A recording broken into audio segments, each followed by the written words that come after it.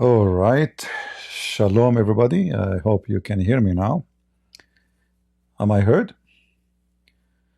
Let me know if you cannot hear me. There is a problem with this software since yesterday. So, shalom and peace for those who love peace, and no peace for the wicked man and women, the Lord said. Uh, you know, uh, we have this fake blondie.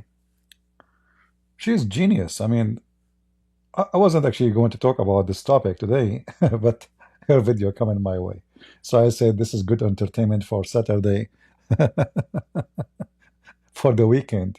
It's a good it's a good laugh. Stupidity. Uh,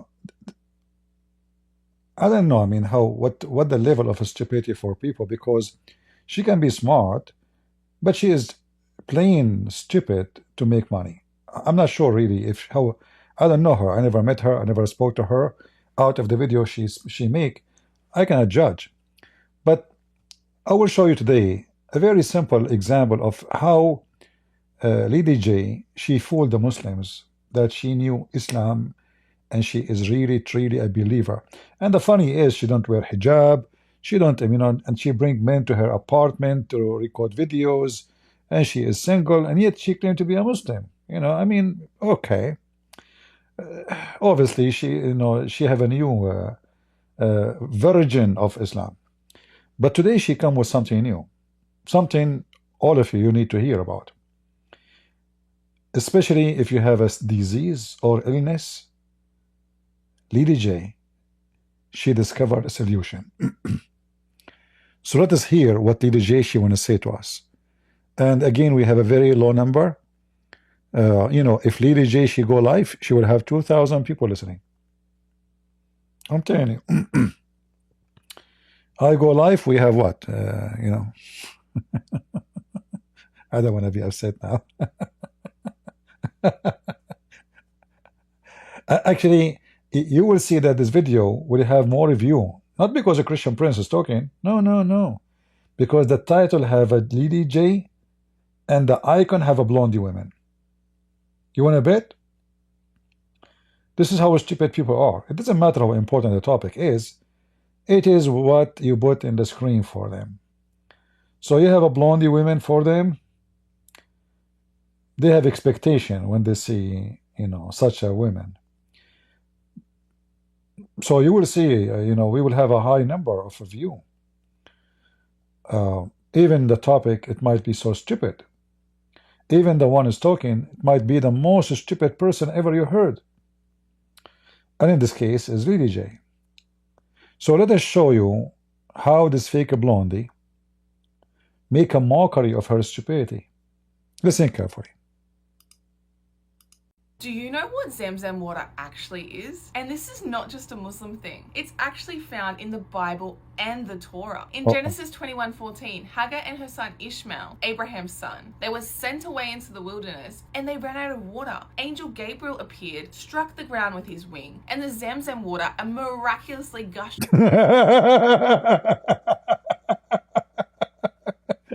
and this is in the Bible. He struck with his wings, and the water came, and even she mentioned the verse number. She knew nobody is going to read. Those dummy Muslims. Okay, really? It's in the Bible story? Oh, okay. Oh, boy. Water. The water. The water. So anyway, Zamzam in the Bible. Lily, sorry, my knowledge about the Bible is not like yours. Which verse in the Bible? Hold on, let us go back. Because we want to open and read it, if you don't mind. His wing and the Zamzam water. What? Zamzam what? Is that how you say what? For Zamzam, shame on you. You should show respect. Go back. Abraham's son. They were sent away into the wilderness and they ran out of water. Angel Gabriel appeared, struck the ground with his wing, and the Zamzam water miraculously gushed forth. This saved Hagar and Ishmael's life. This story is believed by Jews, Christians, and Muslims. Hold on. I have to go back all the way. I guess It's my fault, my fault.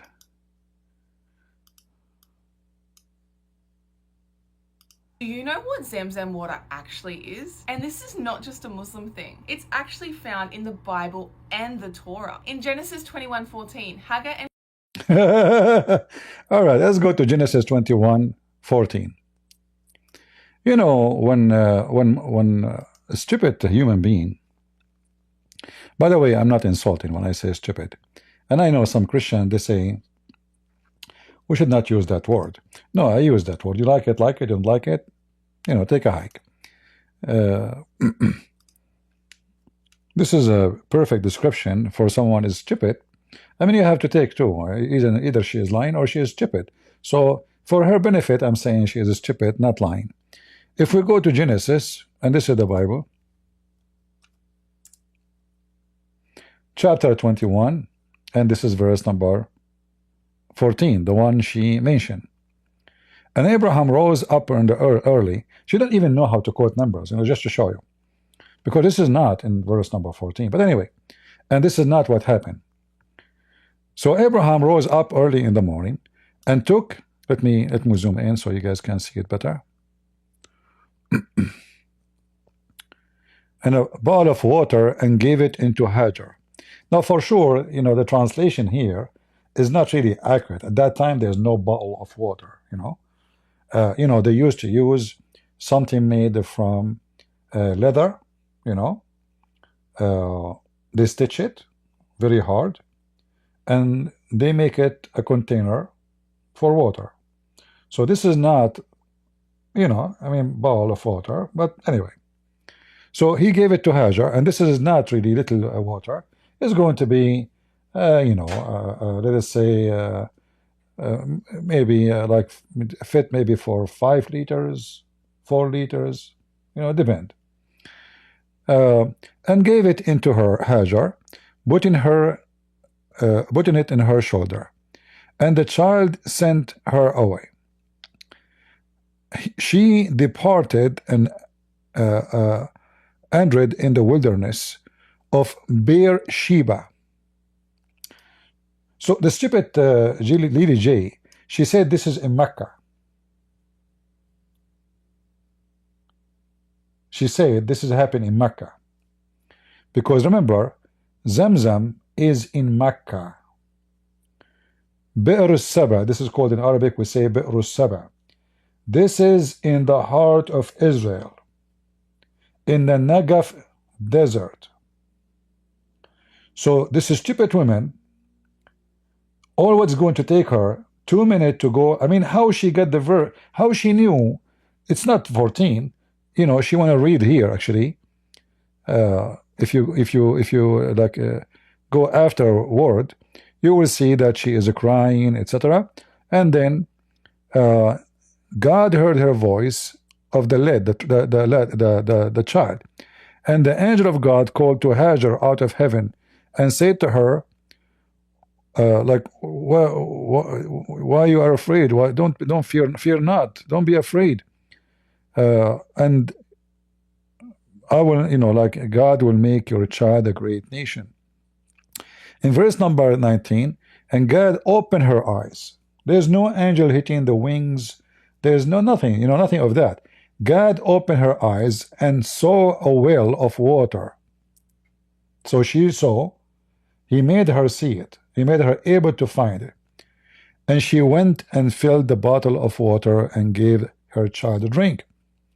So the story, which is the stupid Lily J is mentioning, far away from reality, because simply Zamzam is in Mecca, and this is in Bi'r Saba.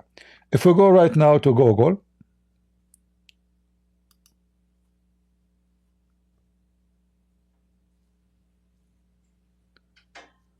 let us see.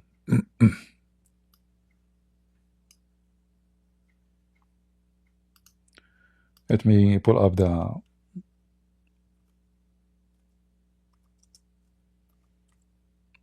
map.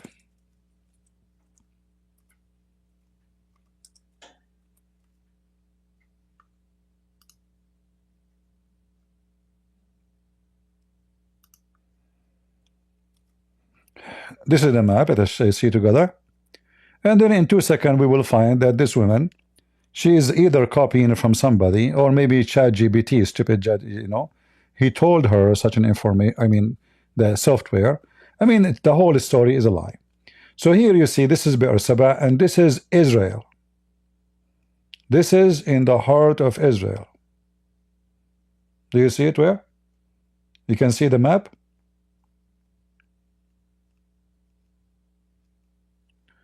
So when this woman, she mentioned such a story, the story itself is going to expose her.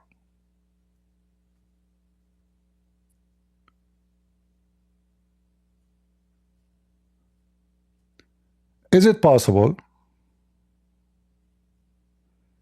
that this woman, she mentioned verse number 14. In her video, she said Genesis 21:14, which means she did read this verse. Even though the story of the angel in verse number 19, but she is stupid. But as you see, there's a huge difference. This is a translation of what? Yeah, this is King James. So here,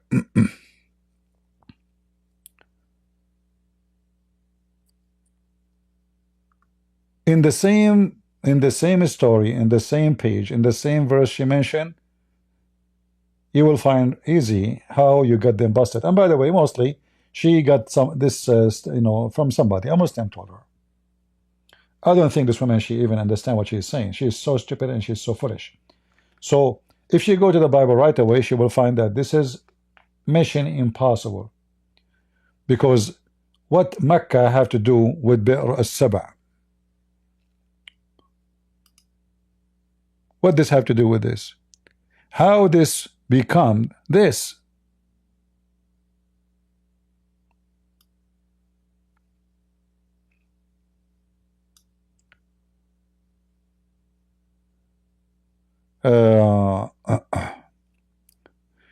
Additional to that, in the same page, in the same chapter, in Genesis 21, there's an answer for every Christian, especially those who say that the Arab, mostly the stories coming about the Arab from a very old writing that the Ishmaelite called Arab. This can be accurate, but doesn't mean they are Arab. Arab is not Arab as an ethnic. Arab as a word means desert. Arabia is an Aramaic word, mean desert. Arab is those who live in the desert. Another way, a Bedouin. It doesn't matter what is their nationality. So Abraham, when he lived in the desert, he's an Arab. Moses, when he lived in the desert, if he stay in the desert, live in the desert, and die and rest his life in the desert, or his people, they are Arab. People of Las Vegas, they are Arab. But in order to be Arab, you have to live in the desert, and you have to have a moving houses, like, let us say, like the gypsy, So it was used for the word in English. You use the word Bedouin. In fact, this is an Arabic word too, coming from the Aramaic too. Badu. Badu. So whoever is a Bedouin, live in the desert, is an Arab. Have nothing to do with the ethnic. So when you see in all the biblical verses the word Arabia, it does not mean anything except desert. Do you understand? Aram as a word mean those who live in hills. Arab is those who live in the desert.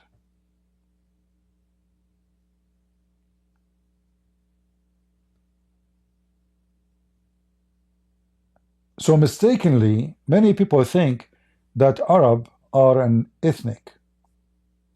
That's because they are ignorant and they are stupid. If you go right now and check, go online now and search for Arab countries list, and then try to look at the people of each country, you will see that they don't match. They don't look the same at all. None of them, even in the same country, look the same.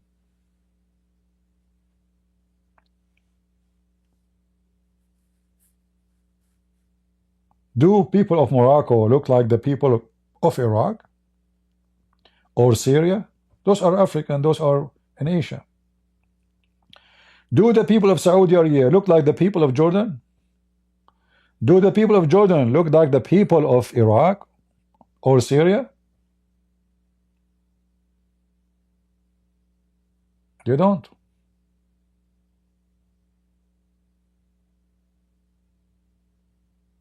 So how those are Arab? In fact, none of those are Arab.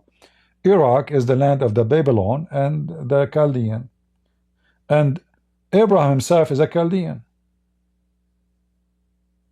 from the city of Ur. And Chaldean, they have their own language. They speak an ancient Aramaic. Not Arabic.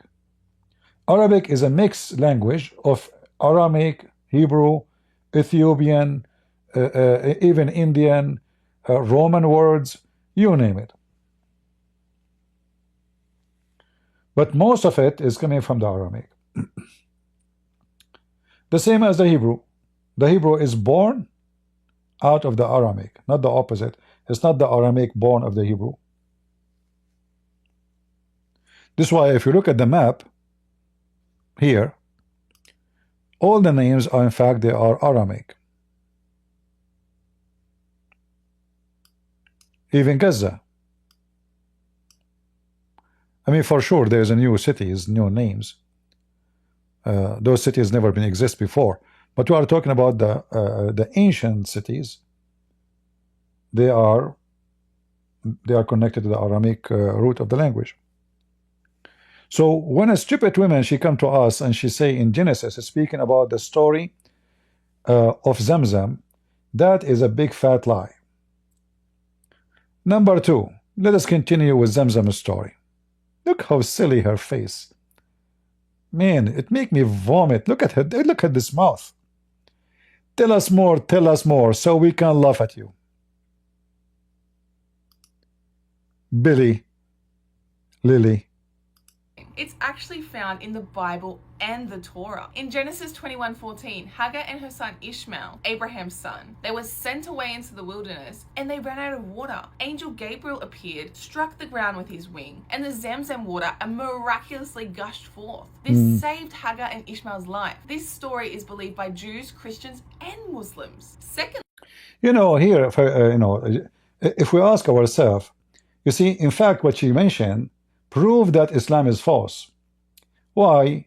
Because the Muslim, they claim that Abraham and Ishmael, they came to Mecca. Correct? So Lily J, without noticing, she just get herself busted and show how stupid Muhammad is. So how Hajar and Ishmael are going alone to Mecca, and how Ishmael and Abraham, they live in Mecca. So did Hajar and Ishmael went to Mecca alone, or they went all of them together with Abraham? Here you see how much Muhammad is confused. You know, in the top of that, you might find somebody, he claimed to be a Christian priest, and he will say to you, I heard this many before. You know, a Christian, they keep saying the Muslims are the Ishmael, Muhammad from Ishmael. That's because those priests are idiots. If you go to the same chapter, Genesis 21, verse number 21, what wife Ishmael he married from? Where is his wife from? Can you guys see it? So they lived in Bahrain, not in Saudi Arabia. And his mother took him a wife from Egypt. So how the wife is from, I don't know why those red dots and things, what for? I can highlight, like I have to log in too. Okay, forget. How we can close this thing here now? Go back. All right. Oh. I thought we can use this tool anyway. Oh, man. Okay, hold on.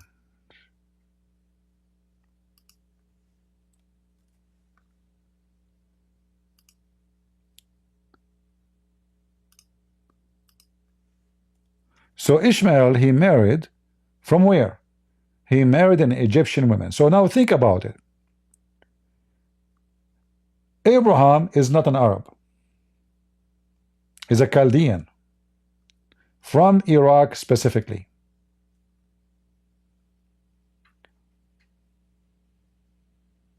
No, this is not. Hold on, I open. Yeah, I was reading a book of number before, so I am posting on. I like to read. Go back to the Old Testament and read. I posted a long link. All right.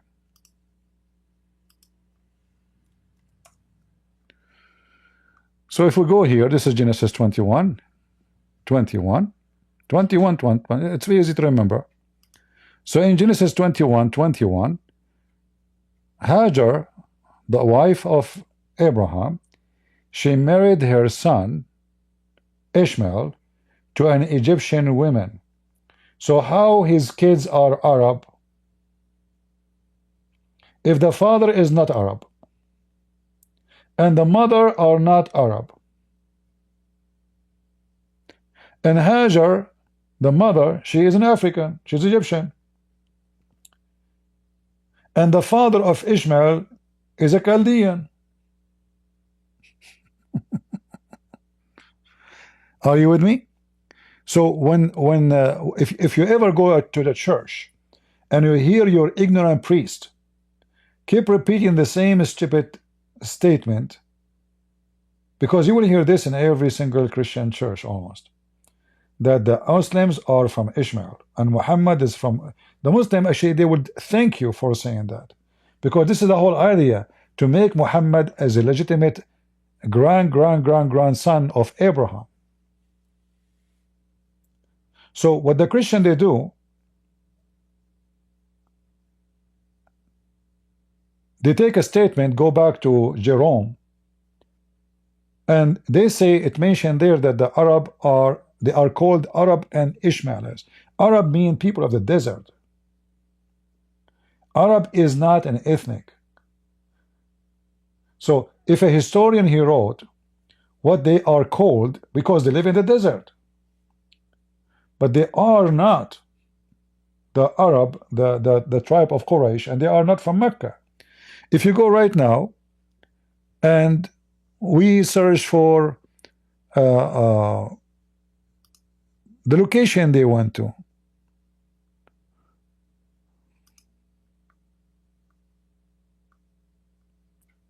in fact, you know what? Let me search for a map.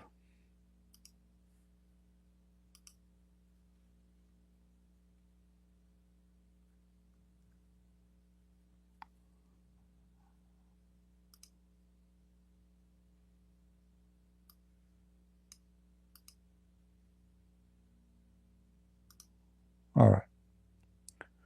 So if we search for the desert of Paran,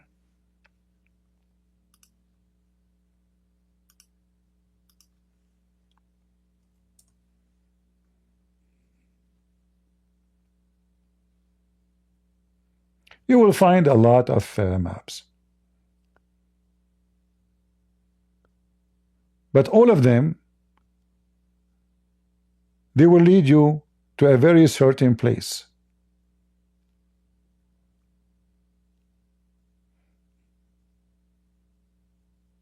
Anyone see Saudi Arabia in the map?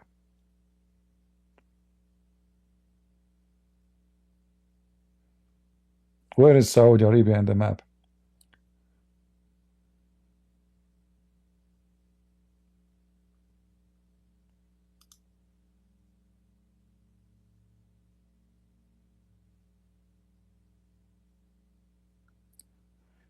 You see here this area, I think you can see my mouse, right? Here this area is high, and then suddenly the ground go down.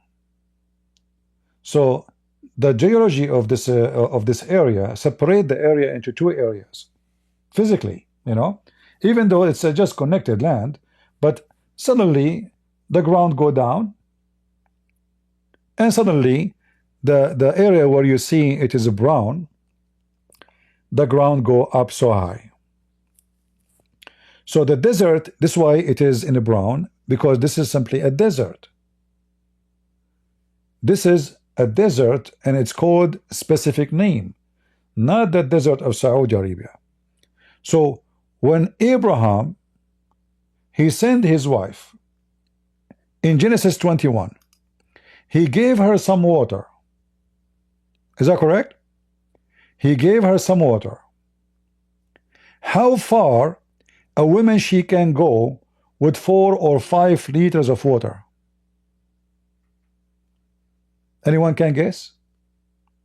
Remember, she is not driving a car, right? She's not driving a car. So Abraham, he rose up early in the morning, he took a bread and a container of water, you know, as I told you, it's made from leather, and gave it into Hajar, putting it on her shoulder. How many liter, let us say Hajar is so strong woman, how many liter she can carry with her? Remember, she is carrying her stuff and her child. So she put it in her shoulder. So how far Hajar she can walk before she will be out of water?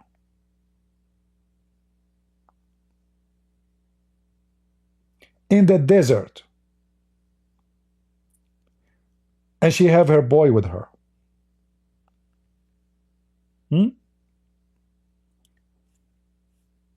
6 hours? 7 hours?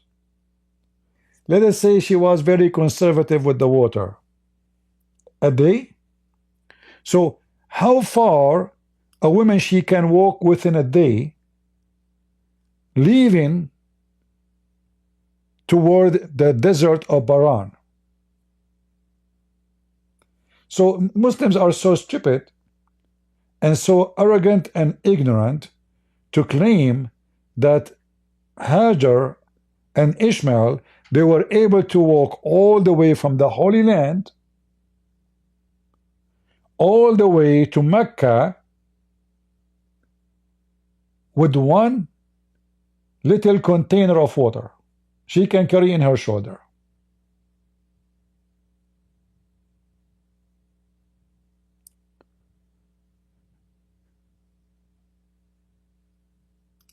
If we ask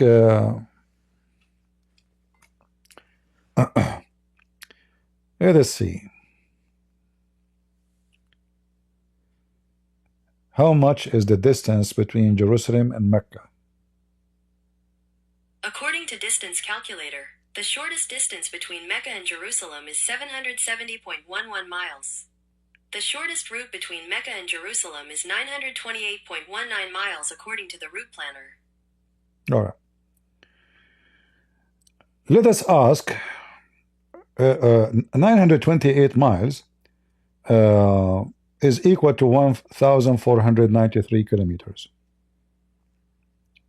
Let us ask that stupid chat GPT or AI how a human being, how long it take to walk 1,400 or 1,500 kilometers. How long a human being it take him to walk 1,500 kilometers? 100 to 175 days, depending on their walking speed. So Hajar, she was walking for at least 100 days with 5 liters of water. And when she arrived to Mecca, she became out of water.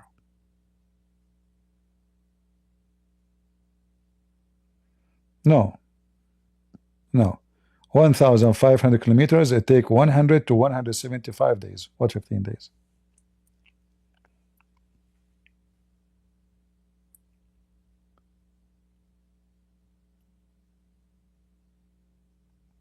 If you are driving by car, it's going to take you, I think, 3 days or 4 days.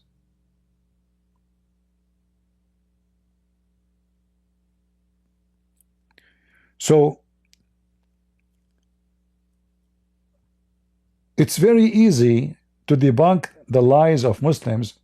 I'm not, by the way, playing her video to debunk Islam by, she is just a stupid woman. I mean, she don't count. This is what she learned, this is what they told her. She is just a stupid idiot. But anyone who read the story, you will see how obvious that the story is just collapse. How the fabrication of Muslims collapse. In the top of that, if Hajar, she went to Saudi Arabia, how she was able to find an Egyptian woman, and Mecca is not exist at that time. According to the Muslims, when or the story she is talking about, remember, there's no nobody there. If there's water, there's people. If there's no people, there's no. So people, they build towns only when there's water, correct? If there's no water, so before, according to the story, before Hajar, the logic of the story, before Hajar, there was no water in Mecca. Because remember, Lily J, she just told us, because Hajar, her son, is crying for water while she was in Mecca, and she's talking about specific place. She said Zamzam.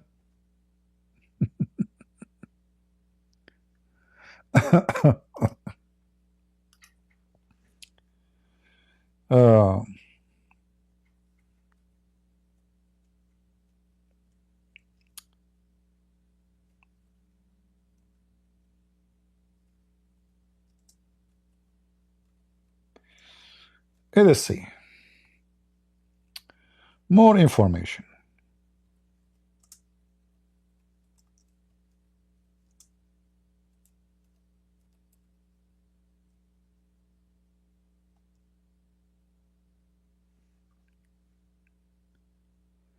I will play her video so we can hear more.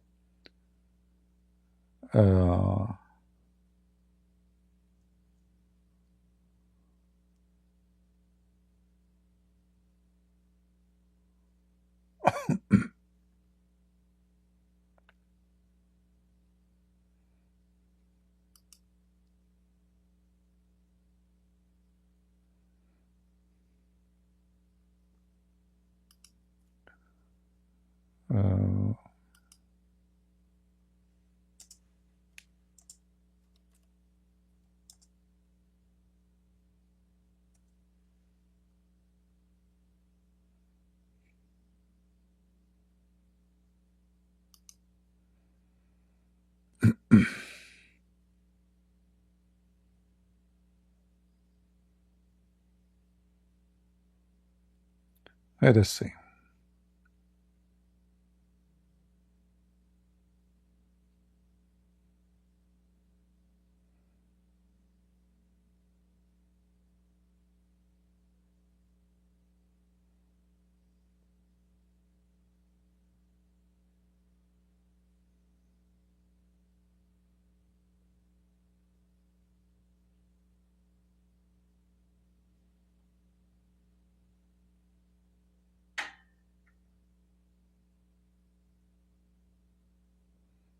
I'm just trying to find some source.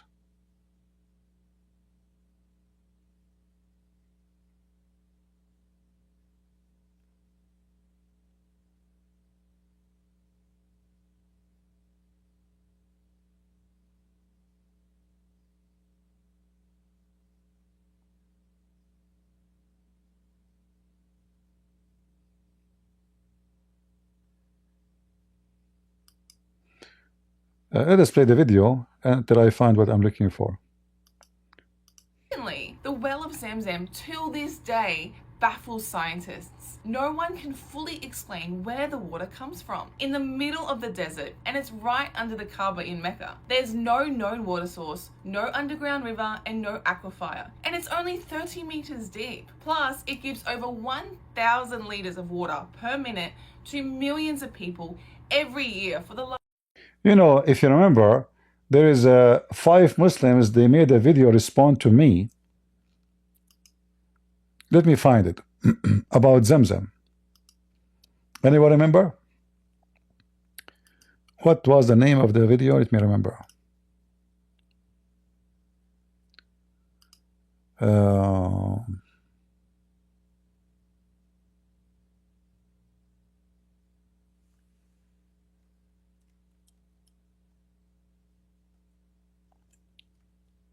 Osama Abdullah and 5 other Muslims, they decided to refute me. Let us see.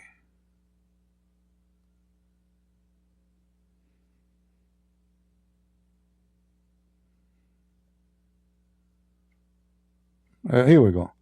But this is a very long video, actually, 1 hour. Man, this is... Let me see.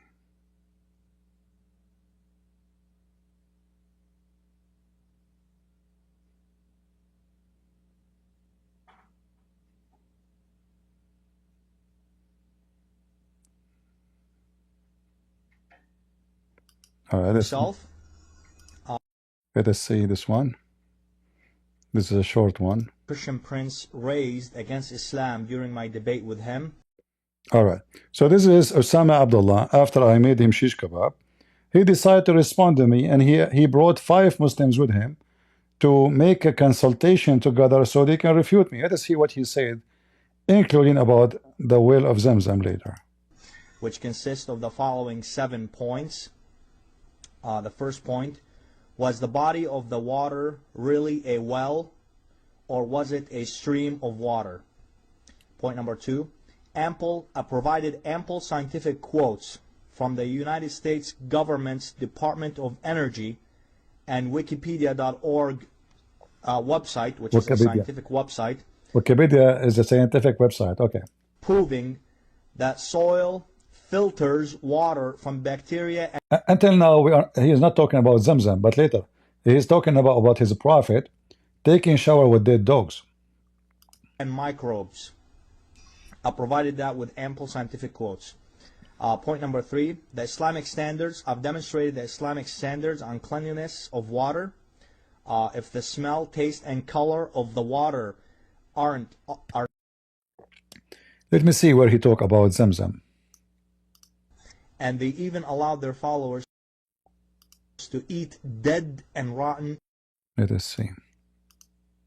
والماء الكثير لا ينجسه شيء ما لم يتغير. Basically, this is implying that because the well was so huge, okay, this, according to the narration, the well was so huge that such an amount of impurities will not... I don't want to change the topic, but the well of water is not huge as those Muslim liars they are saying. The funny is, in the debate, I wiped the floor with him, and usually those who make videos to respond to someone, they were debating him. I mean, you were debating me. How come you did not give me the answer when you were debating me? That's because I wiped the floor with him. But here they are talking about the water of the Bidah. This is different from Zamzam. I don't want to change topic, but just to show you how they lie when they say this was so huge. Huge, huh? Huge, you can cover it by your coat.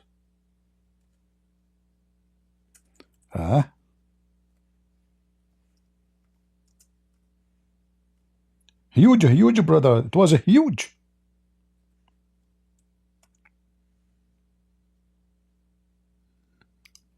See, this hadith describe how big it is. This is why you cannot take Muslims when they say anything. You cannot take them seriously. Muslims are born liars. Every Muslim is a liar until he prove the opposite. All right. So here you see how big it is.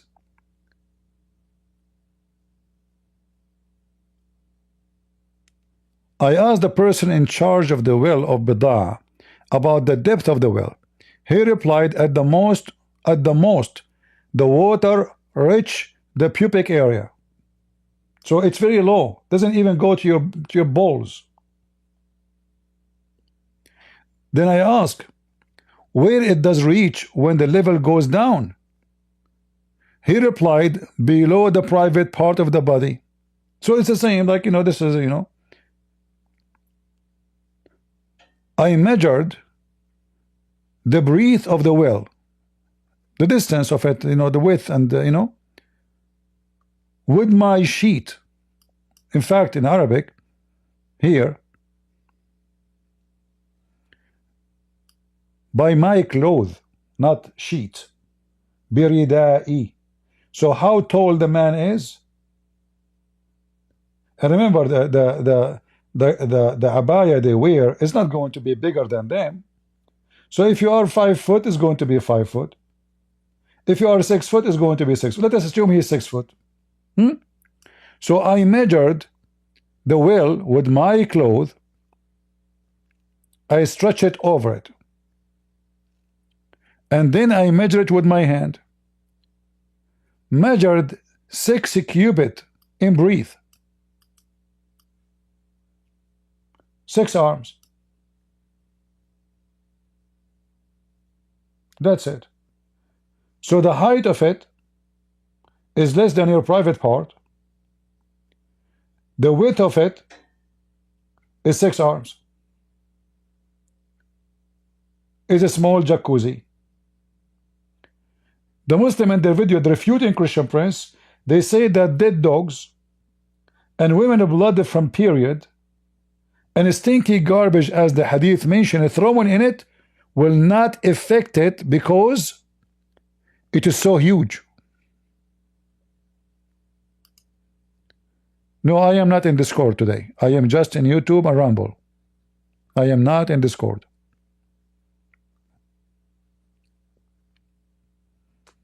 All right. So you see, when the Muslims they try to refute me, they lie. So imagine you have, let us say, this place maximum in the size of your bathroom, a bedroom to make it bigger. In the water, which is not even 1 meter high or 3 foot high, there's dead dogs. Dead dogs, not one dog. Not one dog. Dead dogs. All right? Do you see it? Dead dogs.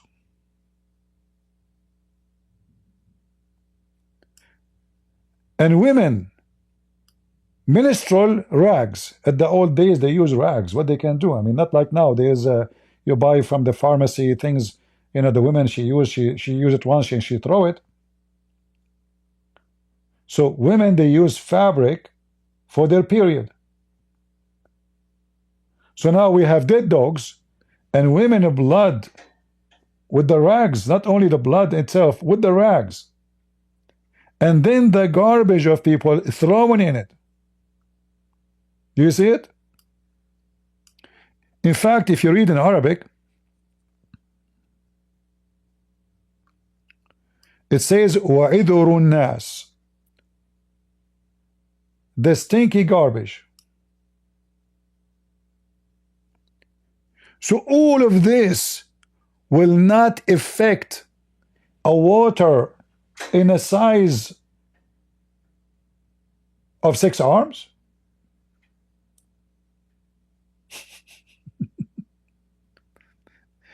And the stupid Abdul, he claimed that this is a well of water, the water is coming from under the ground. No, this is a leftover water. This is from the rain, this is not a well. This is a dry well. This is why people throw garbage in it. If it's an active well and the water is coming from it, nobody will throw dead dogs in the desert.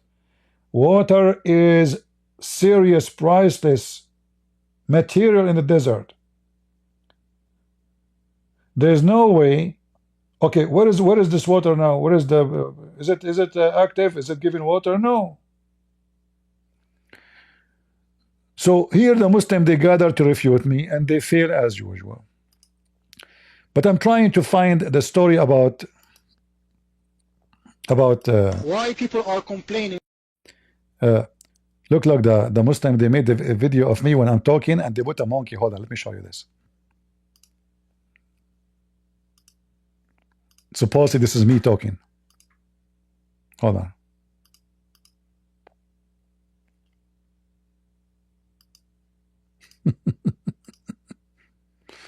Oh boy.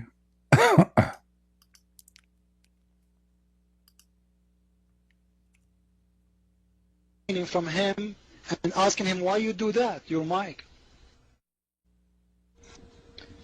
I get back to the point of not caring anything about it. Jesus said that you can even eat rotten animals, by the way, okay? And I have that in the Bible. And Paul also did that as well. But anyway. Listen, Osama, we just proved, and by the way. Anyway, so actually this is not the video I'm looking for. I want him where he speak about the Zamzam. Let me see.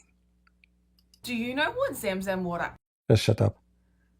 I want to find where Osama Abdullah speak about Zamzam. Hold on.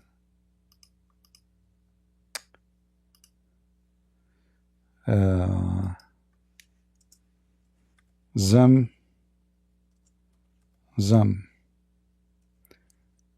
Because I have a surprise for the Muslims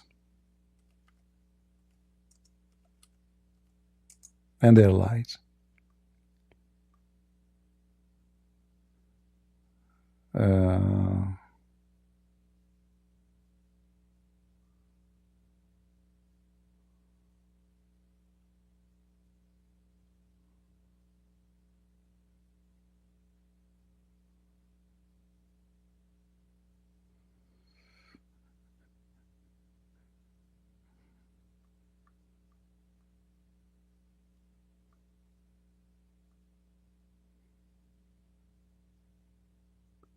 Where is the video? Where is the video?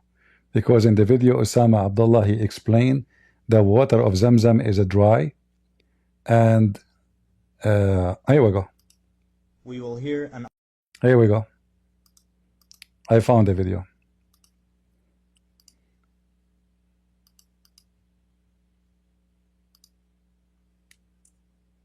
We will hear an audio rebuttal to some of the lies that Christian Prince raised against Islam during my debate with him, which consists of the following 7 points.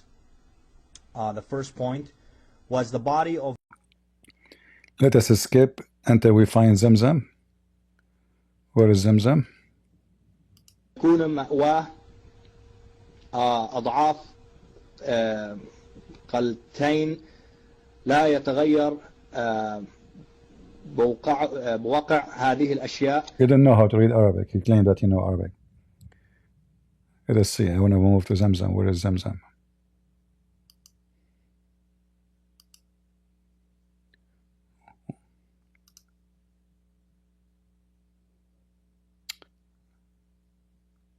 I just saw it.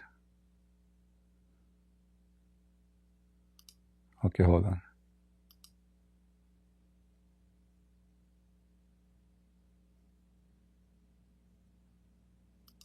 I'm trying to find which minute.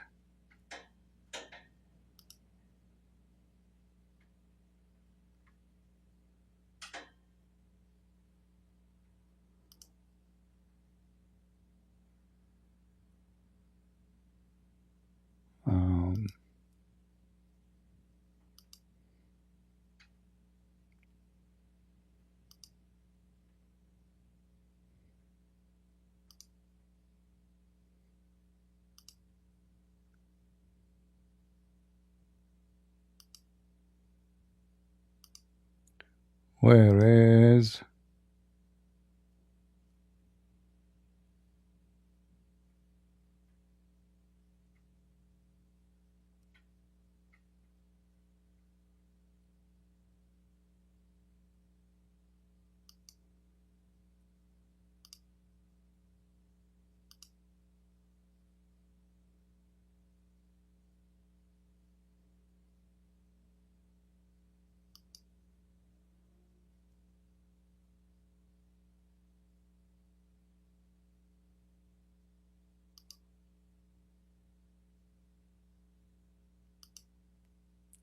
I'm trying to find where in the video. I don't want to play the whole video.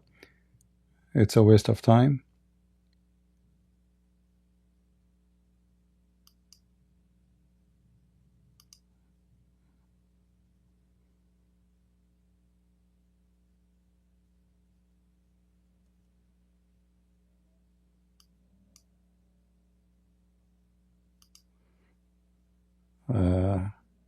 Strange. The title says Zamzam, but when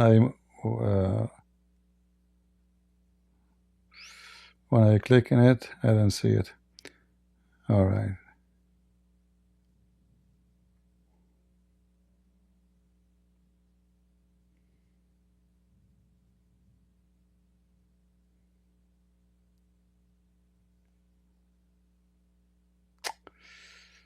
Where is the video?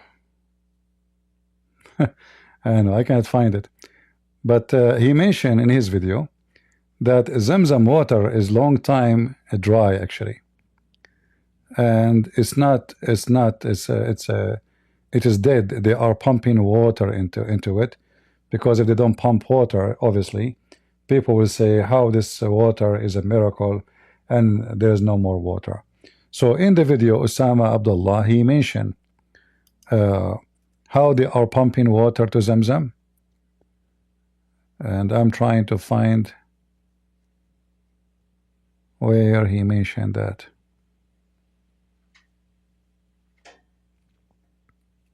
Actually, you know, this guy Osama Abdullah, when he was debating me, I asked him about the black magic. He said that the black magic is a lie. Black magic is a lie.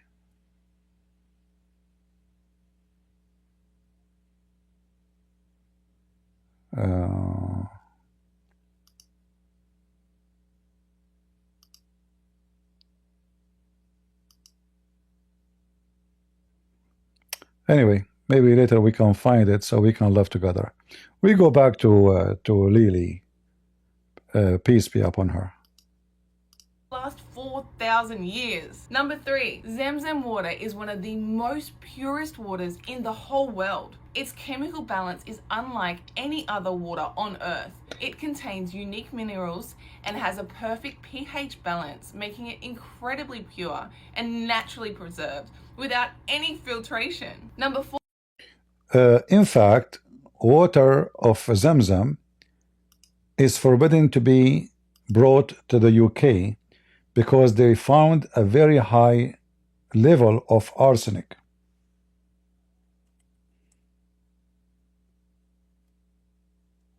And let me show you.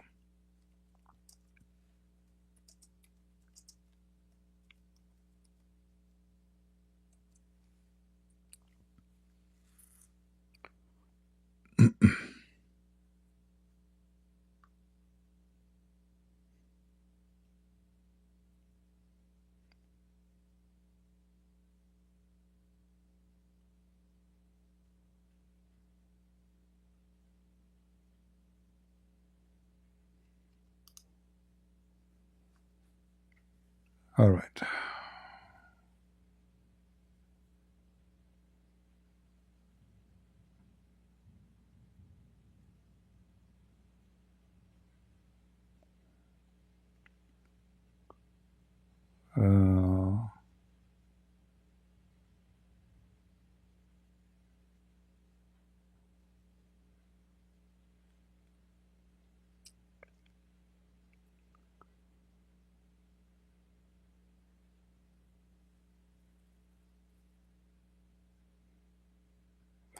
And then the Muslims, they made a complaint, and they want to sue the BBC who mentioned this. I think BBC or Channel 4 who made the study, and they forced them to take it down.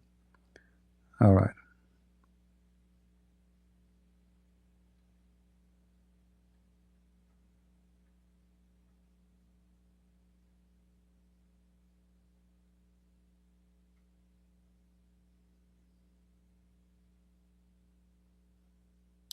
What TDS mean? I'm not sure.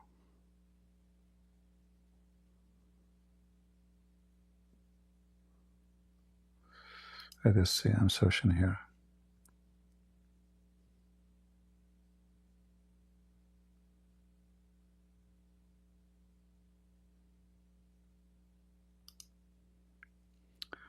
Well, this is the BBC I just found here.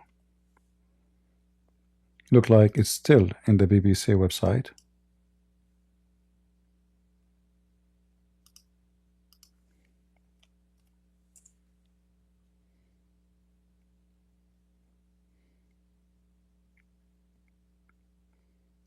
Holy drinking water contaminated with arsenic is being sold illegally to Muslims by UK shops. The BBC has found Zamzam water is taken from the well of Mecca and is considered sacred to Muslims, but samples from the source suggested that it held a dangerous chemical. Tourists can bring back small amount from Saudi Arabia, but it cannot be exported for commercial use. An undercover researcher found large quantity of bottles being sold in the east and south of London. All right. Poisonous drink. Poisonous drink. A BBC investigation discovered that Zamzam water was being sold by Muslims. Bookshops in Wandsworth, Southwest London, and Uptown Park, East London, as well in etc. The water poisonous, particularly because of a high level of arsenic, which is blah blah blah blah. As you see it, and this is coming from the laboratories. This is not just somebody making an article. So the water of Zamzam is poisonous.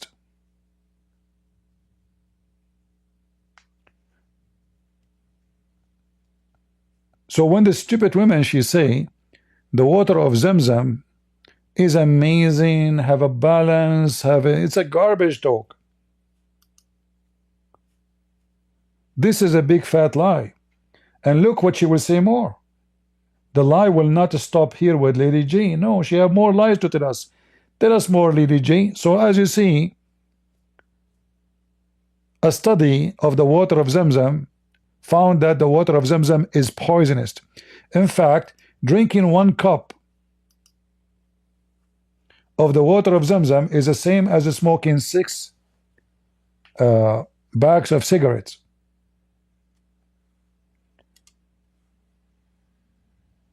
Just 1 cup.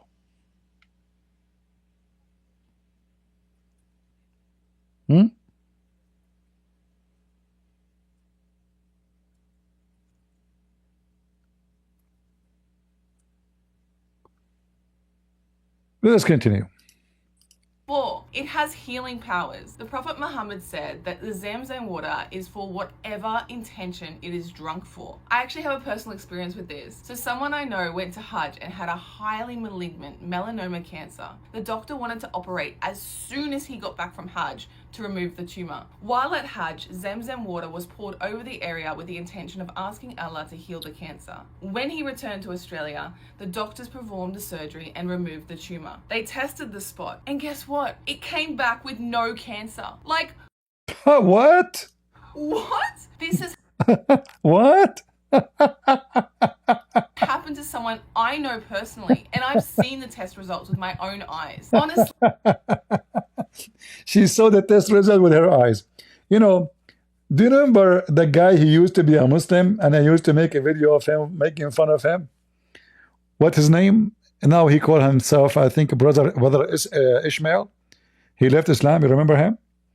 The guy, he said that he go to the many miracles happened to him. He go to the grocery store, and then he in front of the cashier machine, he found that he have no money with him, and then he say, "Oh Allah, Allah, Allah," and then he put his hand in his pocket and he found exactly, as an example, he have to pay $6.11. He find exactly the same amount he need to pay in his pocket. But remember, he have no money with him. It's a miracle, happened to him all the time, he said in the video. You can watch my video. Anyway, this guy, after 16 years being a Muslim, he left Islam and he started making videos exposing Islam. In fact, the Muslim, they send him to Mecca to study.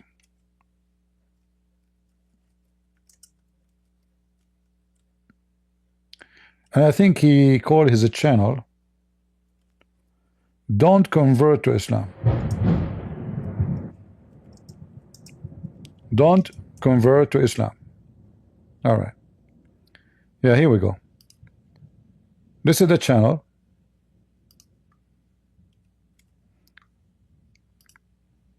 You can find in the internet my videos making fun of him when he was preaching Islam, trying to convert as... Hi, and welcome to my Patreon mission. Our police, militaries, and secret intelligence trying to convert people to Islam. He spent his life, this idiot. Now he wake up finally. But he was an idiot all his life. He converted at the age of 16. And he made tons of videos. And he went to Mecca and he studied Arabic. And actually, I was listening to him in Arabic. I was really surprised about his Arabic reading. So he made tons of videos explaining why you should not convert to Islam.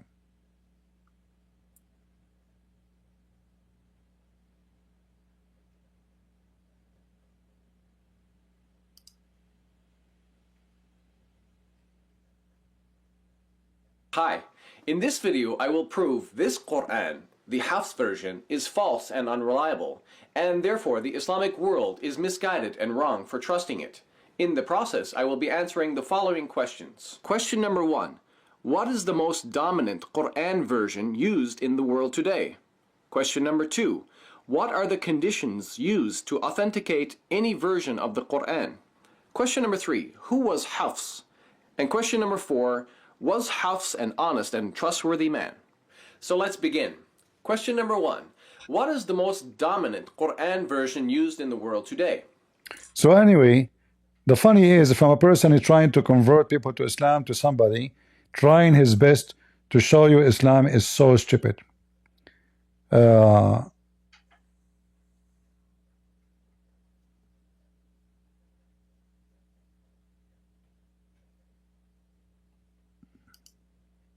Hi.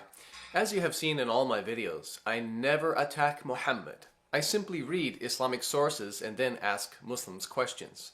So with that brief reminder, let's begin. If you're a Muslim, would you believe me if I told you that if Muhammad desired to take a married woman for himself, in Islam, the husband of that woman is morally obligated to divorce her so that Muhammad could marry her? Muhammad basically has the right to marry any woman he wants belonging to any man. Actually, let me test your Islamic faith. Put yourself in the following scenario. Let's say Muhammad comes to visit you at your house, but you're not home. Muhammad knocks on the door and your beautiful wife answers him. Later, you find out Muhammad wants to marry your wife. Would you agree with this decision of Muhammad? Would you give up your wife to fulfill the desire of your prophet? Remember, this is a test of your faith, so please be honest. Generally, the Quran says if you have any dispute or resistance to Muhammad's decisions, then you are not a true believer.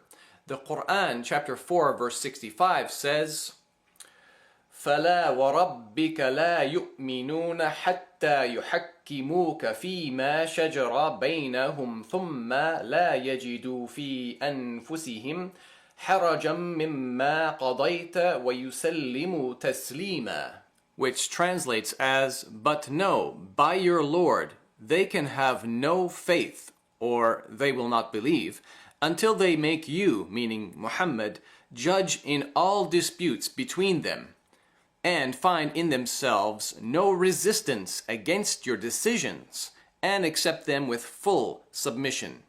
I would say the majority of you Muslims watching this video have failed this faith test and have become disbelievers because you would not give up your wife to Muhammad. Again, please be honest. You would resist Muhammad's... You are mistaken, my friend. They are a bunch of pimps. They will be happy to give their wives to Muhammad to F her so he can be close to Muhammad. What are you talking about? Anyway, so when this woman, she mentioned that Zamzam, you know, the guy he drank from Zamzam and he was healed from cancer. Well, nobody need in Mecca. We should not have a hospital. In Mecca, we should not have anyone need to go to get sick. I mean, Anyone who go drink from Zamzam, that's it. I mean, Zamzam is a solution for anything. As you see, the guy, he have cancer, and the doctor told him you have to operate immediately. It cannot even wait. So the situation is very dangerous. But he drank the water. He did not even drink the water of Zamzam. He put the water of Zamzam over his skin. Listen carefully. Look what he did, how he got rid of the cancer. Zamzam water was poured over the area with the intention of asking Allah to heal the cancer. When he returned to Australia, the doctors performed the surgery and removed the tumor. They tested the spot, and guess what? It came back. Hold on. So the doctor, he performed the surgery and removed the tumor? So what is the miracle?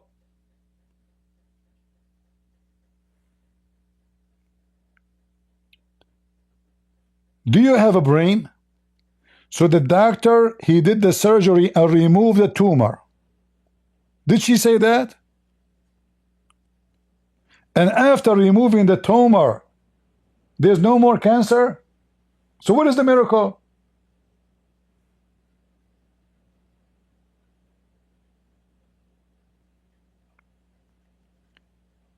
Do you even have a brain? So I have a pimple. I will tell you about a miracle. The doctor, he removed my pimple. I put water of Zamzam before the surgery. The doctor, he removed the pimple. After removing the pimple, it turned to be there's no more pimple.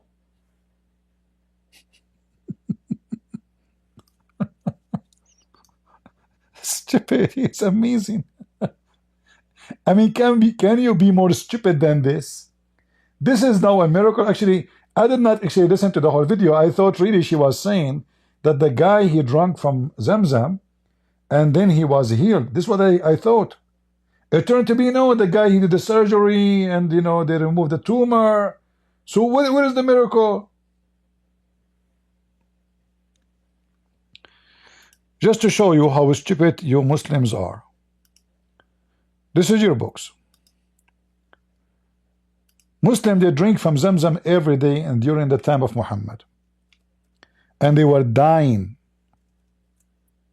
from plague, left and right. And this is Sahih al-Bukhari.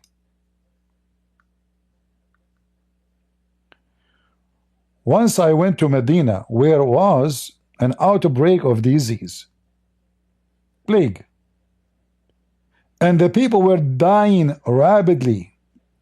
I was sitting with Umar, and a funeral, you know, passed by. The people praised the deceased. Umar said, "It has been affirmed, paradise." Then another funeral passed by. The people praised. Umar said, "It has been affirmed, the paradise." Then another funeral. I mean, how many people dying every few minutes? How many funerals a day? Those Muslims, don't they knew if they drink from the water of Zamzam, the plague cannot kill them? During Corona,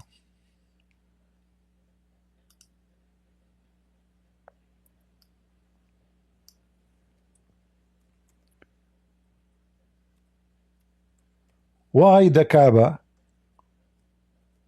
shut down?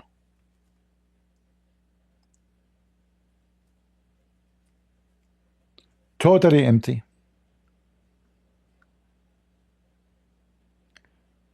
If you have Zamzam,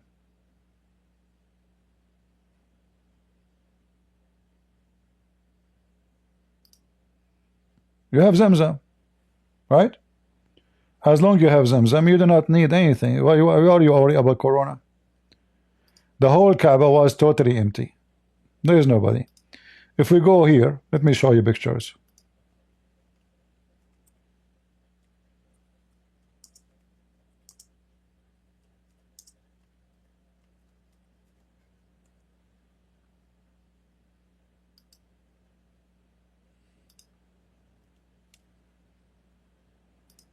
And by the way, this hadith in front of you prove Muhammad to be a liar, because Muhammad, he said, Mecca and Medina are protected by the angels of Allah. So plague cannot enter it. Plagues cannot enter it. And as you see, Muhammad, he died right away, the plague came.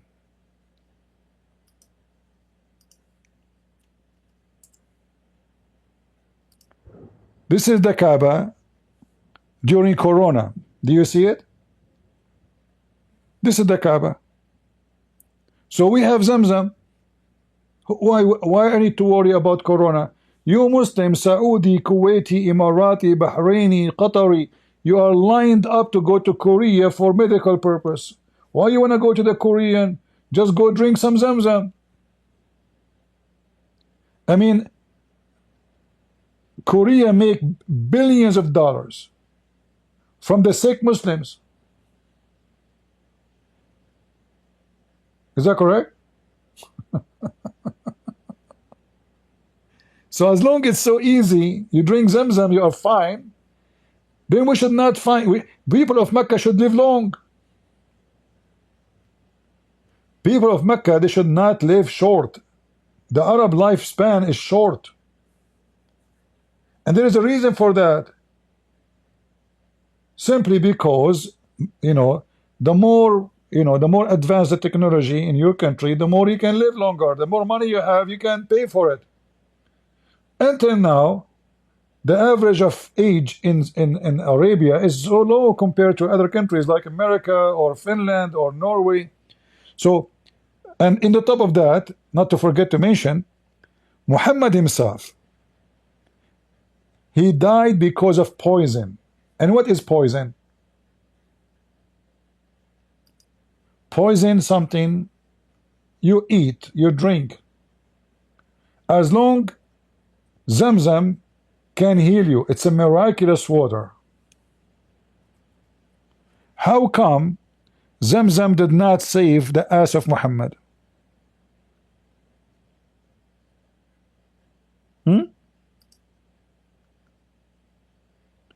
And Muhammad himself, he confirmed that his death was because of poison.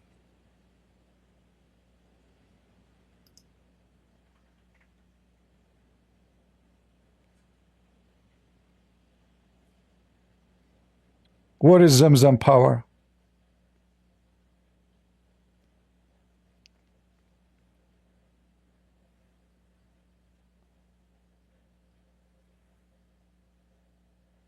So Zamzam is amazing, but Zamzam is full of arsenic. Zamzam is not even real, and I think this is why the water is polluted heavily, because they are pumping water in the top of this little tiny well to keep it alive. And people, they think they are drinking Zamzam water anyway, but I don't think the water is running. The Saudi, they make a lot of money from those lies.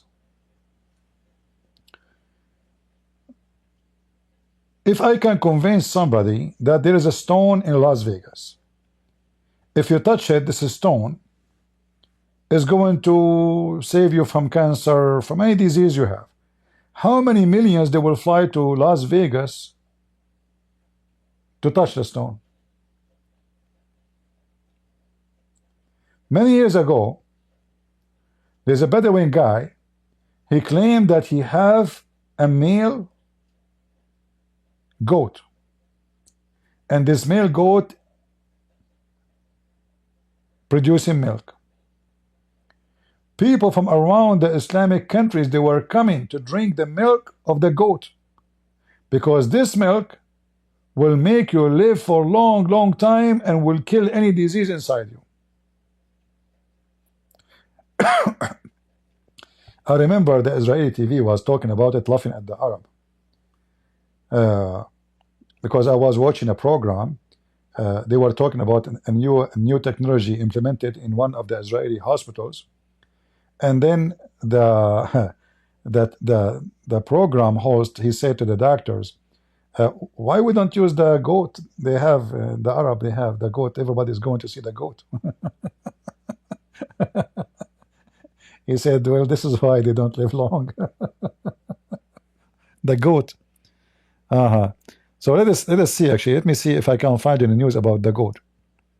But this is, I don't know if I can find it in the internet.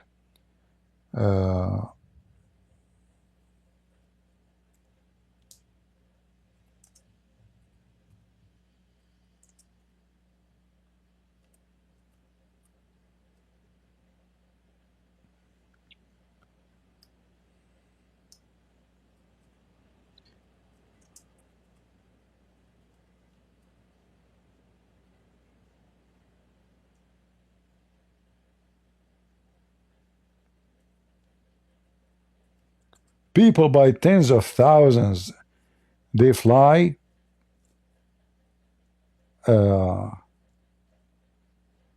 Look, I found a video. This is 2020. This is 2020.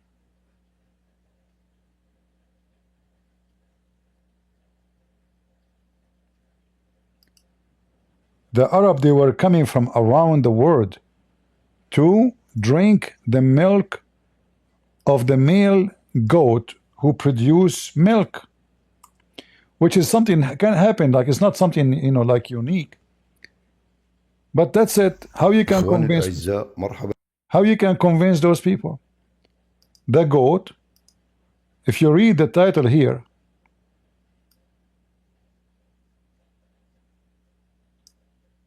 let me see if I can translate. What is translation?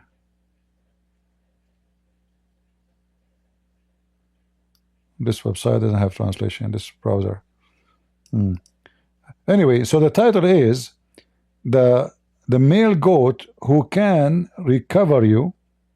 Which is like bringing a lot of people who have any curable disease. Like if you have any curable disease, you go and you drink from the male goat milk, and people, they pay thousands of dollars for 1 cup of milk.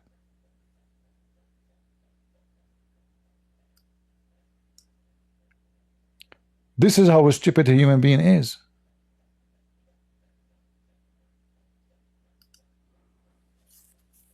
Let me see if I can open. I found another one. Hold on. I will use different websites so I can translate. Different browser, I mean.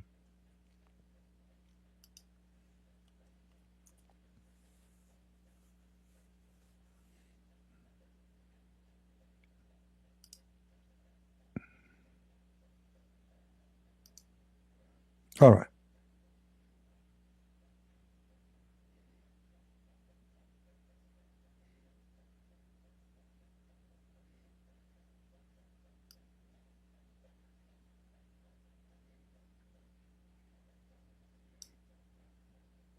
Let us translate.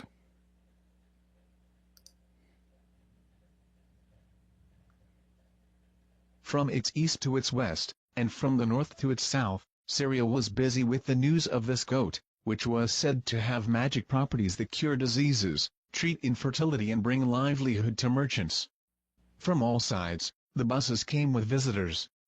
Even the Albuquerque, in which no hotel had flourished in hotels. Thousands, if not tens of thousands, people flocked to them to buy a few drops of this wondrous goat. So just to spread the lie that this goat, if you drink the milk of this goat, you will live long, will destroy any disease. People, they start coming by tens of thousands. I heard about it from the Israeli TV.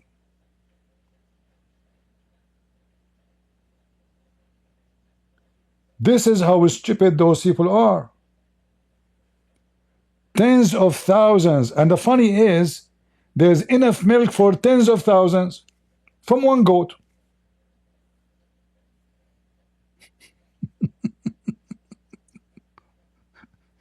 Nobody asks himself how one goat can provide milk, and it's a male goat, provide milk enough for tens of thousands. which means you are not even drinking the milk of that goat. They are scamming you. Guys, I saw it in TV. When they say tens of thousands, it is not a joke. People, they shoot each other. People die waiting in their line. People, they waited for 5 weeks to get their cup, sleeping in the street.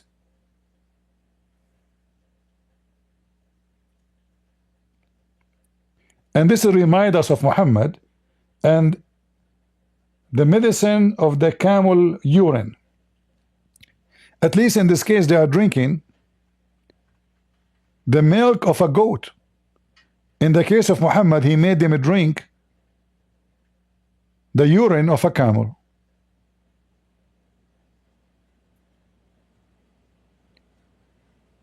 Human beings so stupid. People, just tell them this.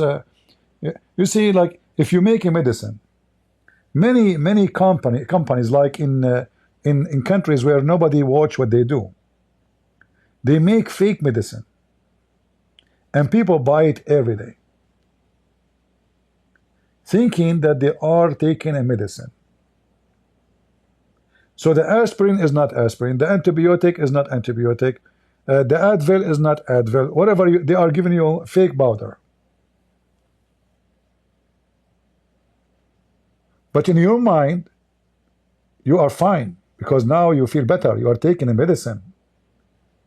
But in reality, you are taking God knows what they are giving you. It's not a medicine. It's fake. The fake medical or medicine industry is huge. This is why if you buy medicine from any of those countries, you are risking buying fake medicine. That's why it's so cheap. Because they are giving you nothing.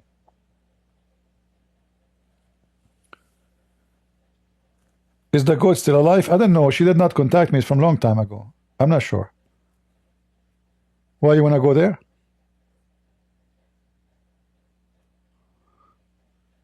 What do you think about US attacking the Houthi? It's a joke. You see, any attack to this Houthi is making him stronger, not weaker. Because you see, in the front, those people, they need to be attacked. It is a necessity. So when the American, they attack this guy Houthi, for him this is an honor in the front of his people, and he will get more support. It's not going to work the way they are talking, because this attack is a scratch. It's not killing the guy. It's not killing his organization. It's not destroying it. So what's the point? They are making him stronger. They are just being stupid. So they are not willing to do a real attack, a real attack where they can dismantle his power. They are just scratching him. So now he will show the wounds and he will make himself a hero. American and Israeli, both of them being stupid by doing those attacks on the Houthi.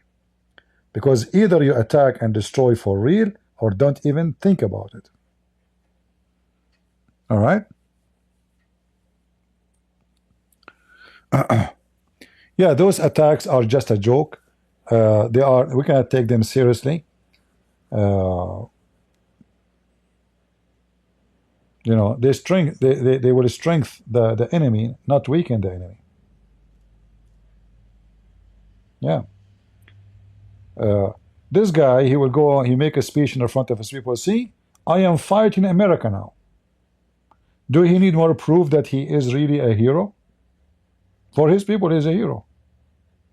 So, I am fighting America. America could not even scratch us, which is true. Until now, they could not scratch him. So what are you doing? It's just propaganda. And the funny is, when Saudi Arabia and Emirat and Bahrain and other countries, they attack the Houthi, the American themselves is the one who forced them to stop. And even they put sanctions on Emirat and Saudi Arabia because they were attacking the Houthi. So in other way, the one who protected the Houthi is the American. Are you with me? Anyway, this is not our topic for now. Let us finish with Lily. What is Lily doing? How is Lily doing? Hold on. We go back. We have to go back to Lily. We cannot live without Lily, you know. The most smart fake blondie in history. Tell us more. I'm going to convert to Islam because of Zamzam now. But the poor Muhammad, he died because of poison. Muslim, they have short life. Muslim, they keep flooding other countries for medication. They go to Europe, they go to Korea, they go to America. Why they want to go there if a cup of water of Zamzam can solve the problem, Lily? Well, Lily? Why you use makeup, Lily? Just drink Zamzam, Lily. There's no need for Botox. Huh? Back with no cancer. Like, what? This has happened to someone I know personally, and I've seen the test results with my own eyes. Honestly, whether you're Muslim or not, the miracle of Zamzam water is something that is a gift from God and found within all our holy scriptures. What do you guys think? I think you are stupid. 10 mind-blowing miracles of a Prophet Muhammad. Let us see this one. Hold on. What? Did you know that Prophet Muhammad performed hundreds of miracles the same as Jesus and Moses did? Man, are you sure? But the Quran say that Muhammad have 0 miracles.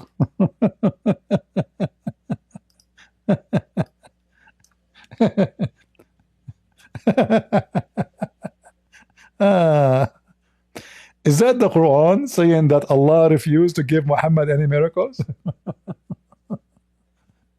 And this was more than after the half of his life? Huh?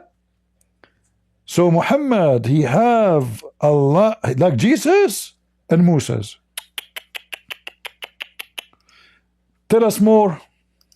When I started searching this topic, I could not believe how many miracles he's performed. Like, I'm actually in shock right now. Why don't Muslims talk about this more? I will get Hey Muslim, why didn't talk about this more?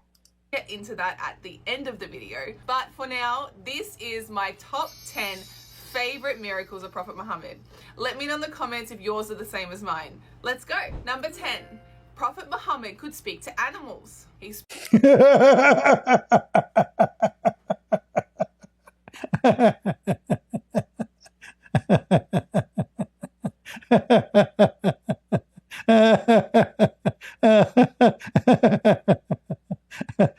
Hold on. Number 10 miracle is what?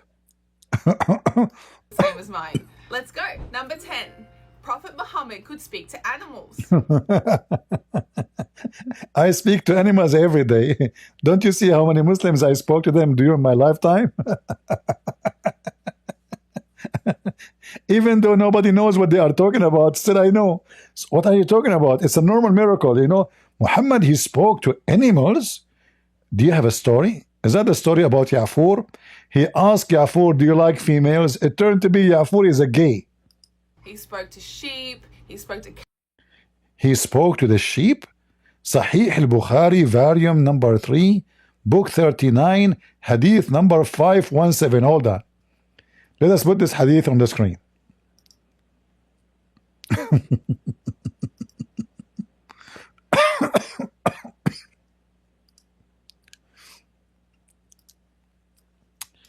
Bukhari,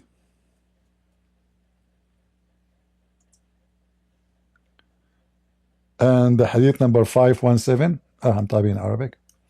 Hold on.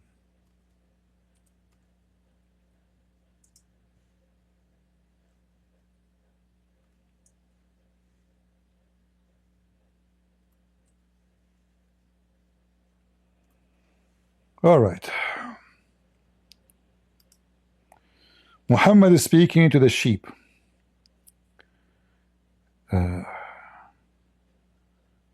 Book verse number 3, book number 39. Oh.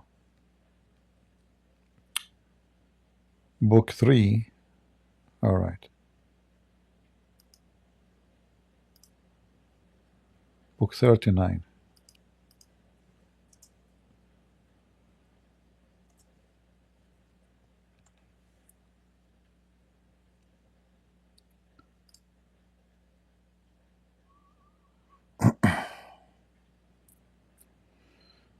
I know, I'm trying to find the hadith she is talking about. 517. But book 39.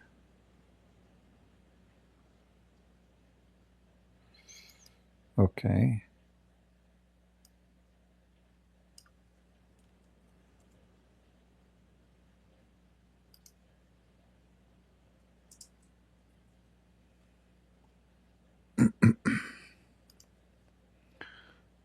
All right, this is the hadith.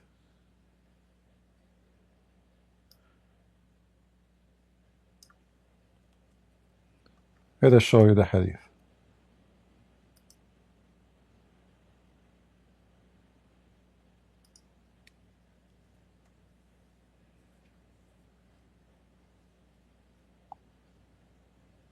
Where is? Ah. Okay, give me a second.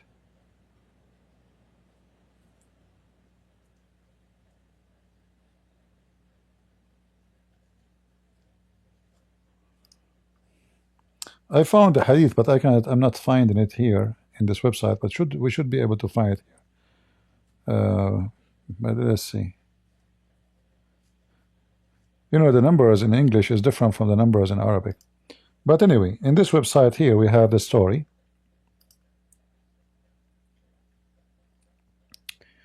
While a man was riding a cow, it turned toward him and said, I have not been created for this purpose. It turned to be everybody speak, not only Muhammad. See, guys, you see? The man is riding the cow. A man, just a man, not a prophet. So a man was riding a cow. The cow turned to him and said to him, I have not been created for this purpose, i.e. carrying. I have been created for slogging. The Prophet added, I, Abu Bakr and Umar, believed in the story. The Prophet went. A wolf caught a sheep, and when the shepherd chased it, the wolf said, who will be its guard on the day of wild beast, when there will be no shepherd for it except me? After narrating, the Prophet says, I, Abu Bakr, Umar, believe it. Abu Salama, narrated, Abu Bakr and Umar were not presented then.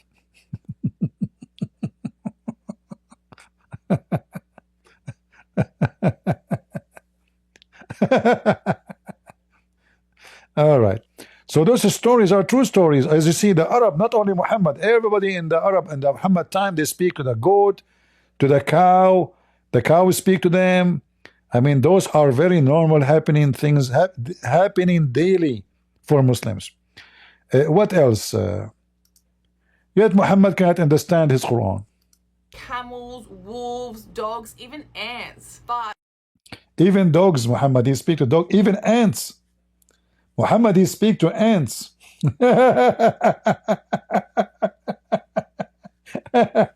No, you stupid. The one who spoke to the ant is Sulaiman, not Muhammad.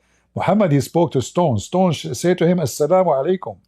one of my favorite stories is in the cave. During the migration to Medina, Prophet Muhammad was running away from his enemy, the Quraysh, who wanted to try and kill him and stop the spread of Islam. And he hid inside a cave. This is the incredible part. Listen. By the way, this hadith does not exist. This is a fabrication. So, spider. This is a false. This does not exist. The story about Muhammad hiding in the cave and the spider, this is a fiction, and the number she has given you is false. This is a false story. Never exist. In fact, this is a story is coming from the Old Testament. Anyone remember? About someone he was hiding in the cave? I will let you think, and maybe you can remember. This is about who? And here you see the theft. So this is story about the cave is a fabrication. The Muslim themselves, they admit it is not true. It's a false story. It's not even exist. By the way, do we have any Muslim?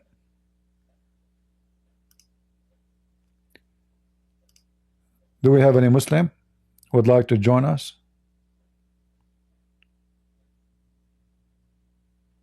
Well, I will let you pause the verse from the Bible so you can find out what I'm talking about.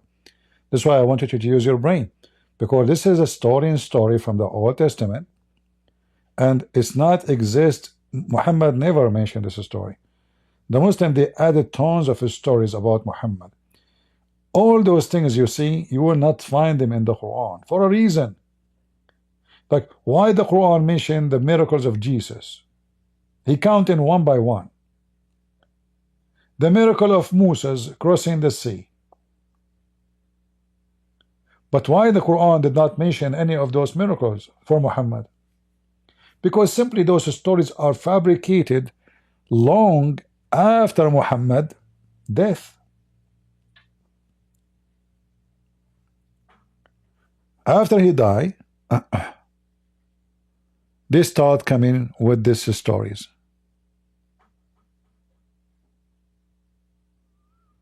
Right?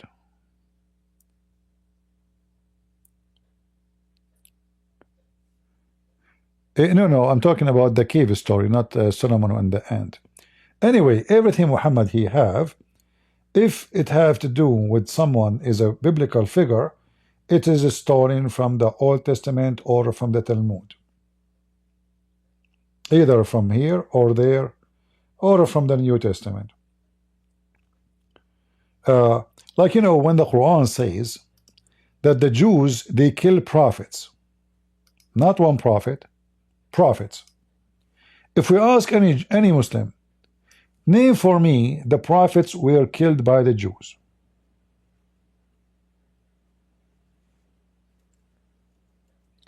He will fail to count one for us.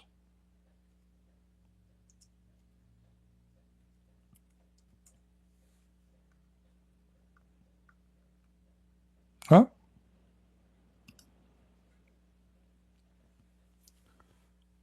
Who are those prophets who were killed?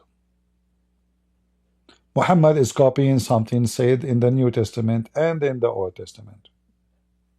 Again. But Muhammad himself cannot count one prophet was killed by the Jews. Any Muslim can give for us one name of one prophet was killed by the Jews.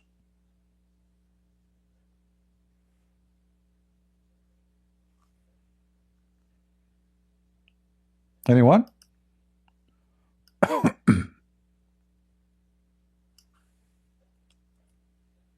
Any Abdul in the chat can give us one proof of this? Unless you consider that Jesus was killed by the Jews or by the rabbis. What do you think, Muslims?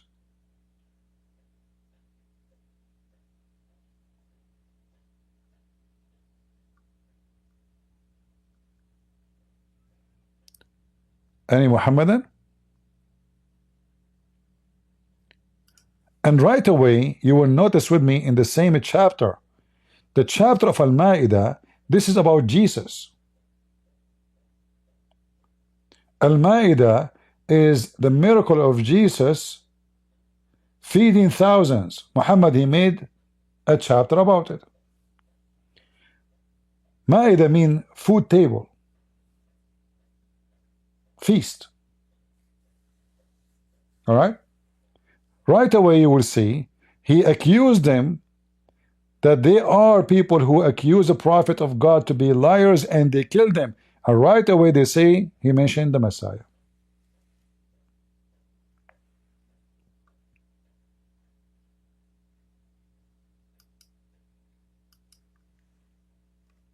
Any Muhammadan?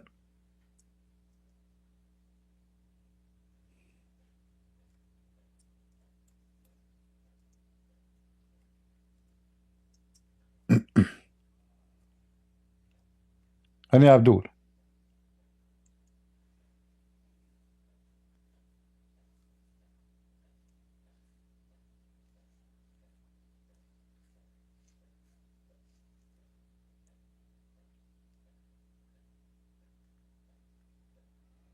Nobody?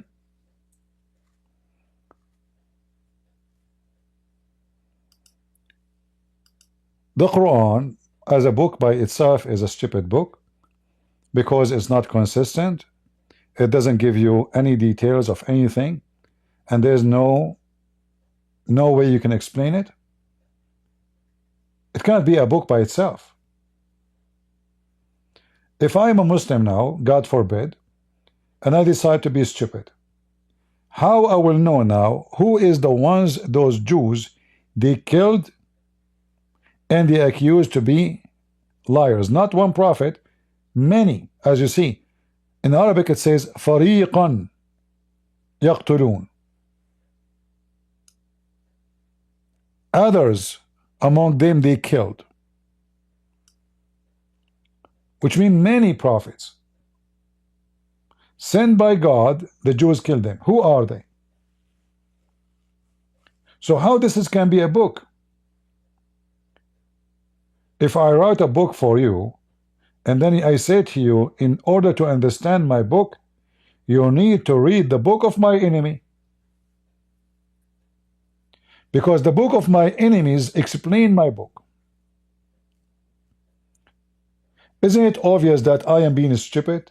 Because now I depend on my enemies' books to explain my book. And my enemies' books, I accuse it to be corrupted.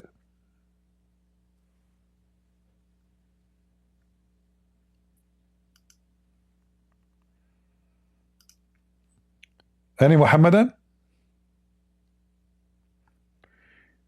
I will open Discord to give a chance or opportunity to the Abduls to join us, and maybe they can beat us up. Shall we? I will try not to stay long in Discord unless we have some hot debate. Let us open Discord. So if there is any Abdul would like to get us busted.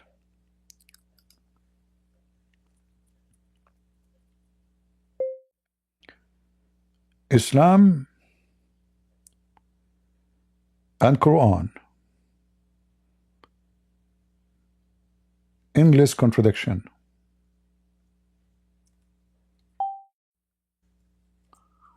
Okay, we will call it Islam and Quran, endless contradiction.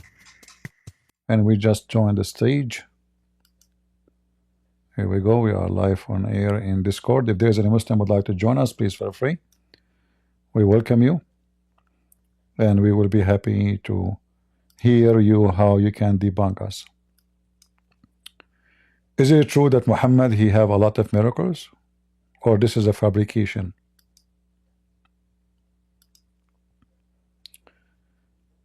If Muhammad, he can do miracles, Muslim, they talk about miracles of healing, miracle of languages. Muhammad, he speak to ants, as we heard her. Muhammad, he speak to the donkey. Muhammad, he speak to the wolf. Muhammad, he speak to the tree. The tree even come and convert to Islam. The tree say Shahada. Do we have any Muslim? Anytime you see a Muslim would, in Discord would like to join us, please let me know so we can put him in the stage.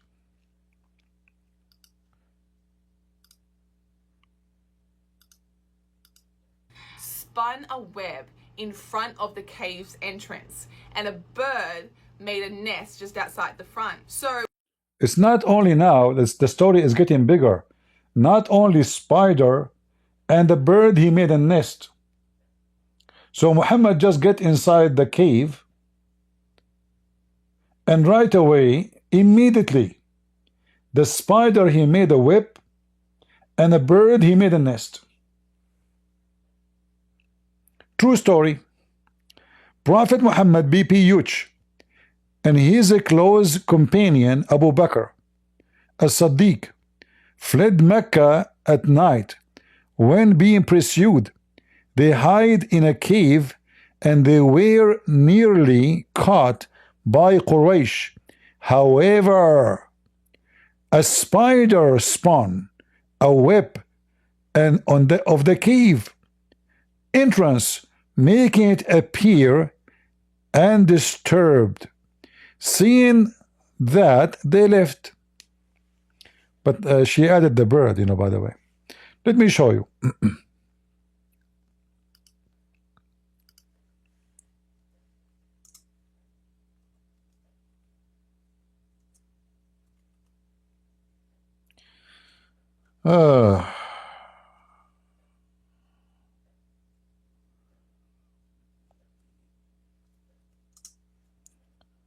Lord have mercy.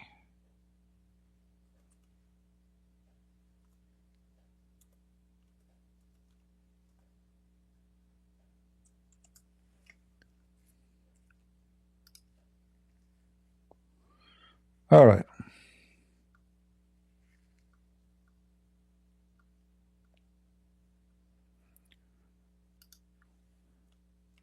This is a Muslim website saying that the story about the spider and the bird is a fabrication.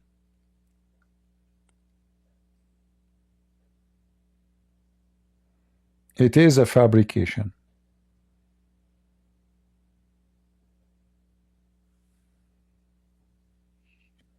All right. And you can find, now the Muslim for sure, they would try, they would love to make Muhammad having miracles. But, I mean, the lie is so big and so stupid, and it doesn't work.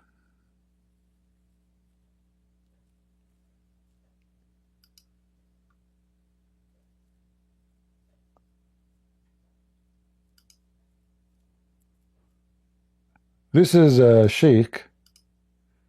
His name Imam Al-Uthaymin.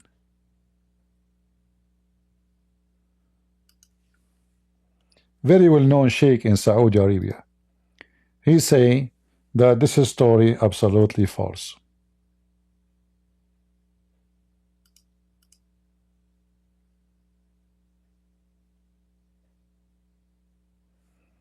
You see it?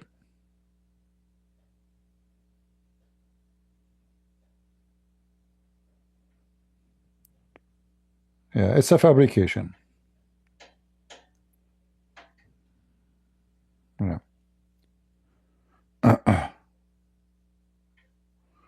So from the beginning here, he says to you, this is story. Where is the audio? Hold on.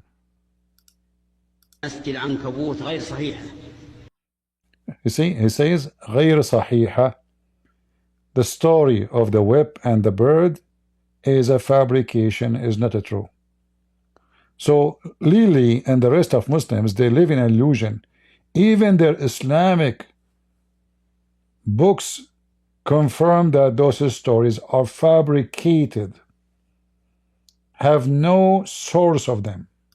When the enemy arrived and saw the cave, they saw the spider web and the nest, and they thought it impossible that Prophet Muhammad could be inside because the spider web looked so old and the nest looked like it'd been there for ages. This flimsy little spider web saved the Prophet's life. This story not only shows Prophet Muhammad's special relationship with animals, but it also shows how God can protect you beyond your... Yeah, this is why Muhammad died, because of poison. Allah protect him by a spider, but he could not protect him by poison. And the funny, both of them, they share the same thing, because spider, they have a form of poison too. You know, when a spider sting the insect, he sting it with poison. The same as a snake. So,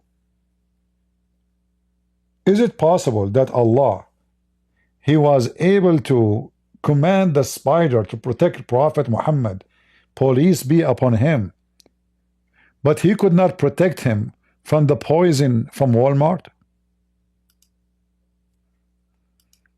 Do we have any Muslim?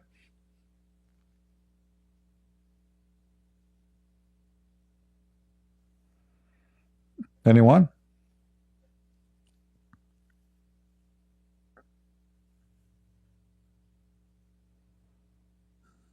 Who is a Muslim would like to join us?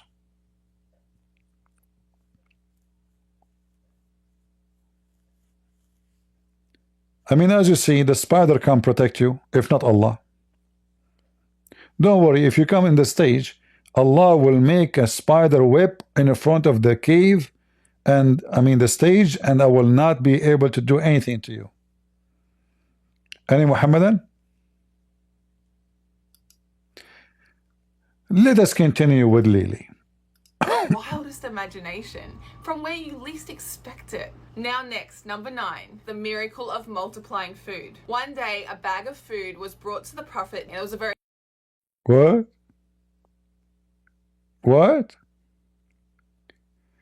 The miracle of multiplying food? Muhammad have a miracle of multiplying food? Okay. very small portion of food. But the Prophet prayed over the food and told everyone to eat. And the food just kept replenishing itself.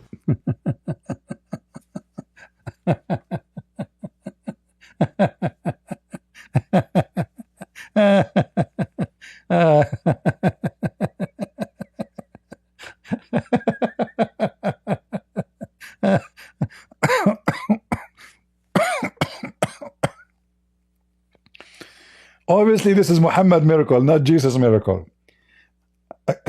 Hold on. In the Quran, we open the chapter. It's called Al-Ma'idah. Al-Ma'idah. This is the chapter where Jesus multiplied food. How come we cannot find the story of Muhammad in the Quran? Why Allah want to mention the story of Jesus? And by the way, Muhammad, he told them that Jesus, he asked Allah to send 7 sandwiches. In every sandwich there was a whale. And who was the one when I eat it? Anyone knows? Who is the ones who ate the 7 whales? Anyone knows?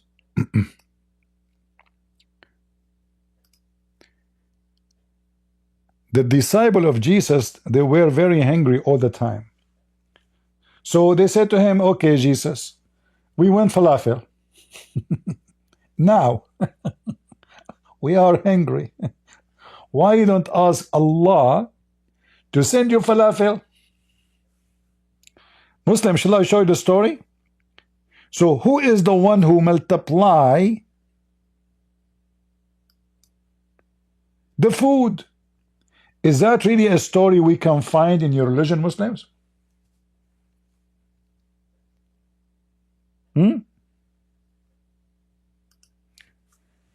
If we go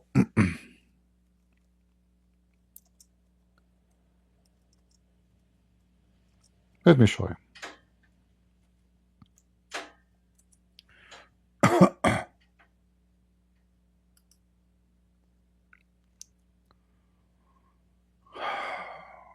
Oh boy.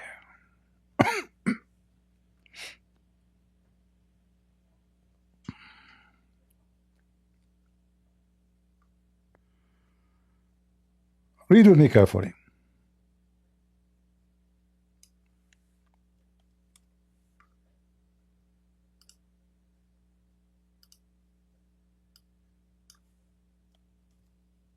Oh.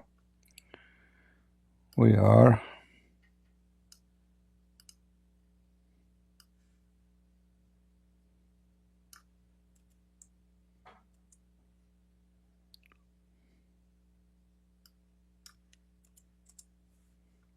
read.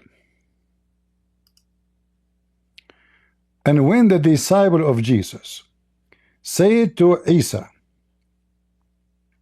the son of Mary, can your Lord send down on us, to us, a table spread from heaven? Isa, he said, fear Allah. If you are indeed a believer. They said, we wish to eat thereof and to be stronger in faith and to know that you have indeed told us the truth and that ourselves will or be it witness. So now they gave Isa good reason. Well, if you do this miracle, that will strengthen our faith. So Isa agreed. So he said, oh Allah, our Lord, send us from heaven a table of food, that there may be for us, for the first and the last of us, a festival and sign from you, and provide us sustenance, for you are the best of sustainers. So Allah said, okay, I am going to send you into you shish kebab. But after that, if any after that disbelieve, then I will punish them. I will punish him with the torment of such and such. Allah said such as such.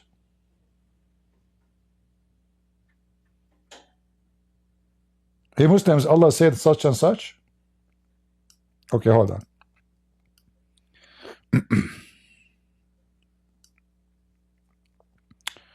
All right. So Allah, He said, I will torture him like such and such as none never before.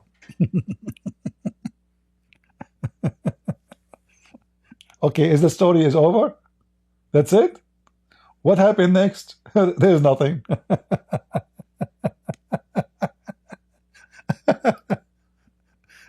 The stupid Quran made by a donkey. What is the rest of the story? Hey Muslims, so now you stole the story of Jesus, claiming that Muhammad is the one who multiply food. Muhammad, he fed more than 1,000 people without running out of food.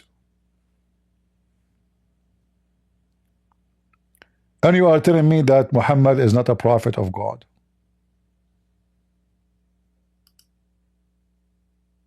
What's wrong with you?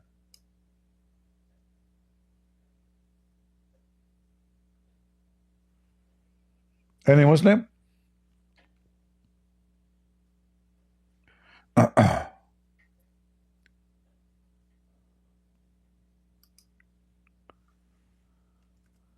Oh boy.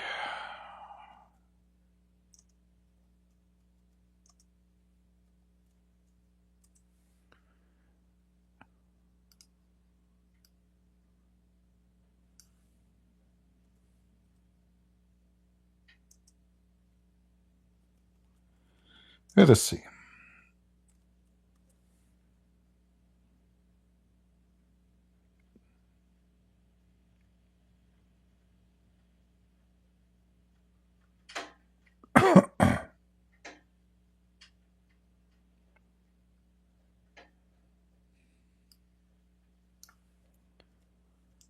In this theft, we cannot find any of those miracles in the Quran for a very simple reason, because all those stories are fabricated long after Muhammad's death.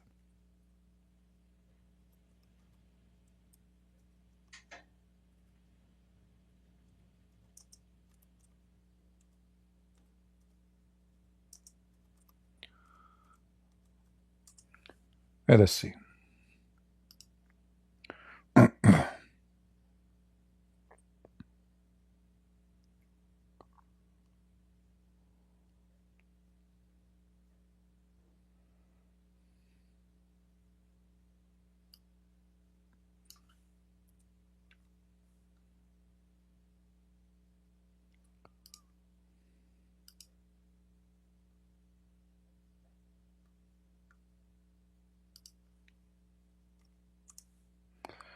Oh boy.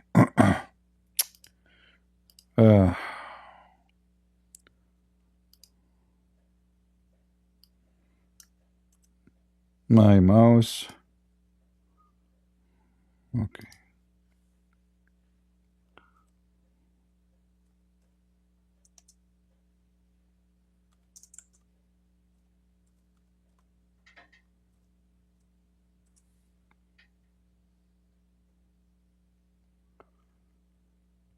I'm just trying to show you the hadith so we can love together.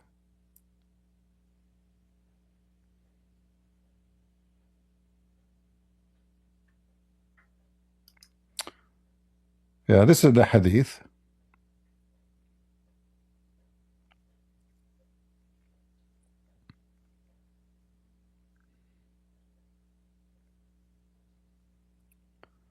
So one person, he brought a handle of milk, another handful of dates, another crumbs, until a small quantity was collected on the leather cloth.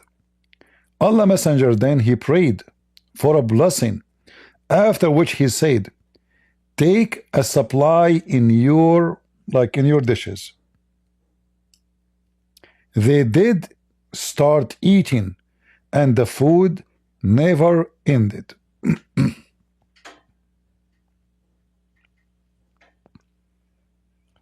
What an amazing story.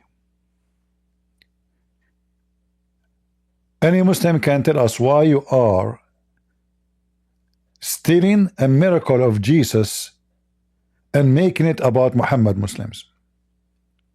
And if this is about Muhammad, why we cannot find it in the Quran? Why in the Quran we have the details of the miracles of Jesus, about multiplying food? God from heaven sent food to Jesus. According to the interpretation, Allah sent 7 whales, each whale inside a loaf of a bread. And obviously Peter, he ate one whale alone. Any Muslim?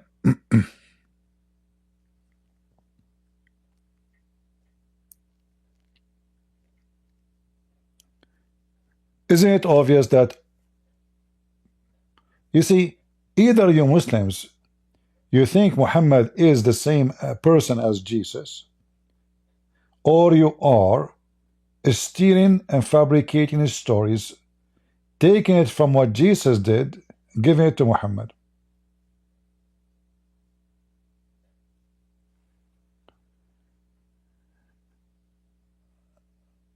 The refutation for all those things or those claims is in the Quran. The Quran never mentioned them.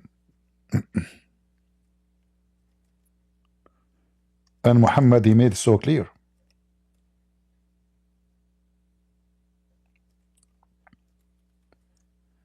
That he cannot even benefit himself in anything.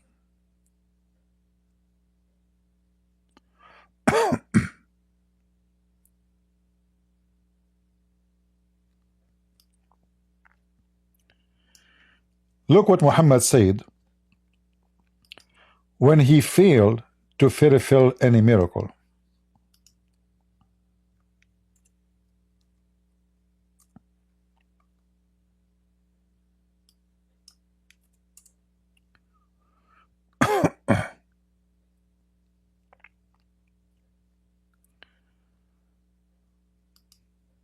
Read carefully.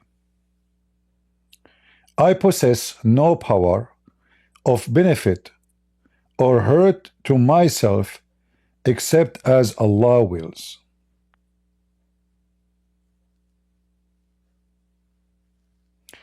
Why Muhammad he mentioned this?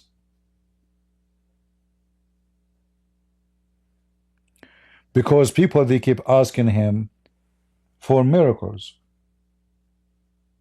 And Muhammad do not know what to say. How we can give more proofs? That's easy. We have tons of proofs. Let us share some. I will close some windows.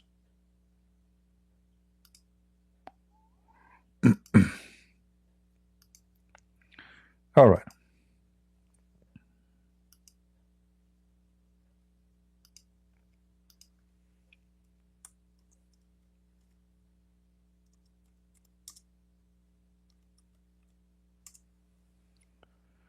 All those verses saying how come Muhammad cannot receive any miracle from his God.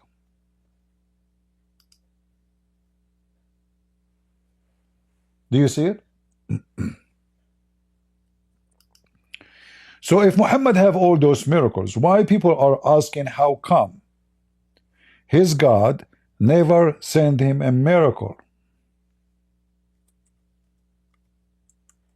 Any Muslim?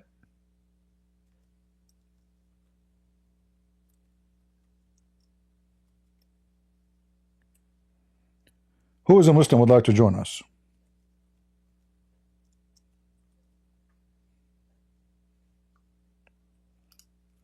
Especially if we knew that those some verses, they came at the end of Muhammad's life.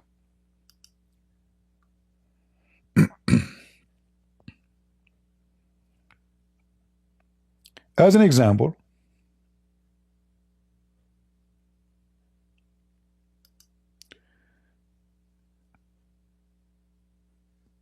we can take, all those verses. This is chapter 6, chapter 10, chapter 13, chapter 13, etc. And we can go and take verses from chapter 17, from actually almost every chapter in the Quran. We have proved that Muhammad have 0 miracle. So if Muhammad have miracles, why people complaining, saying how come he don't have any? Any Muslim?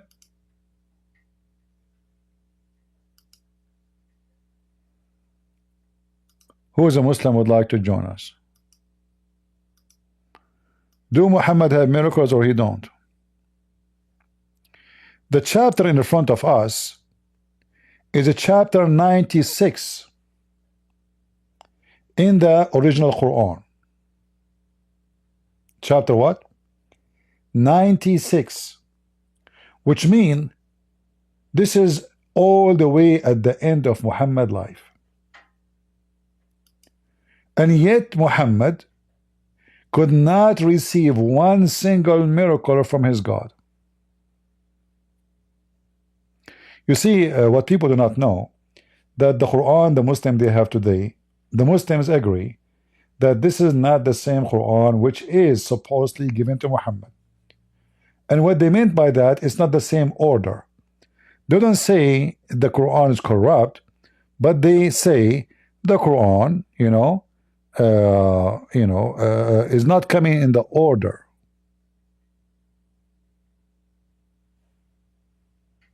This is not the same order. So if you go to a Muslim website, let me show you. Hold on.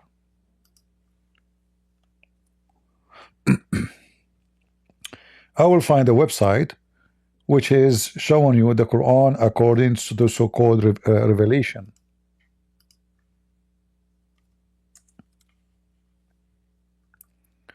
So here you see, this is the Quran according to revelation. So the first chapter in the Quran, Al-Alaq, right now it is at the end of the Quran. Can you believe it? It is number 96, as you see. So it was number 1. Let me zoom in. And now it is number 96. The chapter we are reading from about why and how come he don't have miracles is a chapter of Ar-Rad, which means the thunder. Chapter number 13 is at the end of the Quran.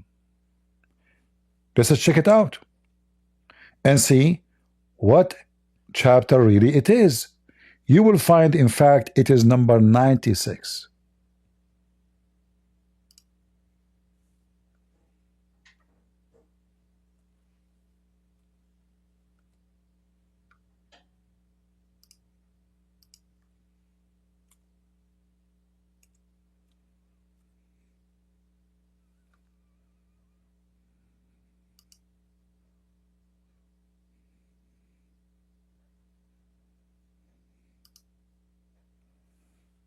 Do you see it? So Ar-Rad is chapter number 96. Yet Muhammad have 0 miracles. This is the end of his life. In fact, the rest of the verses is useless. No, not important,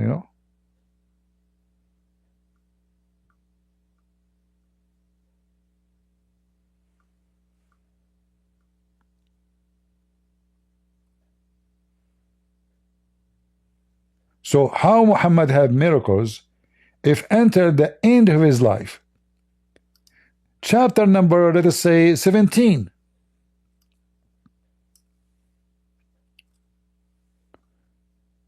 Chapter number 17, Al-Isra.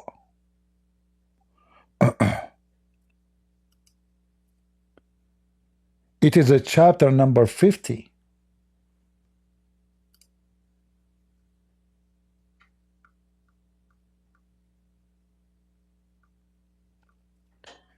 Yet in chapter number 50, Muhammad have 0 miracles.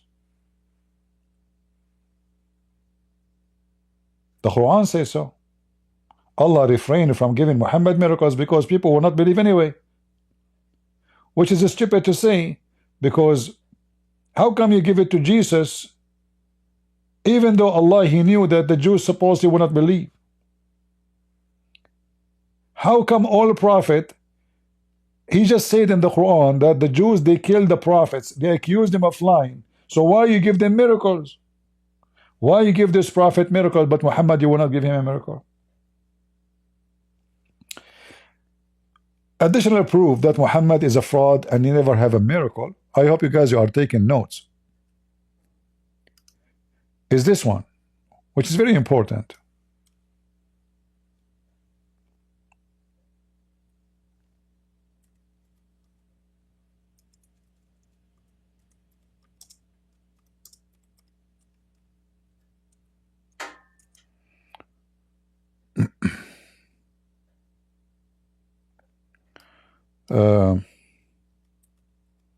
Here, by the way, right away, you will see words have nothing to do with Arabic. As an example, the word Qurban. Qurban is not an Arabic word for sure, this is, So here you will notice, in chapter 3, Muhammad, again, he made a poo-poo. He claimed that Mary, she is the daughter of Imran, but Imran is not Imran, is Amram, is the father of Musa. This is why the Quran called Mary the sister of Aaron. Because Muhammad is stupid, he heard the Jews that saying that Aaron, he have a sister, her name is Mary. So he said to himself, this is the same Maryam. So Maryam, the sister of Aaron, Mary, sister of Aaron. But look what happened here. The Jews, they said. Who? The Jews, they said. The Quran says so. Even though, by the way, the verse doesn't say the Jews, just to show you how stupid the Quran is. Like, shouldn't you say who is talking? Nowhere here it says the Jews. Nowhere. It doesn't say that.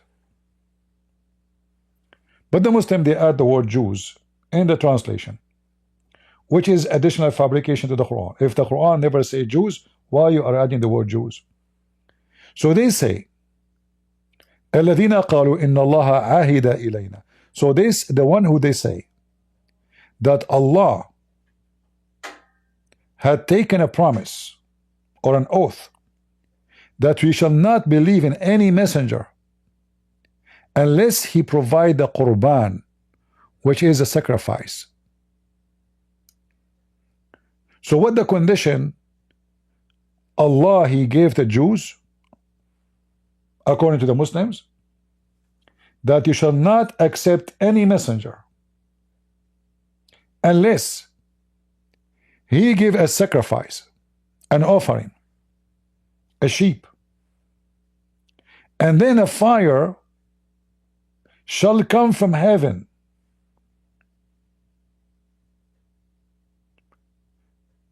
and consume the offer. So this is the condition Allah told the Jews, never believe anyone says to you, he is a prophet of God. How you know he's a prophet of God? Ask him, very simple, to make an offer. I send the fire. The fire will consume the offer. And that will be my sign to you that he is really sent by me. Was Muhammad able to do such a miracle? No. Look what he said to them. Say, verily there come to you messengers before me with a clear sign, and even with what you speak of. Why then you killed them? Muslims, who are they, those messengers? Who they give a sacrifice offering to God, and the Jews, they kill them. And how that will change anything? If you say to the Jews, as you see, Muhammad, he did not say to them, you are lying. You see, the Quran did not say, hey Jews, you are lying. Allah did not ask you. The Jews don't believe in Allah anyway, but we are going with the story. He did not say to them, this is not true. Allah never said to you such a thing. In fact, he confirmed it. How he confirmed it? He said, yeah, Allah, he did the same as you asked for before.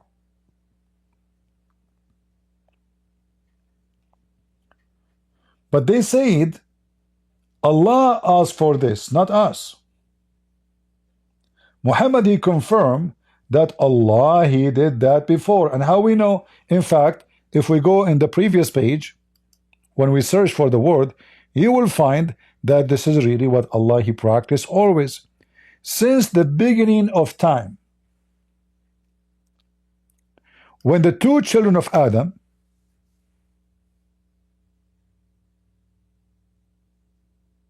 Abel and Cain, they fight over their sister, according to Muhammad, because one of the sisters, she have a cross eyes.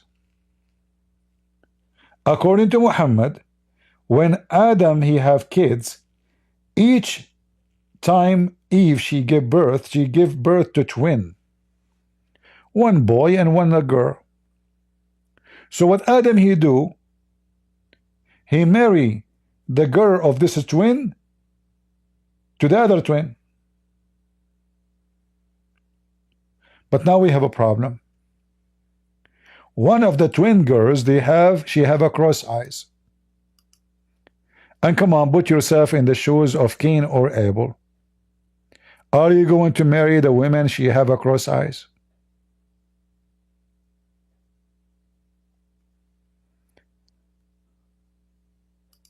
Huh? Are you guys listening? Or I'm talking to myself? People are Rumble, YouTube. Are we listening? Oh boy.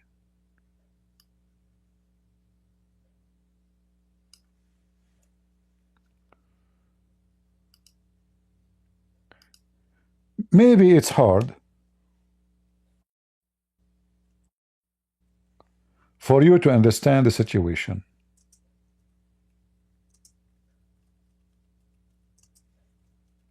So I'm going to try to explain it to you.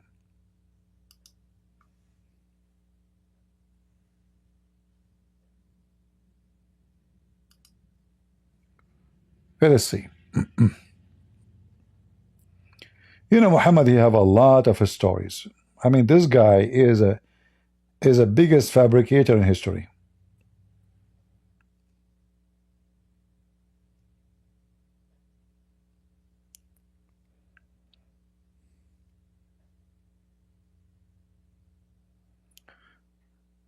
I don't know. I ask AI to make an image of a woman with a cross eyes. AI looked like rejected.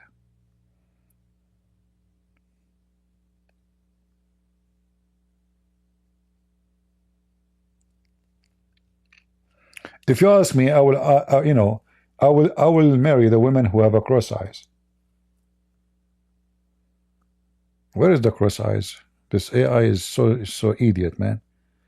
I asked for a cross-eyed.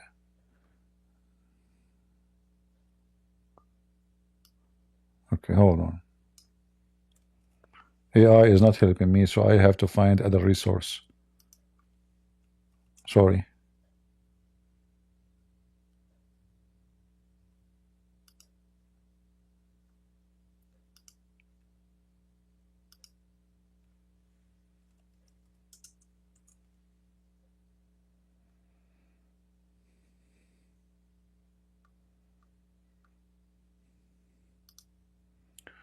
All right.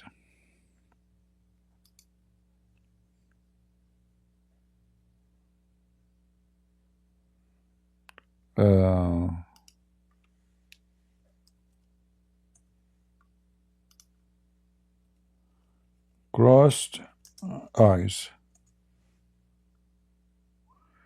Okay, we found somebody have a cross eyes.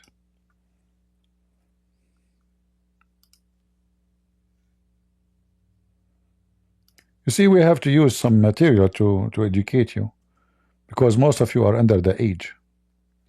So this guy is a cross eyes. All right.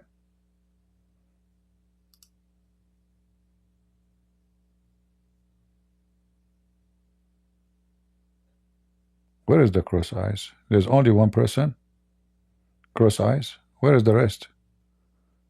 They lie to us. Oh, okay.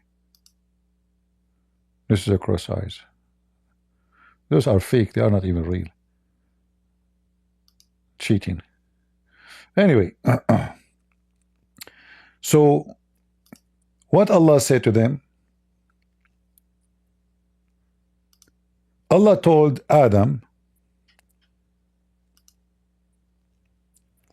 tell your children to give an offering, and I will send a fire from heaven, and the one the fire will consume, his offering is the one who I approve him. So this is from the beginning of the time. Allah, he give a sign like this. So how come Muhammad don't want to practice the same sign which is Allah always practiced? What happened now? Because simply Muhammad, he cannot do what he claimed it happened before. Notice the sign happened to everybody before him, but this sign cannot happen to him. If you go and read the story here of this verse and read the interpretation, chapter 5:27,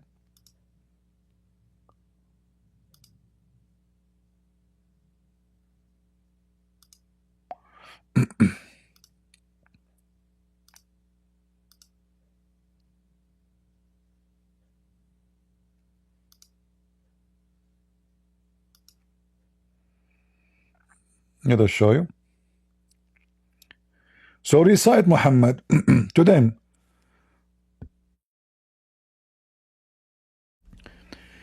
To your people the story of the tale of the two sons of Adam, Abel and Cain. What happened? How they each offered a sacrifice to God, which is in Abel's case was a ram. Here you notice something very, very special. Islam does not make any sense. The Muslim, they claim that sacrificing of a blood is a pagan practice. Isn't this what they say? They accuse the Christians to be pagan because they believe that Jesus, he sacrificed himself. But this is false, because the pagan, they sacrifice a human being to God. In the case of Jesus, Jesus himself, he sacrificed himself, not us capturing Jesus and crucifying him, us as a believers. So this is a big, big difference. But here you notice that two offer is made. In the case of Abel, he provide a ram, which means what? He shed the blood. And it is what? It is a ram. Not a camel. Not a cow. It's a sheep. In the case of Cain's, some green crops, it was accepted from the one of them, namely Abel. So what God, according to the story, or so-called Allah, he accepted as a sacrifice or offer? The ram, not the green crops. So from the beginning of the time, according to Muhammad, the God of Islam, he accept only one kind of sacrifice, and he confirmed, he signed by a sacrifice, not by anything else. So how come Muhammad, he could not give the same Offering, simple. Don't do anything. Don't do miracle. Just give an offering, a ram. If Allah sent from heaven a fire to consume it,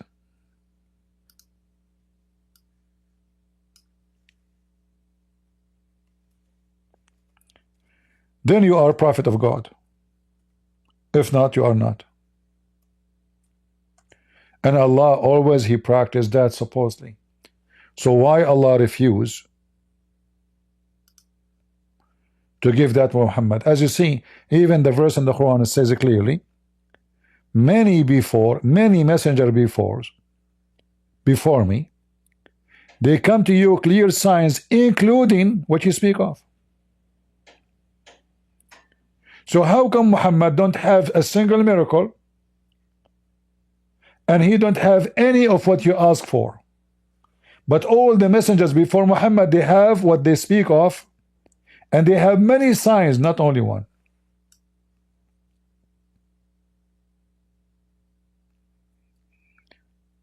Any Muslims?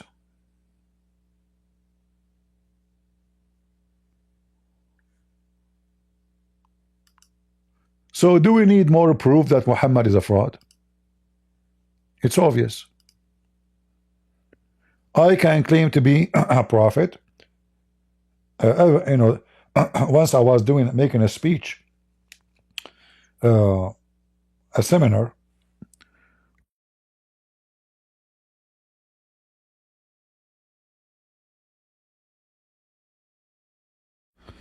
All right, sorry, we have to drink some water. So I was doing a speech. The building had many events. It's a huge building. So they have like a common area for coffee, etc. So I don't know if this is the area from the church I'm going to speak, or I don't know. So I went outside. I look, where is the coffee? They told me there. So I went there. And then a woman, she was next to me. She was getting coffee. She said, what do you think about Prophet? She mentioned his name, Prophet. She called him Prophet. I said, who is he? She said, oh, you are not from our, meeting? I said, no, I'm not. Who is this Prophet? So, obviously, they have a guy. He claimed to be Prophet. He claimed. Right now, as we speak, there's many false churches, like Muhammad, like the Mormon. They claim that they have a prophet. It's a great business. You claim to be a prophet. You will live a fancy life. You will live rich. People will obey you blindly, and your scam will be successful. So now, if somebody came to me and he says he's a prophet, how I will know if he is or not?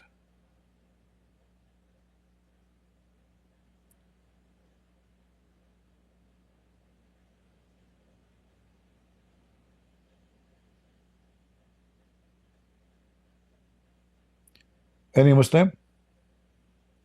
How we can recognize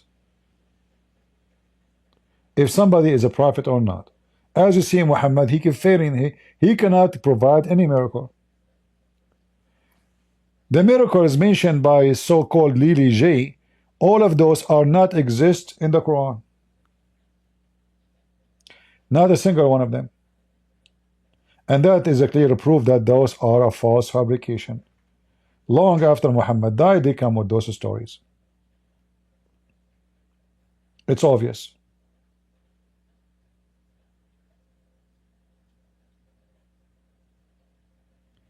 Very obvious.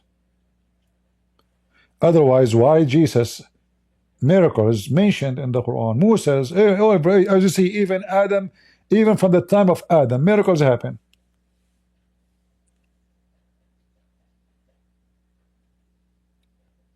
Sending a fire from heaven to consume a sacrifice is a miracle. And then we can mention the story of Abraham. In the story of Abraham, you will see a great bust to Islam.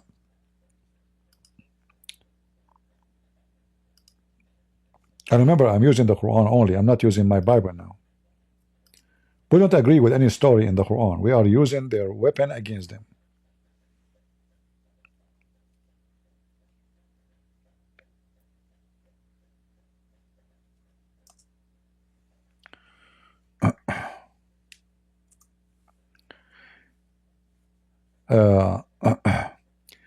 In the case of Abraham,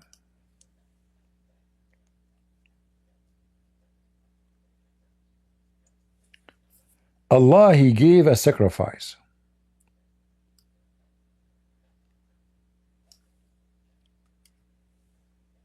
Allah Himself gave a sacrifice.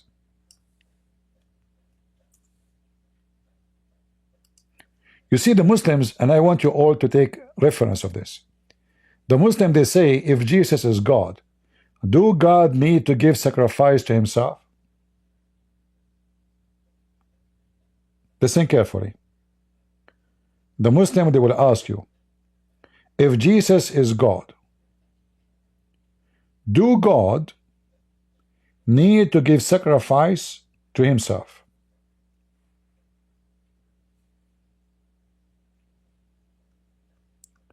How you can refute that? For sure, you can explain the Bible. You can tell them this is a wrong understanding. There is no need for this.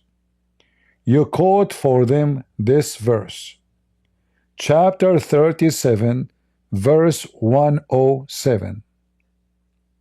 Allah Himself, He gives sacrifice to Allah.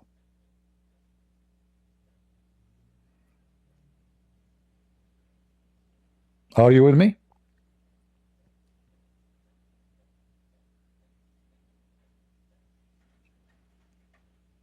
If the Muslim making fun of a Christianity, okay, God to forgive your sin, so He sacrificed to Himself. Here, Allah sacrificed to who? And not only that, there is something unique in this verse. If you speak Arabic, you will notice this. It says in Arabic, وَفَدَيْنَاهُ بِذَبْحٍ عَظِيمٍ. Not only it's a sacrifice, it's a marvelous sacrifice. You see here the translation is false. It says a great. Azim is way more than a great. Majestic. If you change the translator, let us give it a try.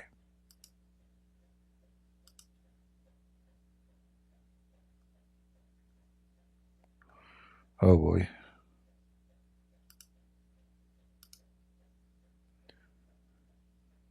Look what happened. We just changed the translation. And we ransomed him with a mighty sacrifice.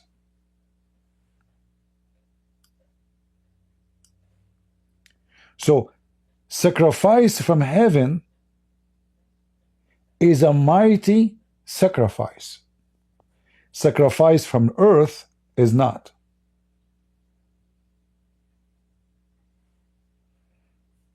Are you with me? This is very important verse to not only to debunk them, you can smash them with it. God told Abraham, take your son Isaac, and by the way, the Muslims agree that this is Isaac. I know some stupid Muslim on YouTube, they say to you that this is Ishmael. The Muslims agree that this is Isaac. You believe it or not, all Muslim scholars agree that this is Isaac. I can show you. However, so when God, He asked Abraham to sacrifice his son,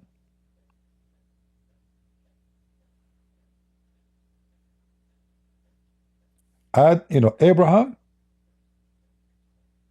son, God, mighty sacrifice. So let us think about it.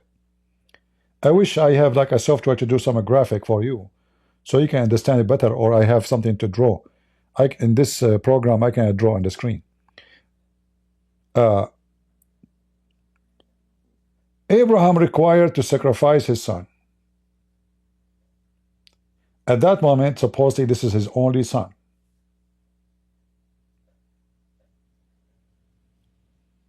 So the mighty sacrifice which is coming from heaven, is it going to be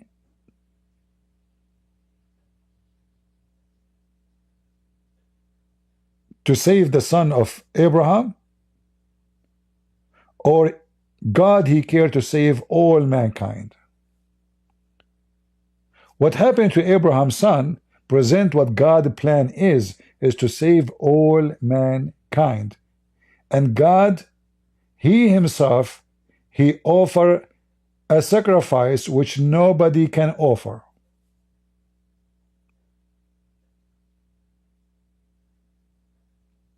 And that is his son.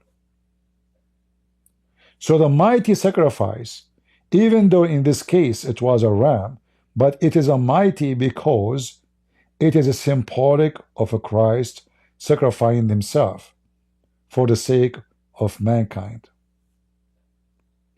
And I challenge any Muslim to tell me, when Allah he gave a sacrifice, he gave it to who?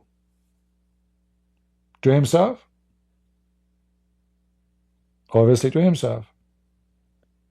Do he need to give a sacrifice? No.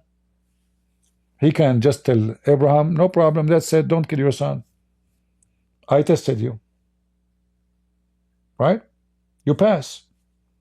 Abraham almost he killed his son. You passed. Your son, he is good too, he obey me. He told you as you wish, father. So you and your son, you passed the test. There's no need in any way, in any mean, that God himself, he will give a mighty sacrifice. And I challenge the Muslim to tell me why it's called mighty.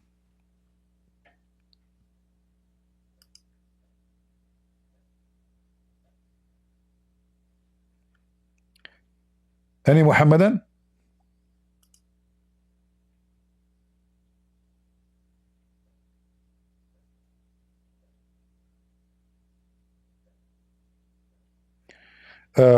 Somebody asking, does it say anywhere if it is an animal sacrifice? No, it doesn't say really. As you see, the verse doesn't say. The Quran is just a stupid book, you know. There's no story in the story. The Quran is like somebody, he's going to watch a teacher teaching, he take notes. It's a notebook. And there is a reason for that. Muhammad, he do not know the details of the stories, so he have to mention little as the little he knew. Like, if I want going to talk about somebody, he have a PhD in a nuclear, I will look like a fool.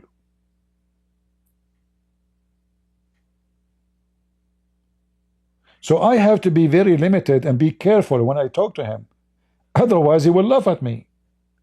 Because I know that this guy, he knew a lot about the topic, and I know nothing about it, almost nothing.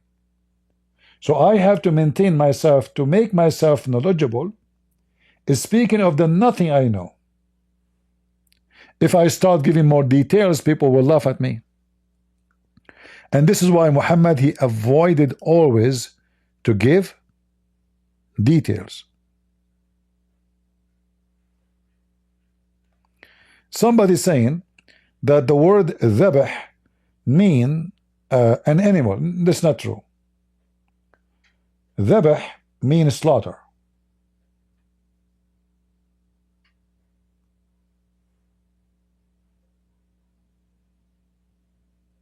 It's the same as the word qurban.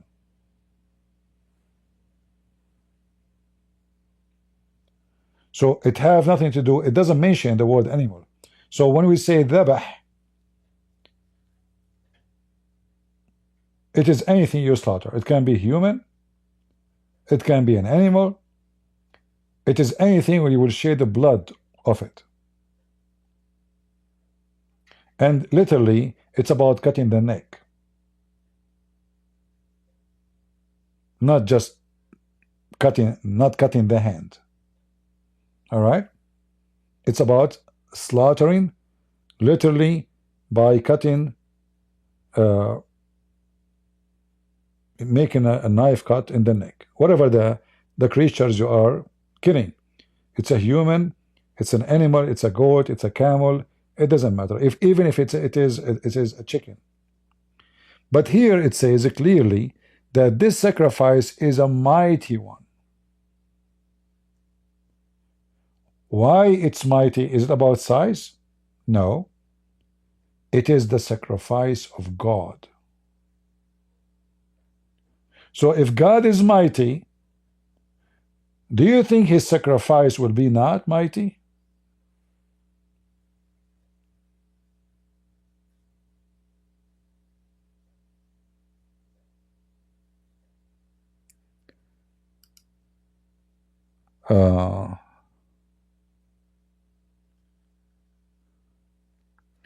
In those verses, it sounds like Abraham sacrificed his son. No, it doesn't say that, you know. As you see here, it doesn't. The Quran is stupid again. I mean, this. I mean, when you read it, do you understand anything? And look how stupid this story is. He mentioned the sacrifice before. He mentioned that even Abraham have kids. Like, shouldn't you tell us first how Abraham have his kids, and then you mention to us that Allah asked him to sacrifice his son?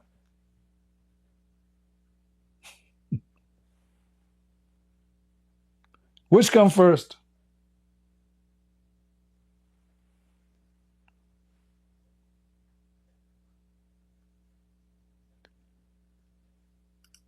Do we have any Abdul?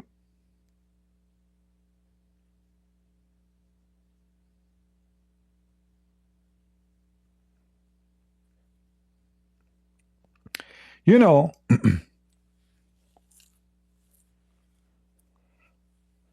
there is a, I don't know, like, and the other day, one of you sent me a video, actually, an old video of mine. I forgot the title. This Muslim, he speak Arabic, he's an Arab. He was debating me about the same topic. If you watch it, you will see how Muslims, they get shocked when you show them the truth from their books. And then he left Islam.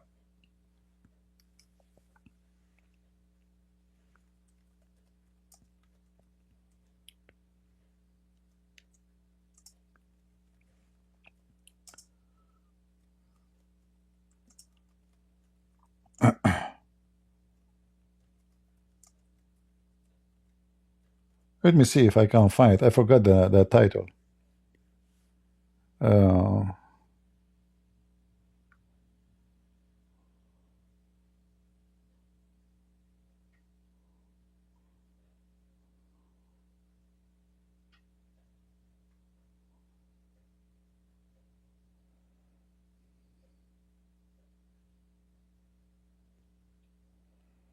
I'm trying to find the video, but I need to find the name of the video. The guy he left Islam would know, you know, he could not even handle.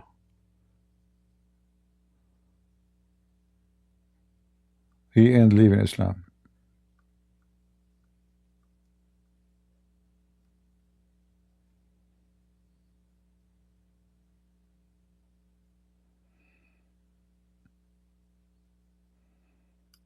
Let's see, this is the one? The time to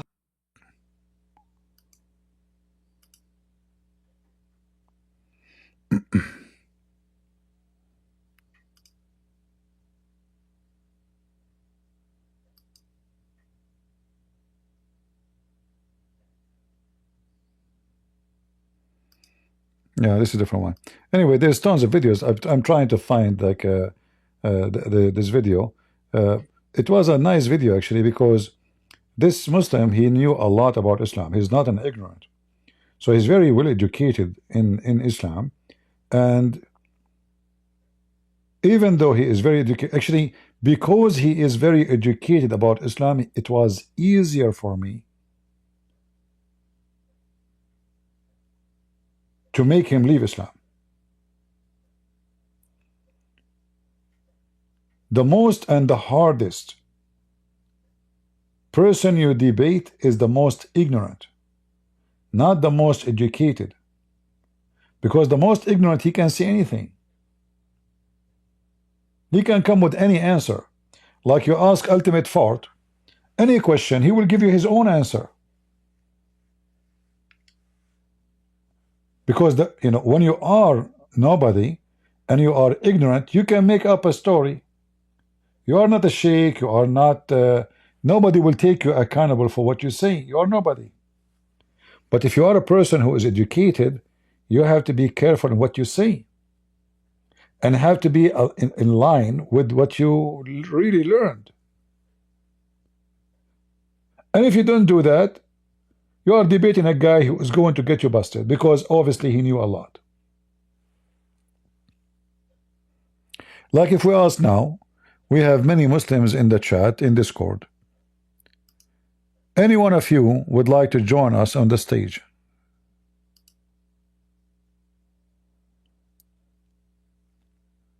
To talk about this topic?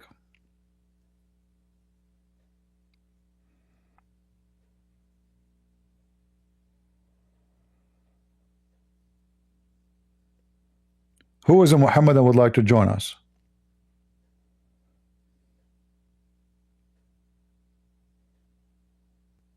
Is going to give us hard time from time to time. Sorry for that.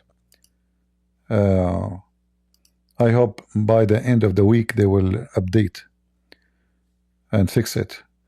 I sent them a message. They said we will be back to you by the end of after the weekend.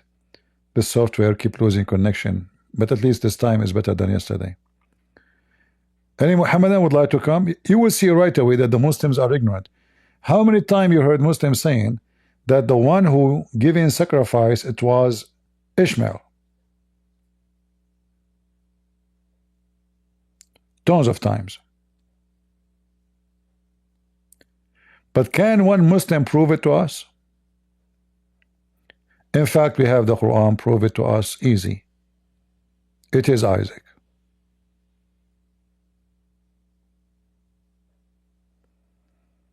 Any Muhammadan?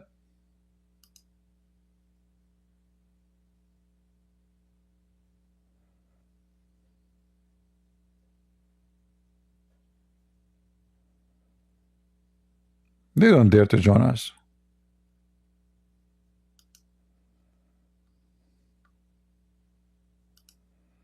Like in Discord, we have a guy who called himself Islamic Prince. That is a funny name.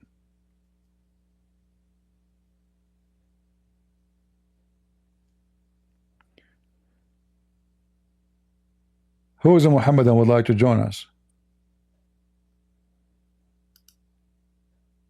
Why you are afraid?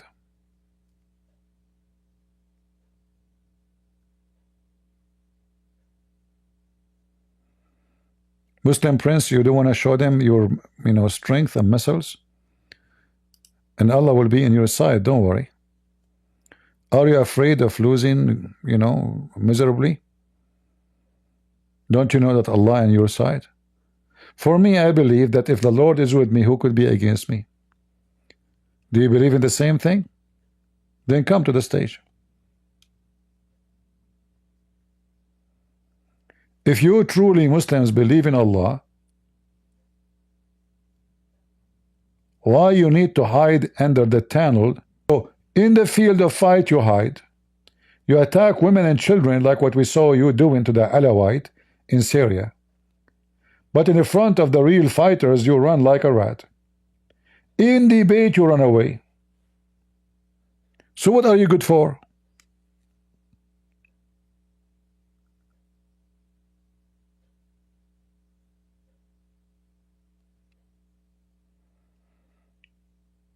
Anyone?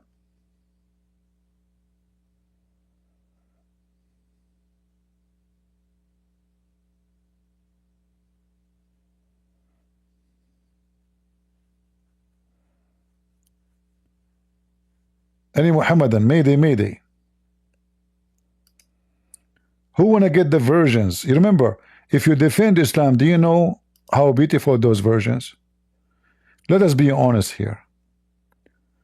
Those versions are very unique.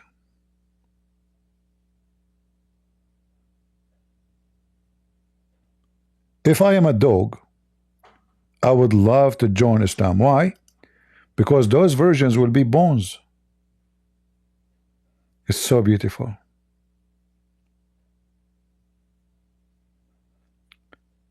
If I was a dog and I'm a Muslim, my saliva will be running. This is what your prophet promised you. The women in heaven, they will be so pretty to the point you can see the marrow of their bones.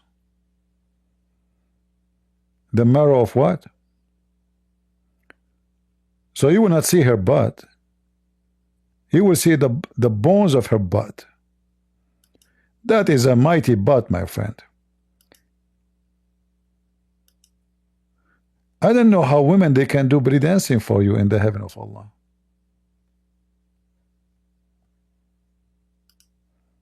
I mean, that's a miracle. So Muhammad, he knew that those Arab are obsessed with white women. So because he knew what they are obsessed with, and he is obsessed with that too, he promised them extremely white women to the point they are jellyfish.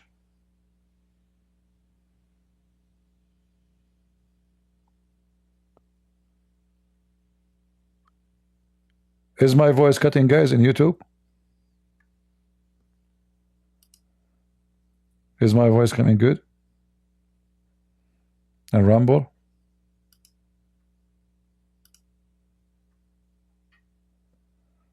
I hope so. Any Muhammadan?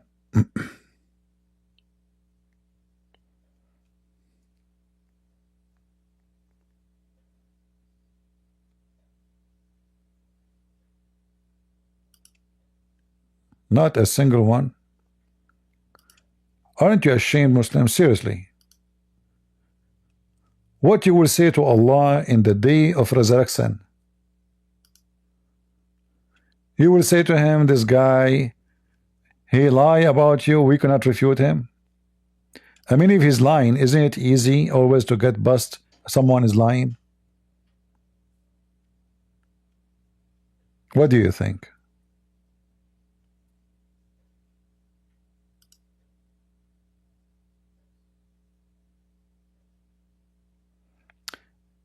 Anyone have a question?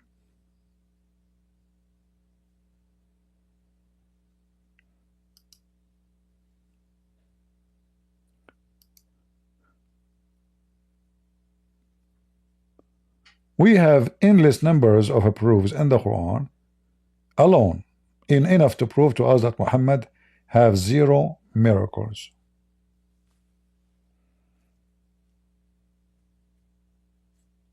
Zero. You see, there is a miracle in the Muslim, they claim in the Quran. They claim that this miracle is about Muhammad going all the way to heaven, and then Muhammad, he went to Jerusalem. If you look at the Quran, you will find nowhere it says what they are saying. This is a chapter 17. It's called Al-Isra. Isra is to move from place to place. As simple as that. Where it says that Muhammad, he went to heaven? Anyone can show me? Anyone? Here you see how Islam and the Quran is so stupid. So if Muhammad wanted to claim that he went to heaven, why he could not explain what happened? Why in the Quran doesn't say so? Muhammad's journey was where to where? Look what it says here. Glory to him who carried his servant. Where it says carried? Where it says carried? Any Muslim can show me in the Quran, in Arabic, where it says carried? So look what they do in the translation. In order to implement in your head that this is about a flying up to heaven, they changed the word from he moved to, he went to, into carried. If we change the translator, this is Arbery. We go to Muhammad Hilali Muhammad Khan. Glorified be to Allah. Look how many bracket, guys. Look at this. Look at this verse full of a bracket because the Quran is so stupid. What exalted, what above all, what the heck is that? Why they are adding all of this? Al-Qurtubi, 10, page number 24. What the heck is that translation or this is tafsir? Who he took his slave. Look how it changed. In the previous translation, it was carry. Here, he took his slave. Is carry the same as he took?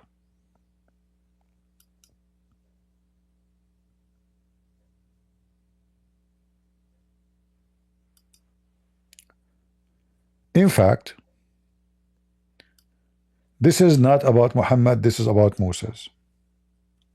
How we know? Look, the verse after it says that clearly.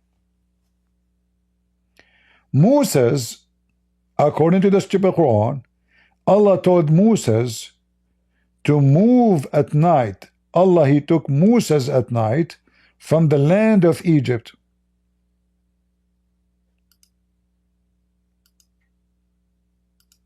In fact, let me show you something here. I will do something very simple.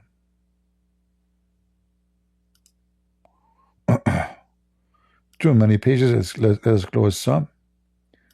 All right. So I will take this sentence here. Asra bi'abdihi laylan. He took his slave or servant at night. That's it. I will copy it as it is in front of you. And then I will paste it in the search engine.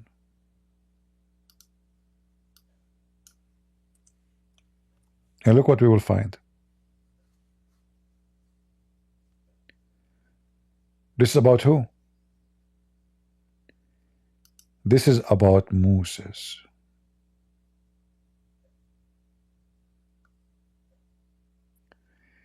The Pharaoh is chasing Moses. After Moses, he departed. So Allah says to Moses, فَأَسْرِي بِعِبَادِي لَيْلًا إِنَّكُمْ مُتَّبَعُونَ. Take my servants at night, for you will be pursued. Remember here carefully, the both chapters saying he took his servant at night. Right? And the word Asri or Asra the same here.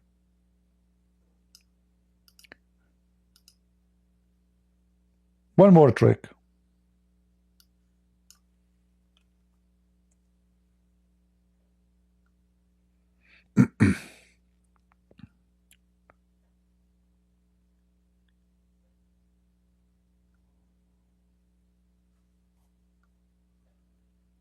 uh,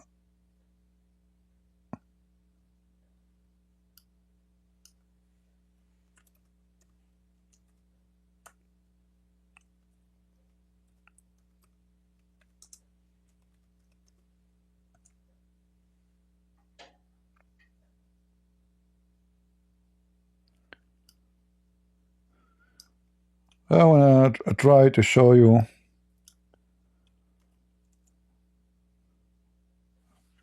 let's see if we go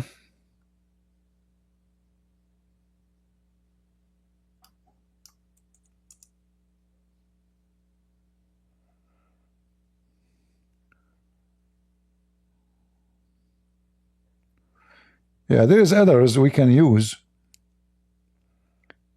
to prove our point.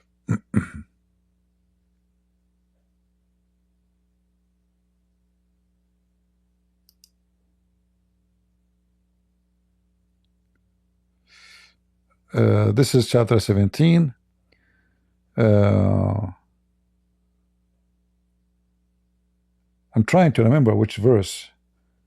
You see, I'm getting old. I'm losing my memory. All right, which verse? Which verse? And all right.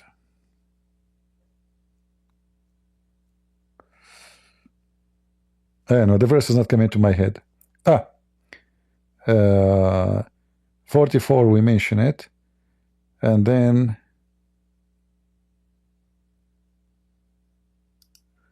there's one more verse. Which one?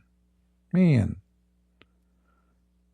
it's not coming. You know, sometimes like it's like in your mouth, but you cannot say it. You cannot remember it. I can't remember it.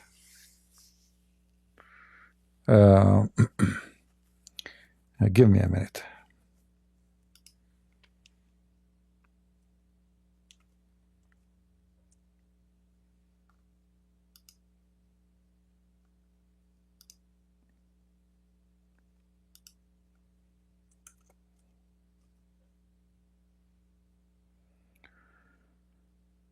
All right.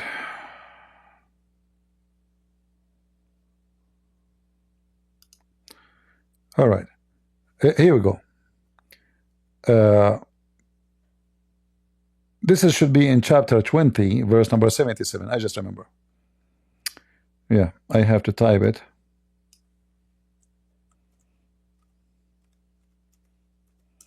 You see, I remember the verse, but I don't remember what number it is. So here, look again. وَأَوْحَيْنَا إِلَى مُوسَى أَنْ أَسْرِي بِعِبَادِي. You see the word Asri, Al-Isra. The chapter is called Al-Isra. Al-Isra is mean take from place to place. So chapter 20 and chapter 26 both is about the journey of Moses. So chapter 20 verse number 77 says, and indeed we inspired Moses, saying, travel. See, that's what Isra mean? Travel, move from place to place. By the night with my servant Ibadi. Exactly the same as is mentioned in chapter 17, verse number 1. So the one who mentioned in chapter 17, verse number 1, that is Moses. Have nothing to do with Muhammad. And here he is going from point A to point B.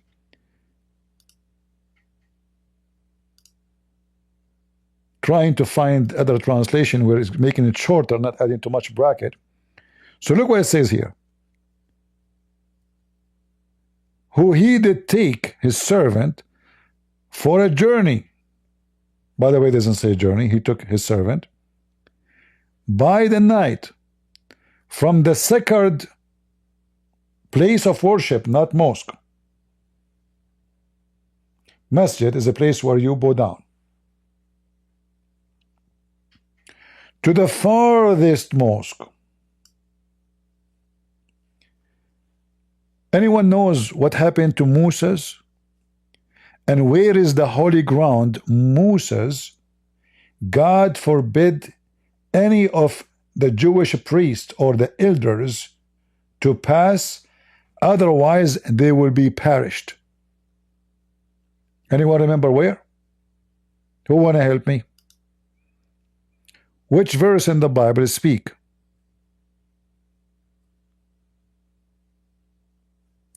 That there is a sacred land, a holy ground, where nobody can pass. This is why it's called sacred.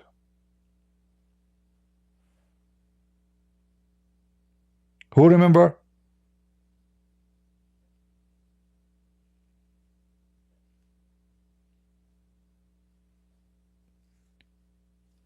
God, he gave warning to Moses that you have to tell your people that you cannot pass this line Otherwise, they will be perished. In Sinai, okay. What? Where? When? Nobody can quote for me the verse? Nobody?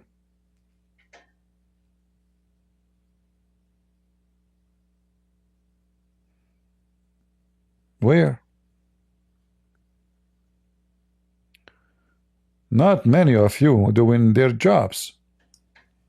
You see, we ask you so you can start searching, refreshing your memory. The whole idea is how I can make you think with me, not me thinking for you. Because if I think for you, then there's no point, you know. I mean, anyway, finally, some of you were able to find it. So in Exodus, we know the stories when God says to Moses, if you go to Exodus 3,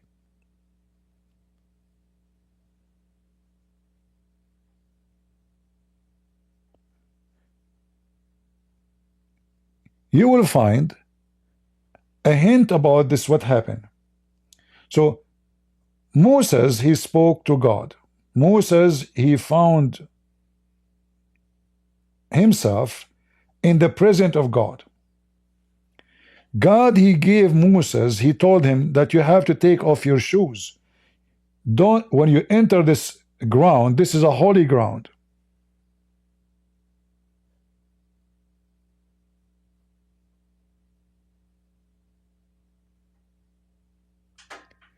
Take off your sandals, for the place where you were standing is a holy ground. And then he says, I am the God of your father, the God of Abraham.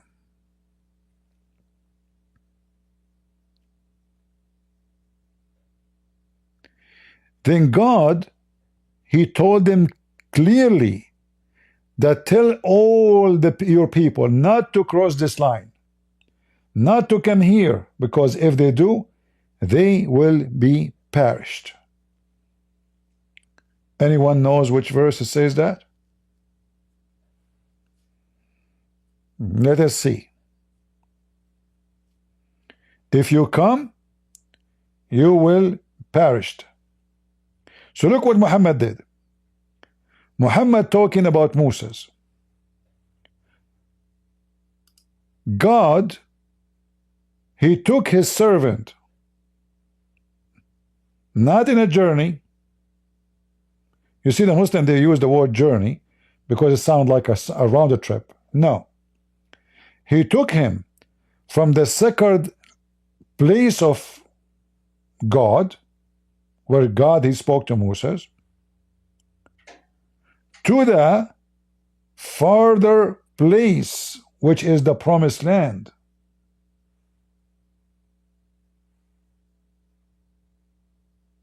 Where is going to be the temple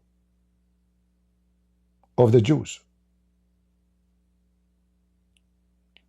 So this is about Moses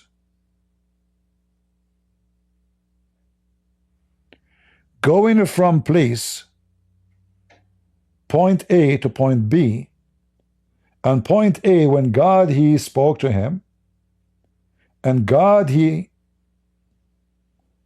gave him his command, and then the journey of Moses after that to the Holy Land.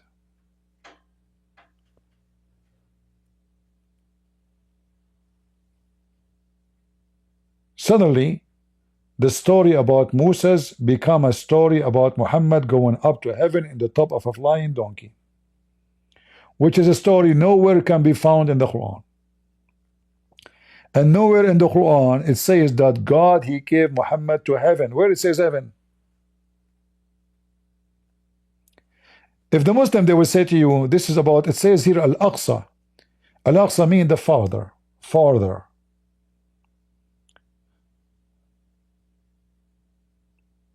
At that time, such a mosque does not exist.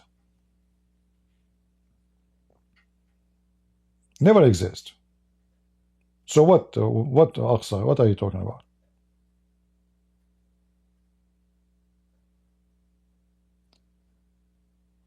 This is about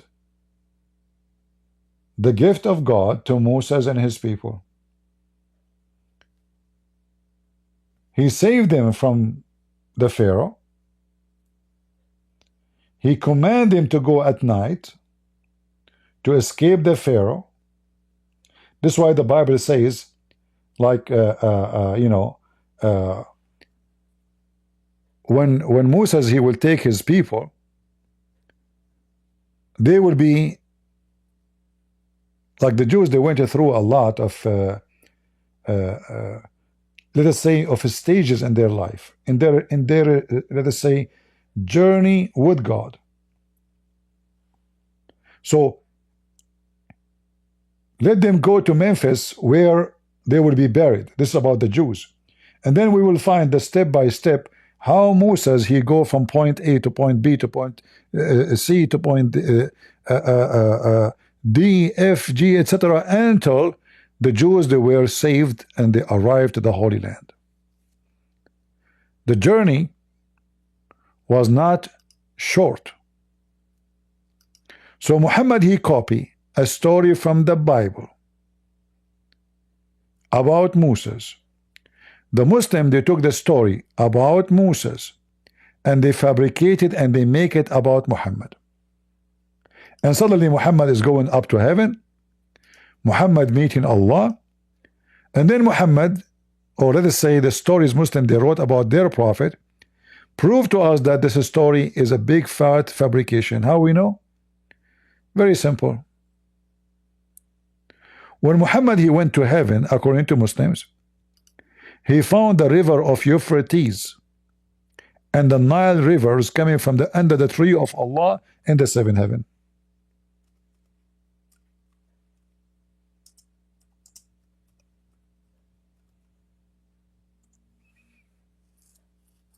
As you see, Muhammad actually, he mentioned Sihan wa Jihan. Anyone remember where those are mentioned in the Bible? Do you remember the story of Adam and Eve? So the stupid Muhammad, he mixed up in the Bible the heaven of Adam and Eve was a garden on earth, not in the sky. Is that correct? So because Muhammad is ignorant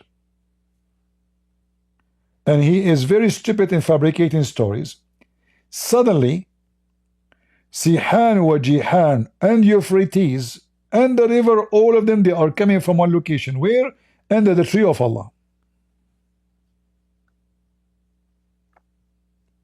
And as you see, those are authentic hadith.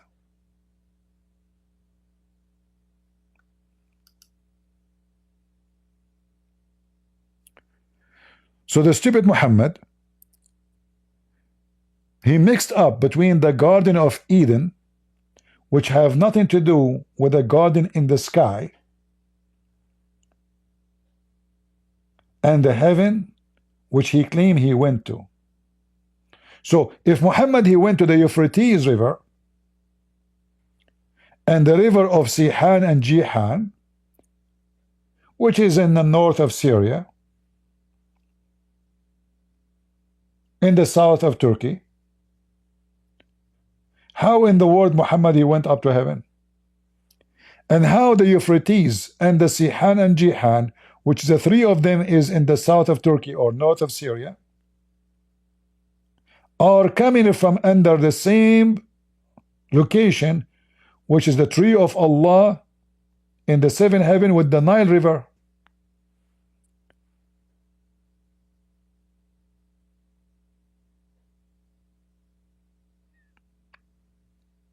Any Muhammadan?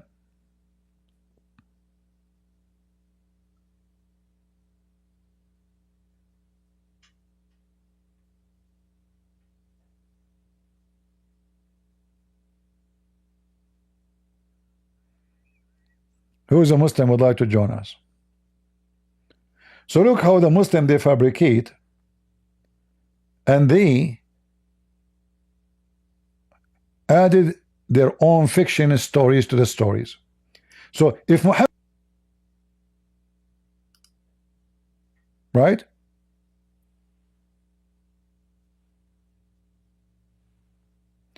If the Muslims is the one who mentioned this,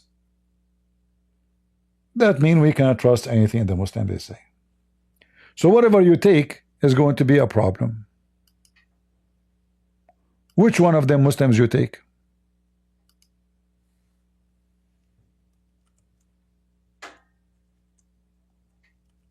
Any Muhammadan?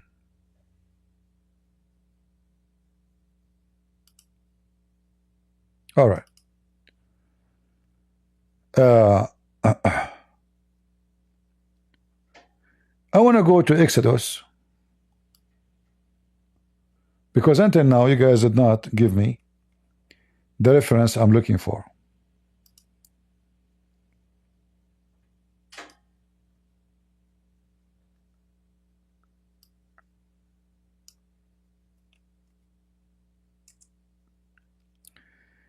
Read with me carefully, and I hope it will take reference.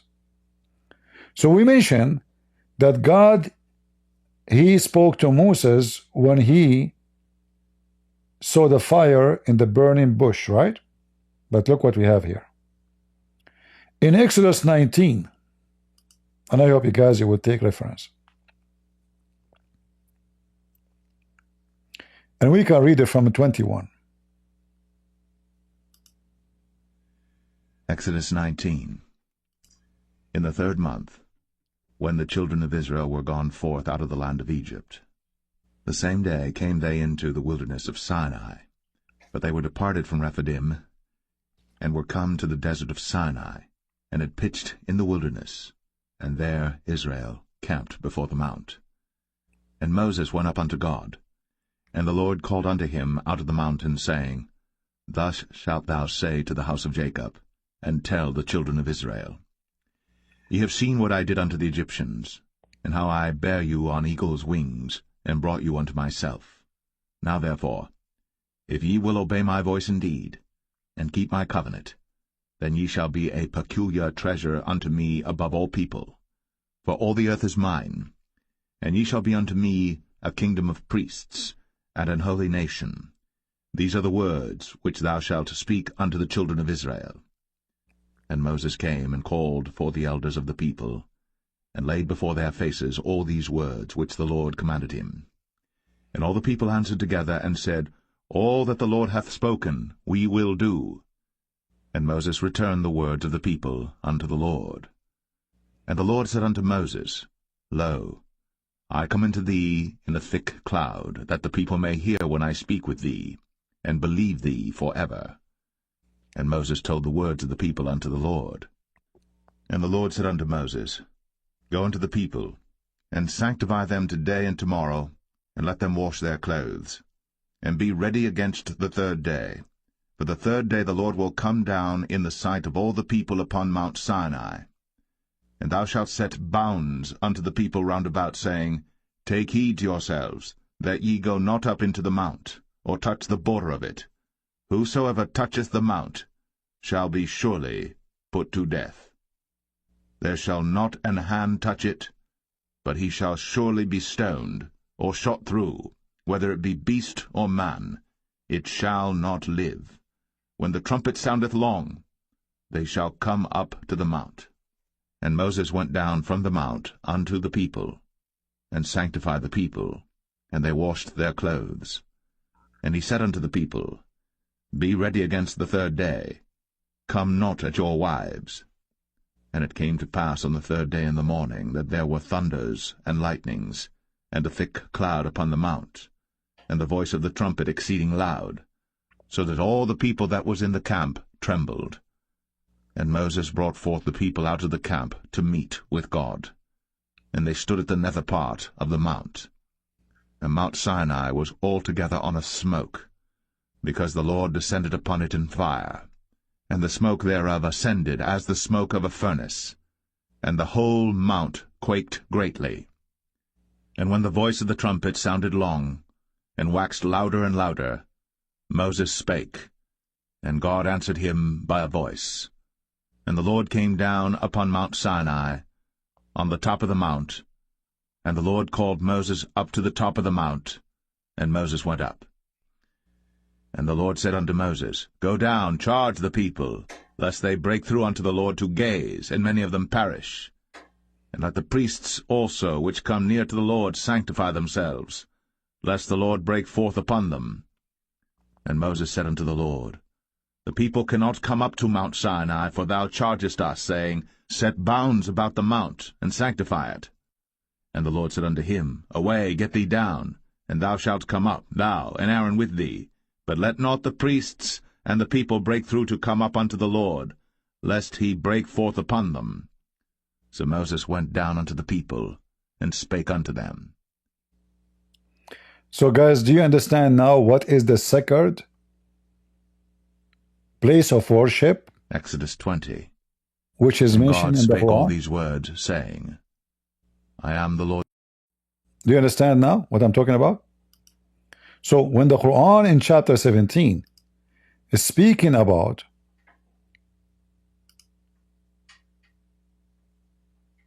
let's go to chapter 17, that glory to the one, doesn't say who, doesn't say Allah, glory to the one who took his servant from the sacred ground. When people, they spoke to God and they saw God in the Mount of Sinai, they bowed down. It's a sacred ground. And even God said to them, Tell your people not to come here, not to exceed this line, otherwise they will be perished.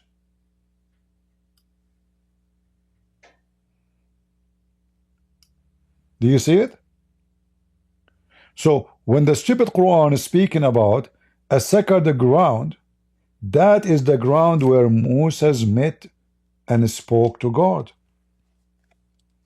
Have nothing to do with Mecca, have nothing to do with Islam, have nothing to do with Muhammad, and the Muslims are a bunch of liars. Muhammad himself, he never said here that this is about him. And here you need to ask yourself, why Muhammad did not say this is me? And right away in verse number 2, you will see speaking about Moses and Israel. Do you see it? What is verse number 2 in the chapter? Moses and Israel. And here you see that Allah gave them the guide, and this is what it's mentioned in Exodus 19.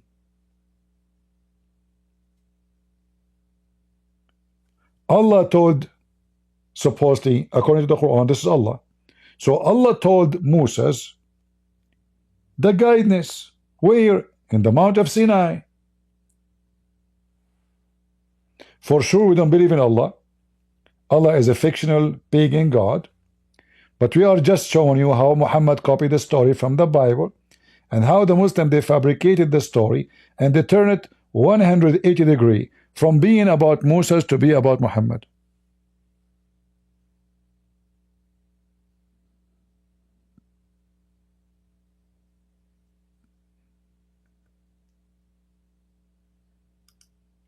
What do you think?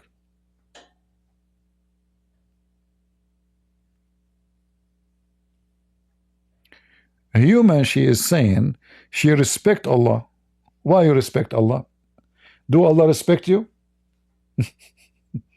Allah says that you as a woman, you are half a brain. So why you respect someone don't respect you? Don't you think it's a stupid to say, I respect the one who don't respect me?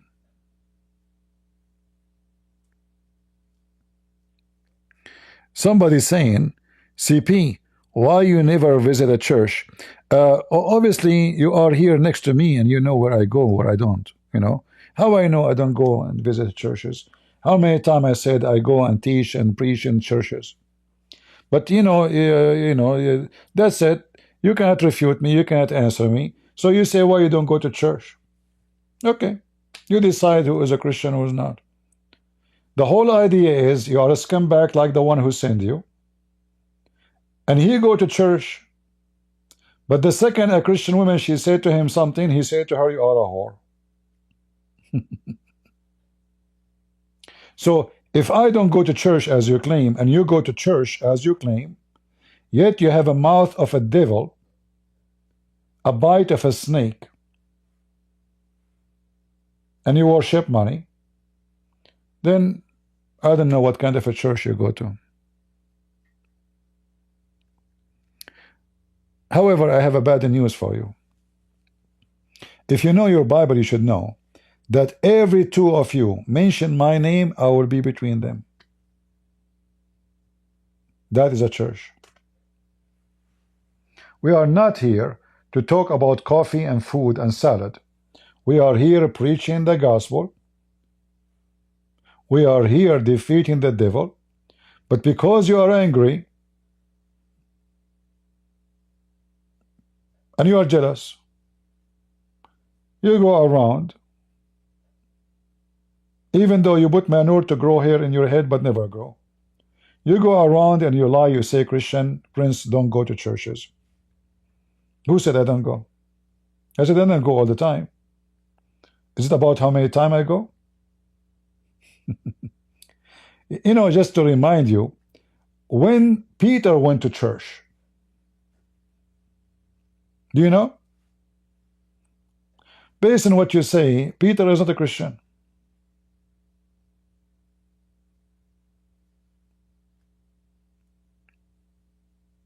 What?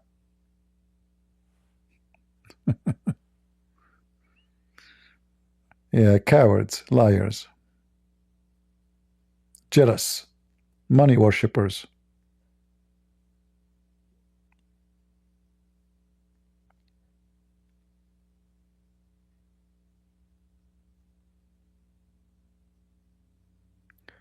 Any Muhammadan?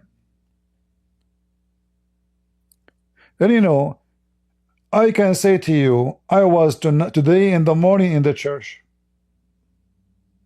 So if I am a liar, I can lie and I can say I go every Sunday. But I am not. Who of you can prove me going or not? What does that mean? Going to church? I can say I stay 6 hours every day in the church. How you can prove me wrong? But you see, because I am not a liar like you, and I am not a hypocrite who tried to show himself that he is the decent guy. If I go to church or I don't go to the church, the Bible is so clear. From their fruits you shall know them. Not from how many times they go to the church. There's a priest, they are child molester like Muhammad. Liars, thieves. The one who delivered Jesus to the cross, they are priests. In fact, they are the best quality of the people.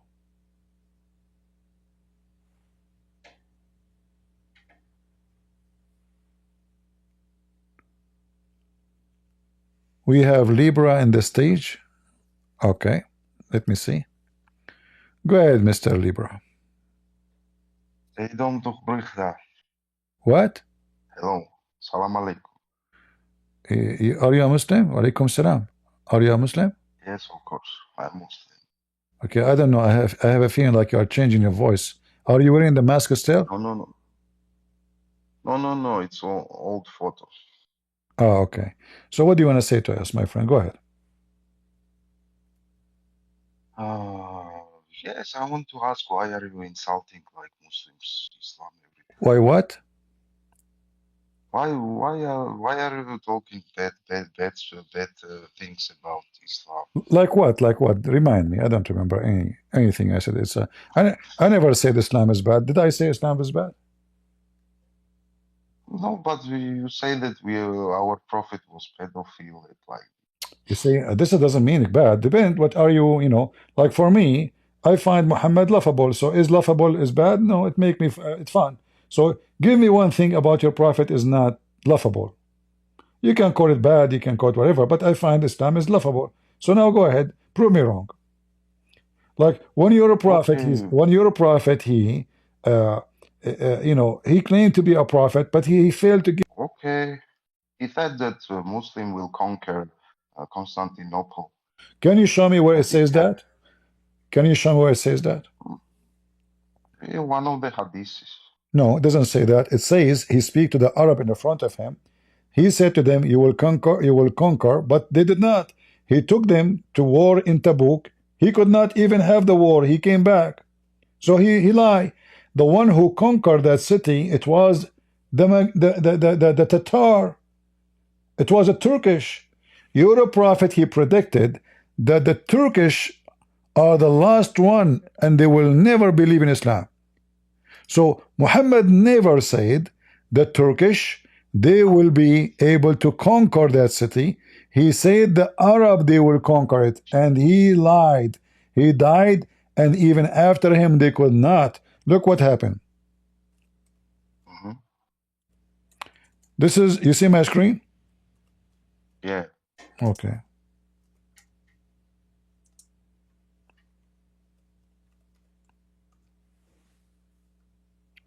This is what your prophet said about the Turkish.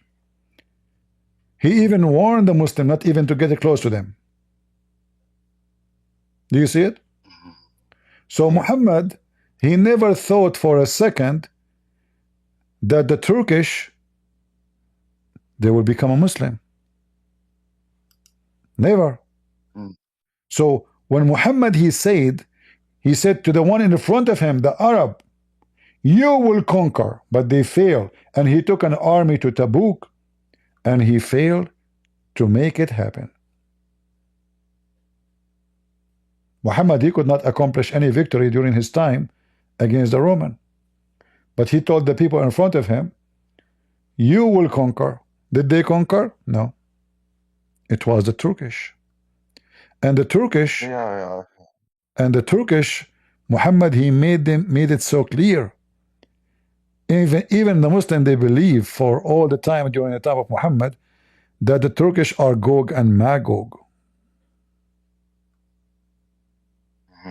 Okay, I have another argument. You have other what? Argument. I don't understand. What? I have another things to say, like. Okay, say. Okay. All right, say. For example, before this, he teached us how to be clean. Before we were using like two white stones in desert to clean ourselves. Now we use 3 stones. Did Muhammad? We are. What? Yeah. So now you use the 3 stones. Now you are clean.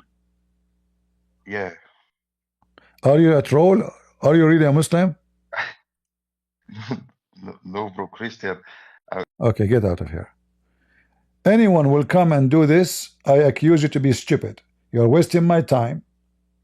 You are not being decent. And you are an idiot. How the Muslim will trust that the one who speaks to me really is a Muslim if they record this and say, oh, look, this guy is making himself a Muslim. So you are stupid. You are a certified donkey. You are not helping me. You are the enemy of Jesus. Because they can use you to claim that every Muslim he come to debate Christian Prince is like someone like you is fake.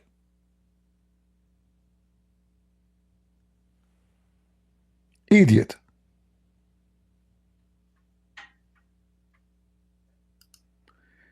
This is why I noticed from the beginning you are trying to change your voice.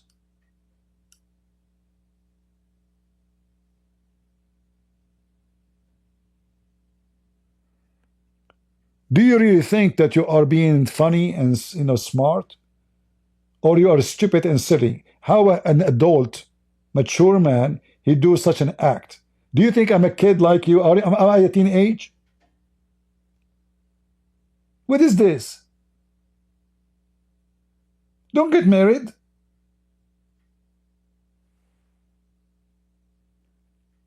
People go to war, they die at war. Are you a man? Or you are a kid?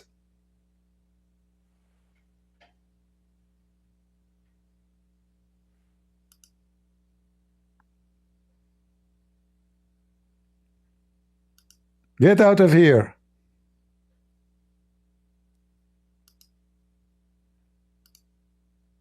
You're still saying why? You idiot. You're a liar. What do you mean what you said? Isn't it enough that you are a liar? Aren't you ashamed of yourself?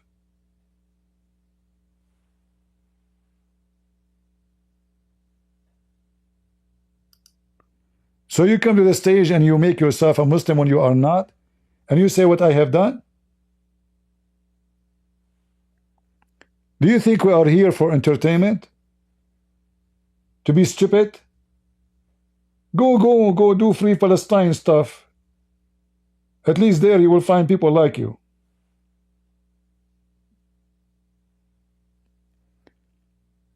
Do we have any Muslim?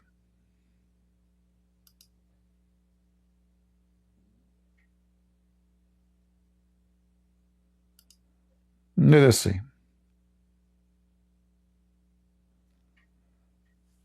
Go ahead. Jihadist, you're a Muslim? Finally, yes, I'm a Muslim, alhamdulillah. What are you, a Christian? Okay, you are. Why you said alhamdulillah? I said alhamdulillah, I'm a Muslim. It's What- crazy what- donkey. What are you? What are you? Are you Christian? But why you are saying alhamdulillah? Why? Are you Christian? Are you gonna answer my question yet? Yeah, I'm a Chill. Christian, for sure I'm a Christian. But you said, If you're a Christian, what do you believe? You believe in the Trinity? I thought Muslim believe in the Trinity too. No. Do you worship a triangle, pizza Okay, slice? then don't worship I have a, then as long you are saying no, let us examine if you are saying the truth or not. If you do ablution, Examine. how many times you do things 3 times? 3 times. Uh-huh. You donkey. I'm asking you a straight up question. You give me You answer. Yes. can Give me a insult straight question insult so me I as can much answer. as you want, but as I know, No, that's what you do on ins- YouTube. I give you insult the same energy as you do to scholars. listen, insult will not make you smarter. Insult will show that you are stupid. Read Wait, read the is it you saying this? read Have the you looked on your YouTube okay, read the hadith in front of you.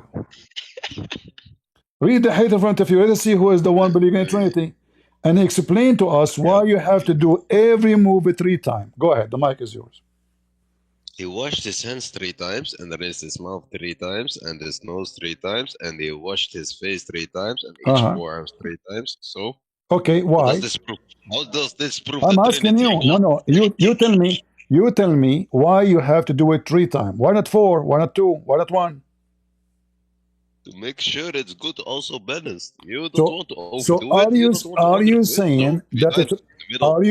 are you saying that a 3 times is the perfection? Perfection? Who Uh-huh. said it's perfection? You just said to be sure. You said that. I said to be balanced. Balance doesn't mean What perfection. balance? Okay, make it 4. 3 is not balance. 3 is 2. Is 2 and 2 is balance. I mean, do you know what balance mean? So you're using the wrong word. So now, why you are doing it 3 times if you don't believe in the Trinity? Why 3 times will make your preparation perfect? Go ahead. Just tell me, you want to do 2 clear, 2 Don't times, for tell example, me. It's be you. unclean? You It do is it you. 2 Who times. the, Nobody cares. It is you, the Muslim, not me. What do you mean? Tell me why you have Yes, to do I'm it the 3. Muslim. Why you have to do I'm it the 3 Muslim. times? If you do it 4 times, is it accepted? No. If you do it once, is it accepted? No. If you do it twice, is it accepted? No. If you do it 100, is it accepted? No. You have to do it 3 times. So now tell us, what is the secret behind the 3? Secret behind the 3. Uh-huh. Do you worship the Illuminati or Christianity? Don't Which one is it? don't I don't understand. speak like an adult man. So now tell me Bro, why it is a 3. 3 times Guys, doesn't have any meaning behind it. You do no, it, it make sure have a meaning. clean. Are you saying to If this me? is describing Are you saying to me? visually, like, Are you saying to me, guys? Chill. Everybody heard him saying it does not have This any is meaning. instruction That for good. mean your prophet fabricated rules have no Fabricated. meaning. Yes, you said that. You said it Whoosh. have any meaning. What is whoosh?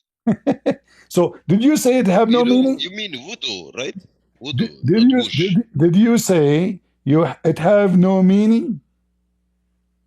Brother, you want me to say Don't it? call me a brother. A Wash second the ago, body a parts second twice ago. Listen, because I don't that know how it's. is Listen, you sunnah. are in the That's corner. why. You are in the corner. Because it's sunnah. A second ago, you call me donkey. A second after, you call me brother because you are in the corner. So are you brother You of a also have donkey? a So voodoo, for listen, example. You can do listen, it once. listen, You can do listen. it thrice. So You now can do it two you times. need to tell me why thrice is a practice of everything in Islam. Even when you say Allahu Akbar 3 times, even when you slaughter a chicken, even when you do swear to divorce your wife, you have to do it 3 times. Otherwise, it's not going to be final. Everything in Islam 3 times. Even your Prophet, when he say Assalamu alaikum, he have to repeat Assalamu alaikum 3 times, which is very stupid. Imagine Assalamu alaikum 3 times? No, no, no, no. Assalamu alaikum 2 times, right? 3 times. No. Three Where is times. 3 times? Show me. Show me. All right. You want to Since you see? know this is so good, show me. Everything Muhammad you do is 3 times. Let me show you. And by the way, you are saying to me, show me, so you can try to escape the question, right? I can't show you anything. I don't have the perms that you do. Can you show me the streaming perms? So That I listen. can stream as well So for you. I will listen, give listen, you listen, information. listen, listen, listen, listen, listen. When you're I a love how prophet, you escape when Christianity. you're a prophet, when you're a Why are you called Christian prince and not Islamic prince? listen, listen, listen. So you're a prophet. Not only that, even when he make a story or he say a statement, he have to repeat 3 times. Let us see together. And then you need to explain. Don't think you can escape the question and the embarrassment. Here we go. 3 times. You're a prophet is Mr. 3 times.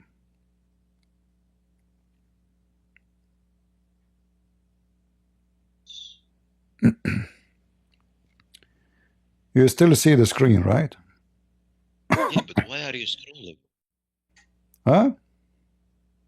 Why are you scrolling right now? I don't Because understand. I'm showing you reference. I don't say things without proof. I'm not like the Muslims. Muslims are stupid people. So they say I don't things. even have the permission to stream, so who's the stupid one here? You are the stupid. You are the one who kiss a stone, think is going to erase your You sin. are not stupid. Where do you read the King James Bible from? It's like, All which right. book is it? Which Bible Listen. do you So read? listen. Which Listen. version Listen. is it? Which translation is it? Is it from Don't Aramaic, brother. Greek, Don't change topic. Arabic, So listen. English? Listen. No, you call my book stupid. You call the Hadith stupid every time you like talk No, about Islam. no, It's funny. let us see. Let us see. All right. So this is the stories of your prophet. This is your story. No, I'm If you're a saying prophet. Assalamu alaikum. Listen. You said Assalamu You're a alaikum 3 prophet. times. You're a Where prophet. is it? Yes, I will show you. You're a prophet. You're escaping your own Always source you and repeat. question. Okay, read the story for me here. Read for me.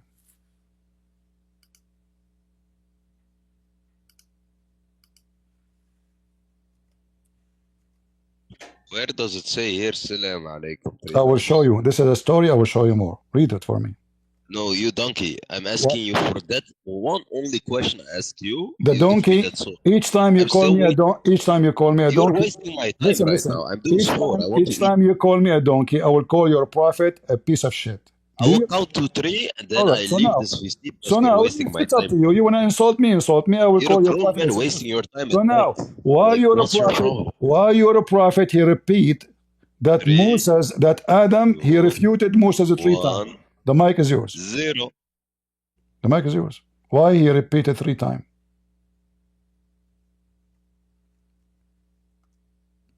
What happened? He left? Where are you? Where you go?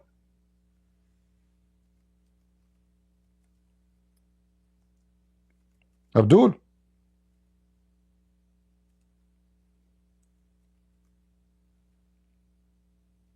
Who is the one who followed the Trinity?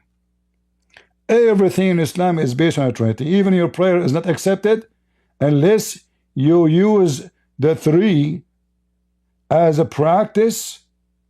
Otherwise, you are going to go to hell.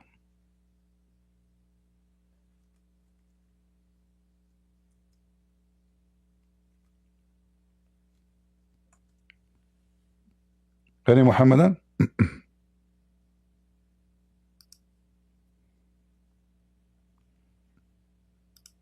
What happened to you, Potato?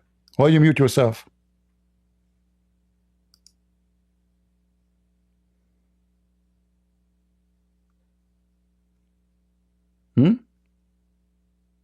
Donkey, I'm eating food, Potato. Okay. Well, you know, Anyways, I'm still waiting for you to show me like the Salam Alaikum. you just get out of here. Yeah, I will show it. You are here or not, I will show it. But we want a real adult, you know, mature person to talk to us. All right? Yeah. You think we say things we can't prove? Even your prophet, you donkey, he commands you to repeat it 3 times.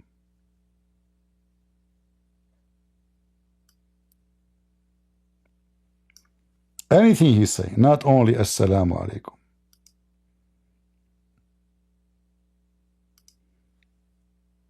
You are talking to Christian Prince, you son of Muta.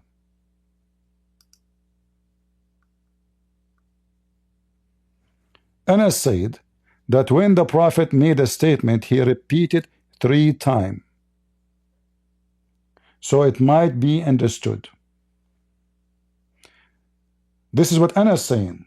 Muhammad did not say, so it might be understood.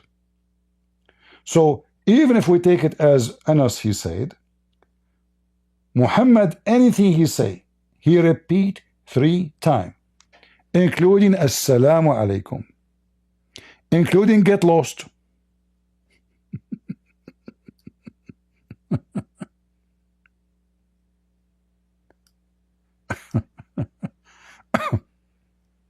Any Abdul?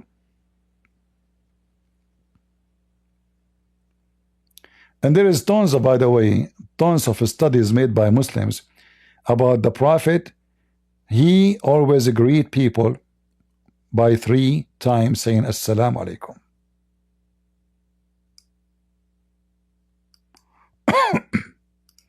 Let me show you some reference.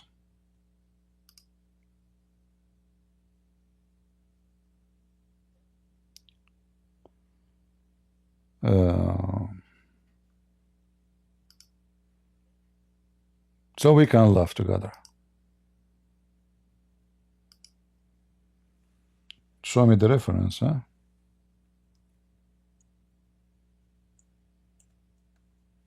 We're talking to Christian Prince, you idiot.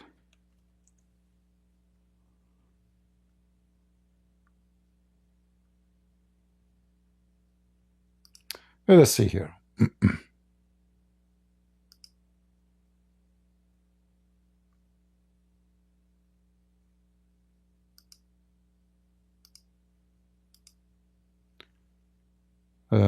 Let us show it in different browser because we need to use a translator.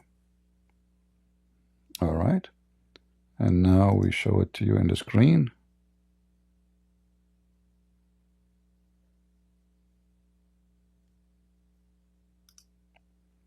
All right.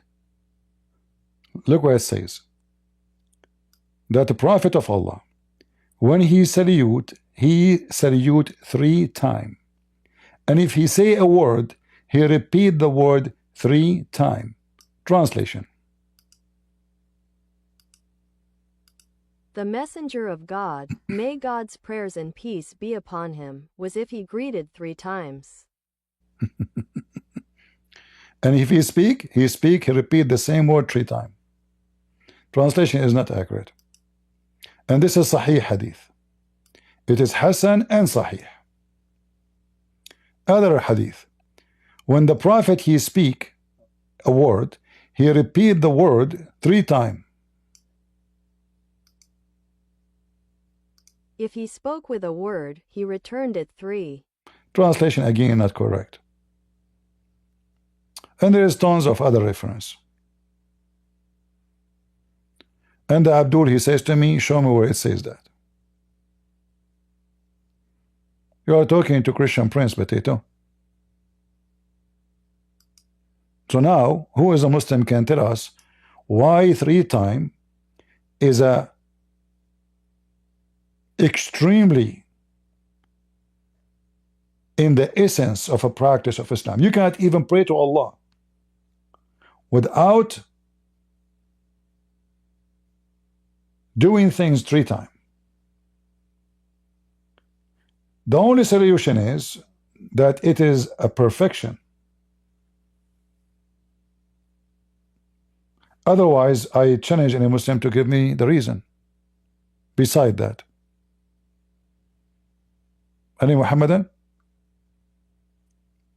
If it's not for the purpose of perfection, it is for what purpose? Muslim cannot answer.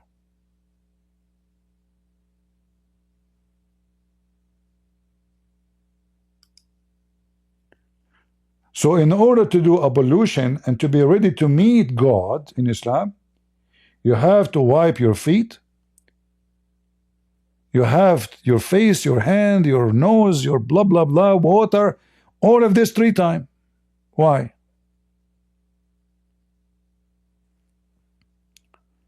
What is the secret of a 3 times?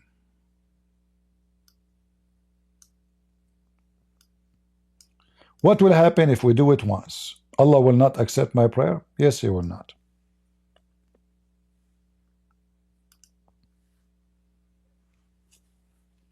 Who is the one who believes in the Trinity, and who is the one who follows the Trinity? So what? First time you say in the name of the Father, the second time you say in the name of the Son, the third time you say in the name of the Holy Spirit?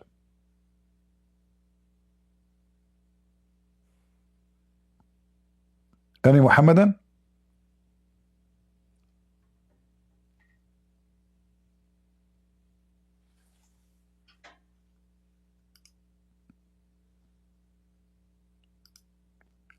You see, this is why I said debating someone who have knowledge is way easier than debating such a fool like the one who called me. He's just calling names, you know, insulting. But obviously, in 2 seconds, we can demolish him. Yes, Muhammad. Even Muhammad, when he go to pee, he shake his penis 3 times. He clean his ass, he use 3 rocks.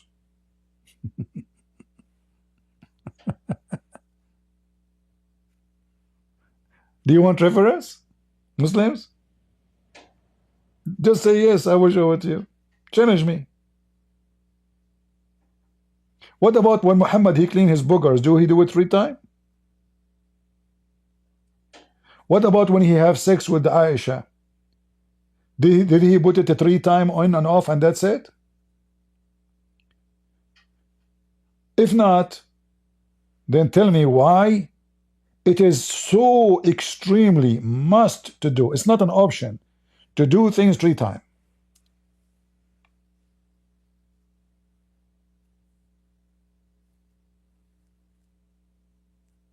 Anyone?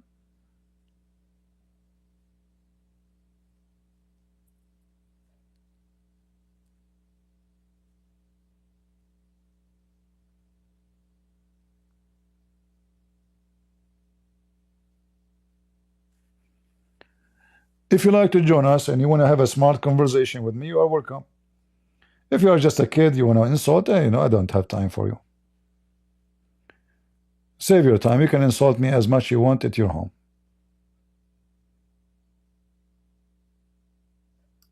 All right? Insulting me will not help you.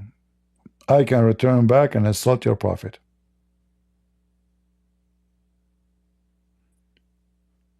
And you know, the funny, I did not spank the guy who just left 3 times. It was only twice, which is not nice for me, you know.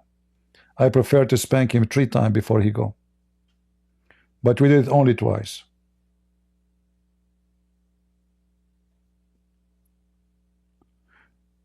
When a Muslim, he says the Trinity does not make sense, and then he says to you is not logical. The Muslims are the most hypocrite, stupid people ever you can imagine. If there is anything about God is logical, is it logical that Jesus, he can put some mud on the eye of somebody and make him see? Is that what logic says? Is it? Is it logical that somebody is dead and his flesh is rotten, and then Jesus, he command him to come from the ground as your prophet said about the son of Noah?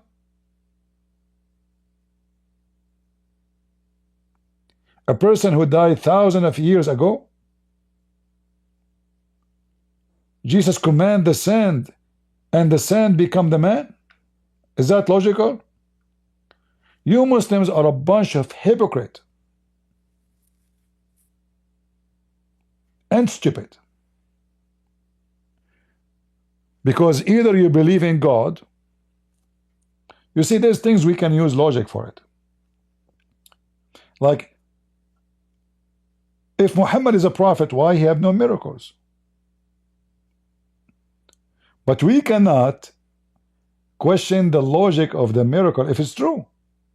It's above logic if it's true.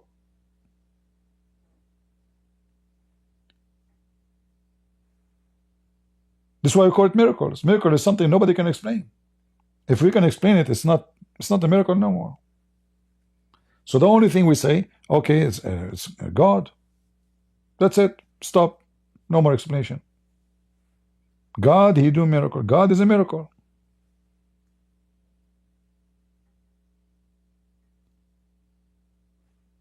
But if a man he do something unusual, I have to question it if it's true or not. How he can do it? If somebody says to me, I can fly. Well, what do you mean you can fly? It's not logical. If he fly in front of my eyes without using airplanes or, technology, then I would say, wow, how he can do that? That is astonishing. And I can't explain it. So I can say this is a miracle. Because us as a human being, we cannot do that. So what he have done is an exceptional, and nobody can explain how it happened. So either we say it is a miracle from God, or we can say maybe this man is Satan. But it's a miracle still. It is outstanding action above the ability of a natural human being. He can fly, really? Oh, okay. I thought I'm the only one.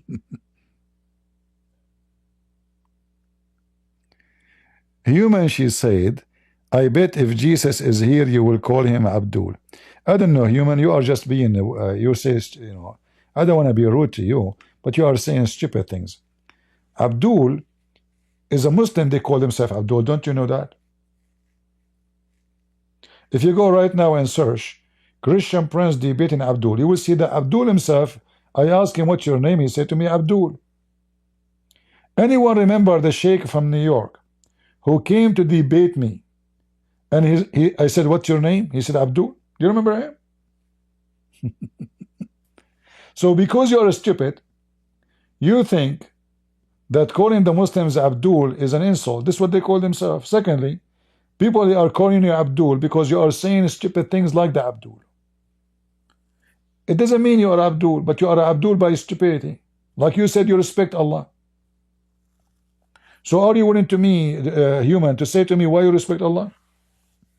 Give me the logic. You said you respect Allah. Allah says beat women. So you respect the one who teach men to beat you.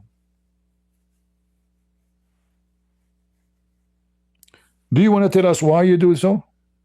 Why you respect the one who says beat women?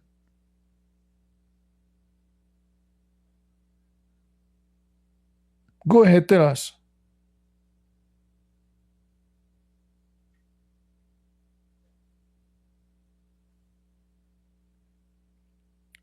I don't respect a man he beat a woman. Like, if the woman attack you, defend yourself, this is a different story. But beating a woman, this is not a respectful behavior. And I will not respect someone who beat a woman.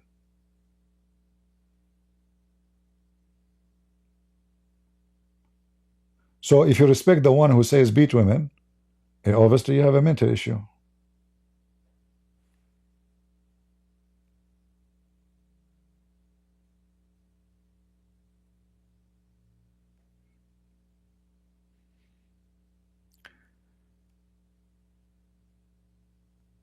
Maybe you are the kind who respect even Satan. You know, I remember once I was debating a man and his wife in a coffee shop. And then when they could not answer me, the woman, she said, I respect your religion. Please stop. I said, I don't respect yours. I should see their faces. I'm being honest. I'm not a hypocrite like you. If I am wrong, how you respect my belief? You did. Do you respect something wrong?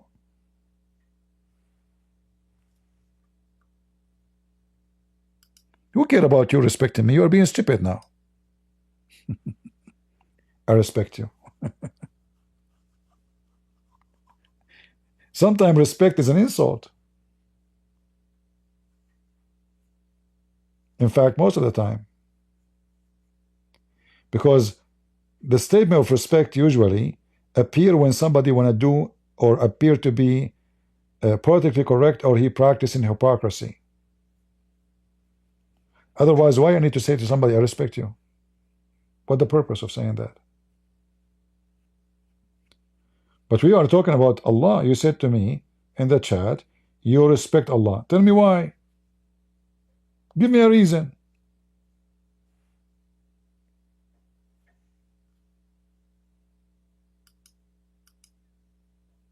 Then we can find if your answers is smart.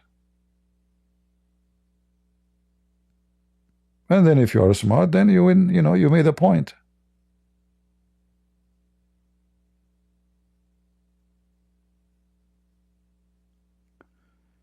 Any Muhammadan?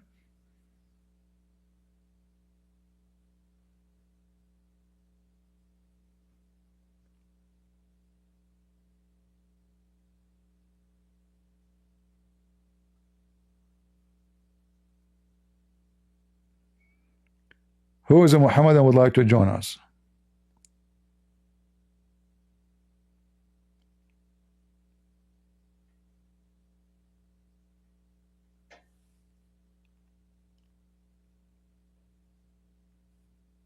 Anyone?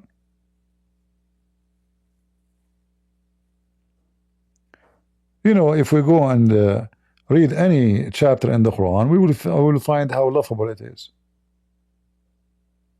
In fact, I challenge any Muslim to choose any chapter for me and challenge me to show him in any chapter of his choice something stupid. Go ahead, Sheikh. Assalamu alaikum, assalamu alaikum, assalamu alaikum. I said it 3 times, see? Are you a Muslim or are you a troll? No. I'm a proud Muslim, mashallah. Uh-huh. All right. How I can be sure you are a Muslim?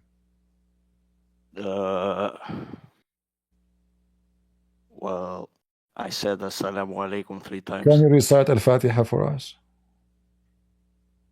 Yeah, shit.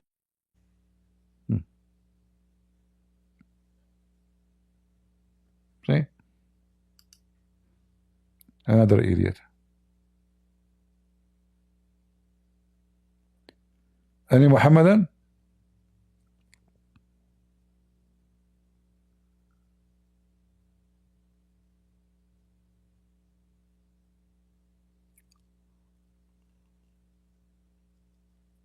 Anyone?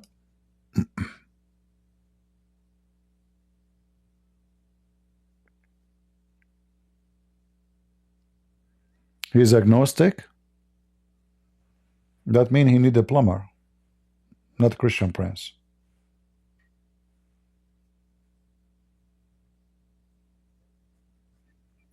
Who is a Muhammadan would like to join us? No? Yeah, agnostic is like somebody being stupid. He doesn't know what to say, what he is. You know, it's like someone confused. Is he a male or a female? Like, what's a woman? So after 1,000 of years, they don't know even what is a woman. This is what agnostic mean. If someone is so confused, you know, he's just being... Agnostic is like a whore. She claimed to be a virgin, but one leg is in Mecca and the other leg is in Damascus. and the Jordanian are watching her panty between. So what are you? I'm agnostic. It's just to avoid to give an answer like, you know, what are you? Like if you go to South Africa, they are discriminating white people. So if they ask you in the forum, what is your race? If you say white, they will discriminate you. So you better say, I don't know, I'm agnostic. You know? Don't say you're white. If they ask you later why you don't say, I said, I don't know. I'm confused. My grandfather was black. My grandmother was white. So I'm so. Huh?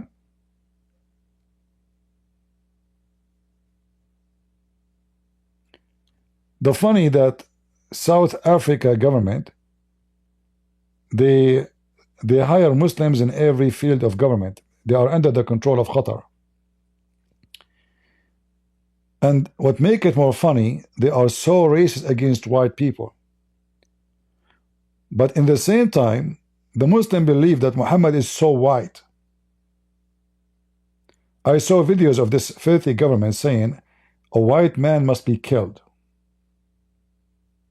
The white man is the devil. Go watch their videos. Very filthy.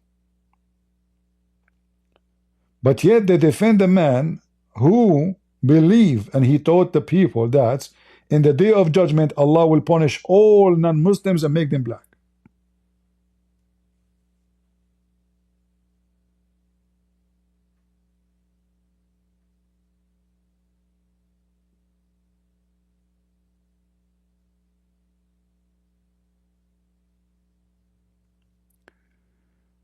When you buy an ammo, they ask you what race, which country in South Africa. You remind me once, you know, I don't drink. But like you know, sometimes I buy alcohol. Like if you are working with the plant, you wanna, you know, sanctify the Caesar. You cut the plant with it. You know, I use them. So I bought a little bottle of alcohol, and in the cashier she asked me, "Are you? Can I see your ID?" I said, "Why?" She said, "To be sure that you are over 21." So what? I mean, do I look that young? The woman behind me, she could not believe it. She's asking, you know, I mean, I don't look at 21. I look 17, to be honest with you. So she's asking me an ID to be sure I am over the 21 age. I mean, my beard is taller than her.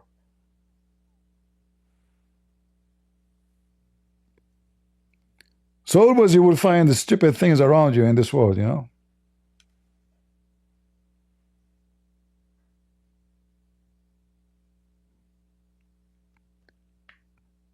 Any Muhammadan?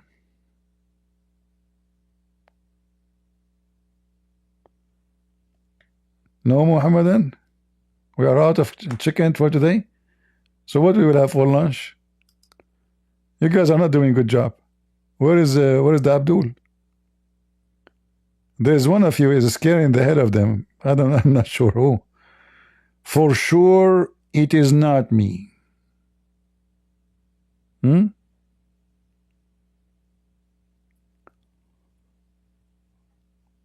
I need to invite my cousin Zulkarnain.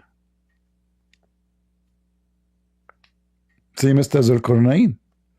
I mean, even Muhammad, when he make up his stories, he don't even change the names of the stolen names. To make it simple, if I want to fabricate a story, I want to make a book, I want to claim that I am the author. Shouldn't I change the names? So a guy from Syria, he made a book about Zulkarnain, which is Alexander the Great, because he wear, the Roman, when they go to war, they wear a hat with the two horn to intimidate the enemy. So Muhammad, he stuck with the name. That's it. The one with the two horn. Like, who is he? Is he even a man? The Quran doesn't say. Is he a cow? Who is this guy with the two? How he have two horns? Muhammad didn't say. And then you read the interpretation of the Quran, and you will find the surprising story. This guy, he invited his people to convert to Islam. They refuse, and they hit him with the hammer in his head. To be accurate, in the left side of his head. Right away he died, and a pump came in his head and later become a horn. Very true. If you hit somebody in his head with the hammer, like boing, in the cartoon, you see in the cartoon, Tom and Jerry, he hit him with the hammer, right away in his head, like boing, you know? True story. You can watch Tom and Jerry if you don't believe me. Then Allah, he resurrected him, and he sent him again to speak to his people to convert to Islam. Again, they hit him with the hammer in the right side of his head. And the second horn came out. And this is why, brothers and sisters, alhamdulillah, his name becomes Zulqarnain. Hold on. Somebody is going to correct me. Hello? Good breath. First of all, this is theory, it's fabricated. Zakir Naik, is accepted by the scholars, and it exists in the tafsir. Good friends. First of all, the story says the opposite. The story says that he hit him himself with the hammer. Okay, show me the reference. Good friends. First of all, I cannot show you reference because I don't have camera. What? No, give me the reference. What camera?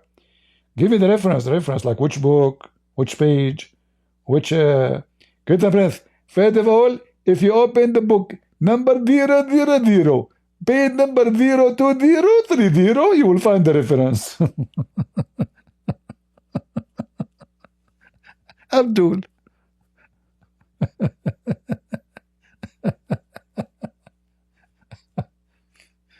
Any Muhammadan, I can show you a reference for what I'm saying. You Muslim can have nothing. So the guy was hit with the hammer in his head. He got a horn? Seriously? By the way, he looked friendly.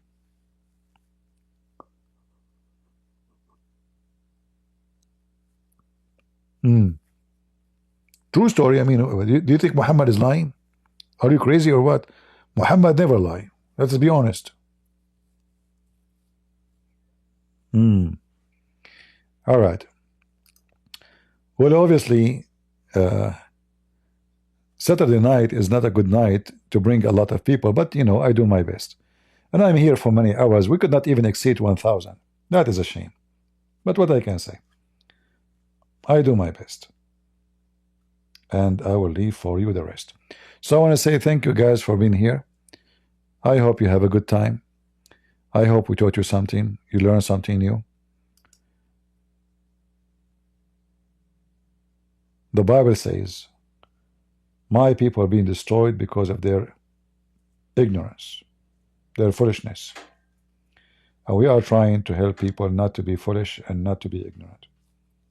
But sadly, people, they like to watch a better entertainment programs. We are not entertaining. We don't have a camera. We don't have a blondie girls. We don't have jokers. We don't have, you know, we don't have what people are looking for. But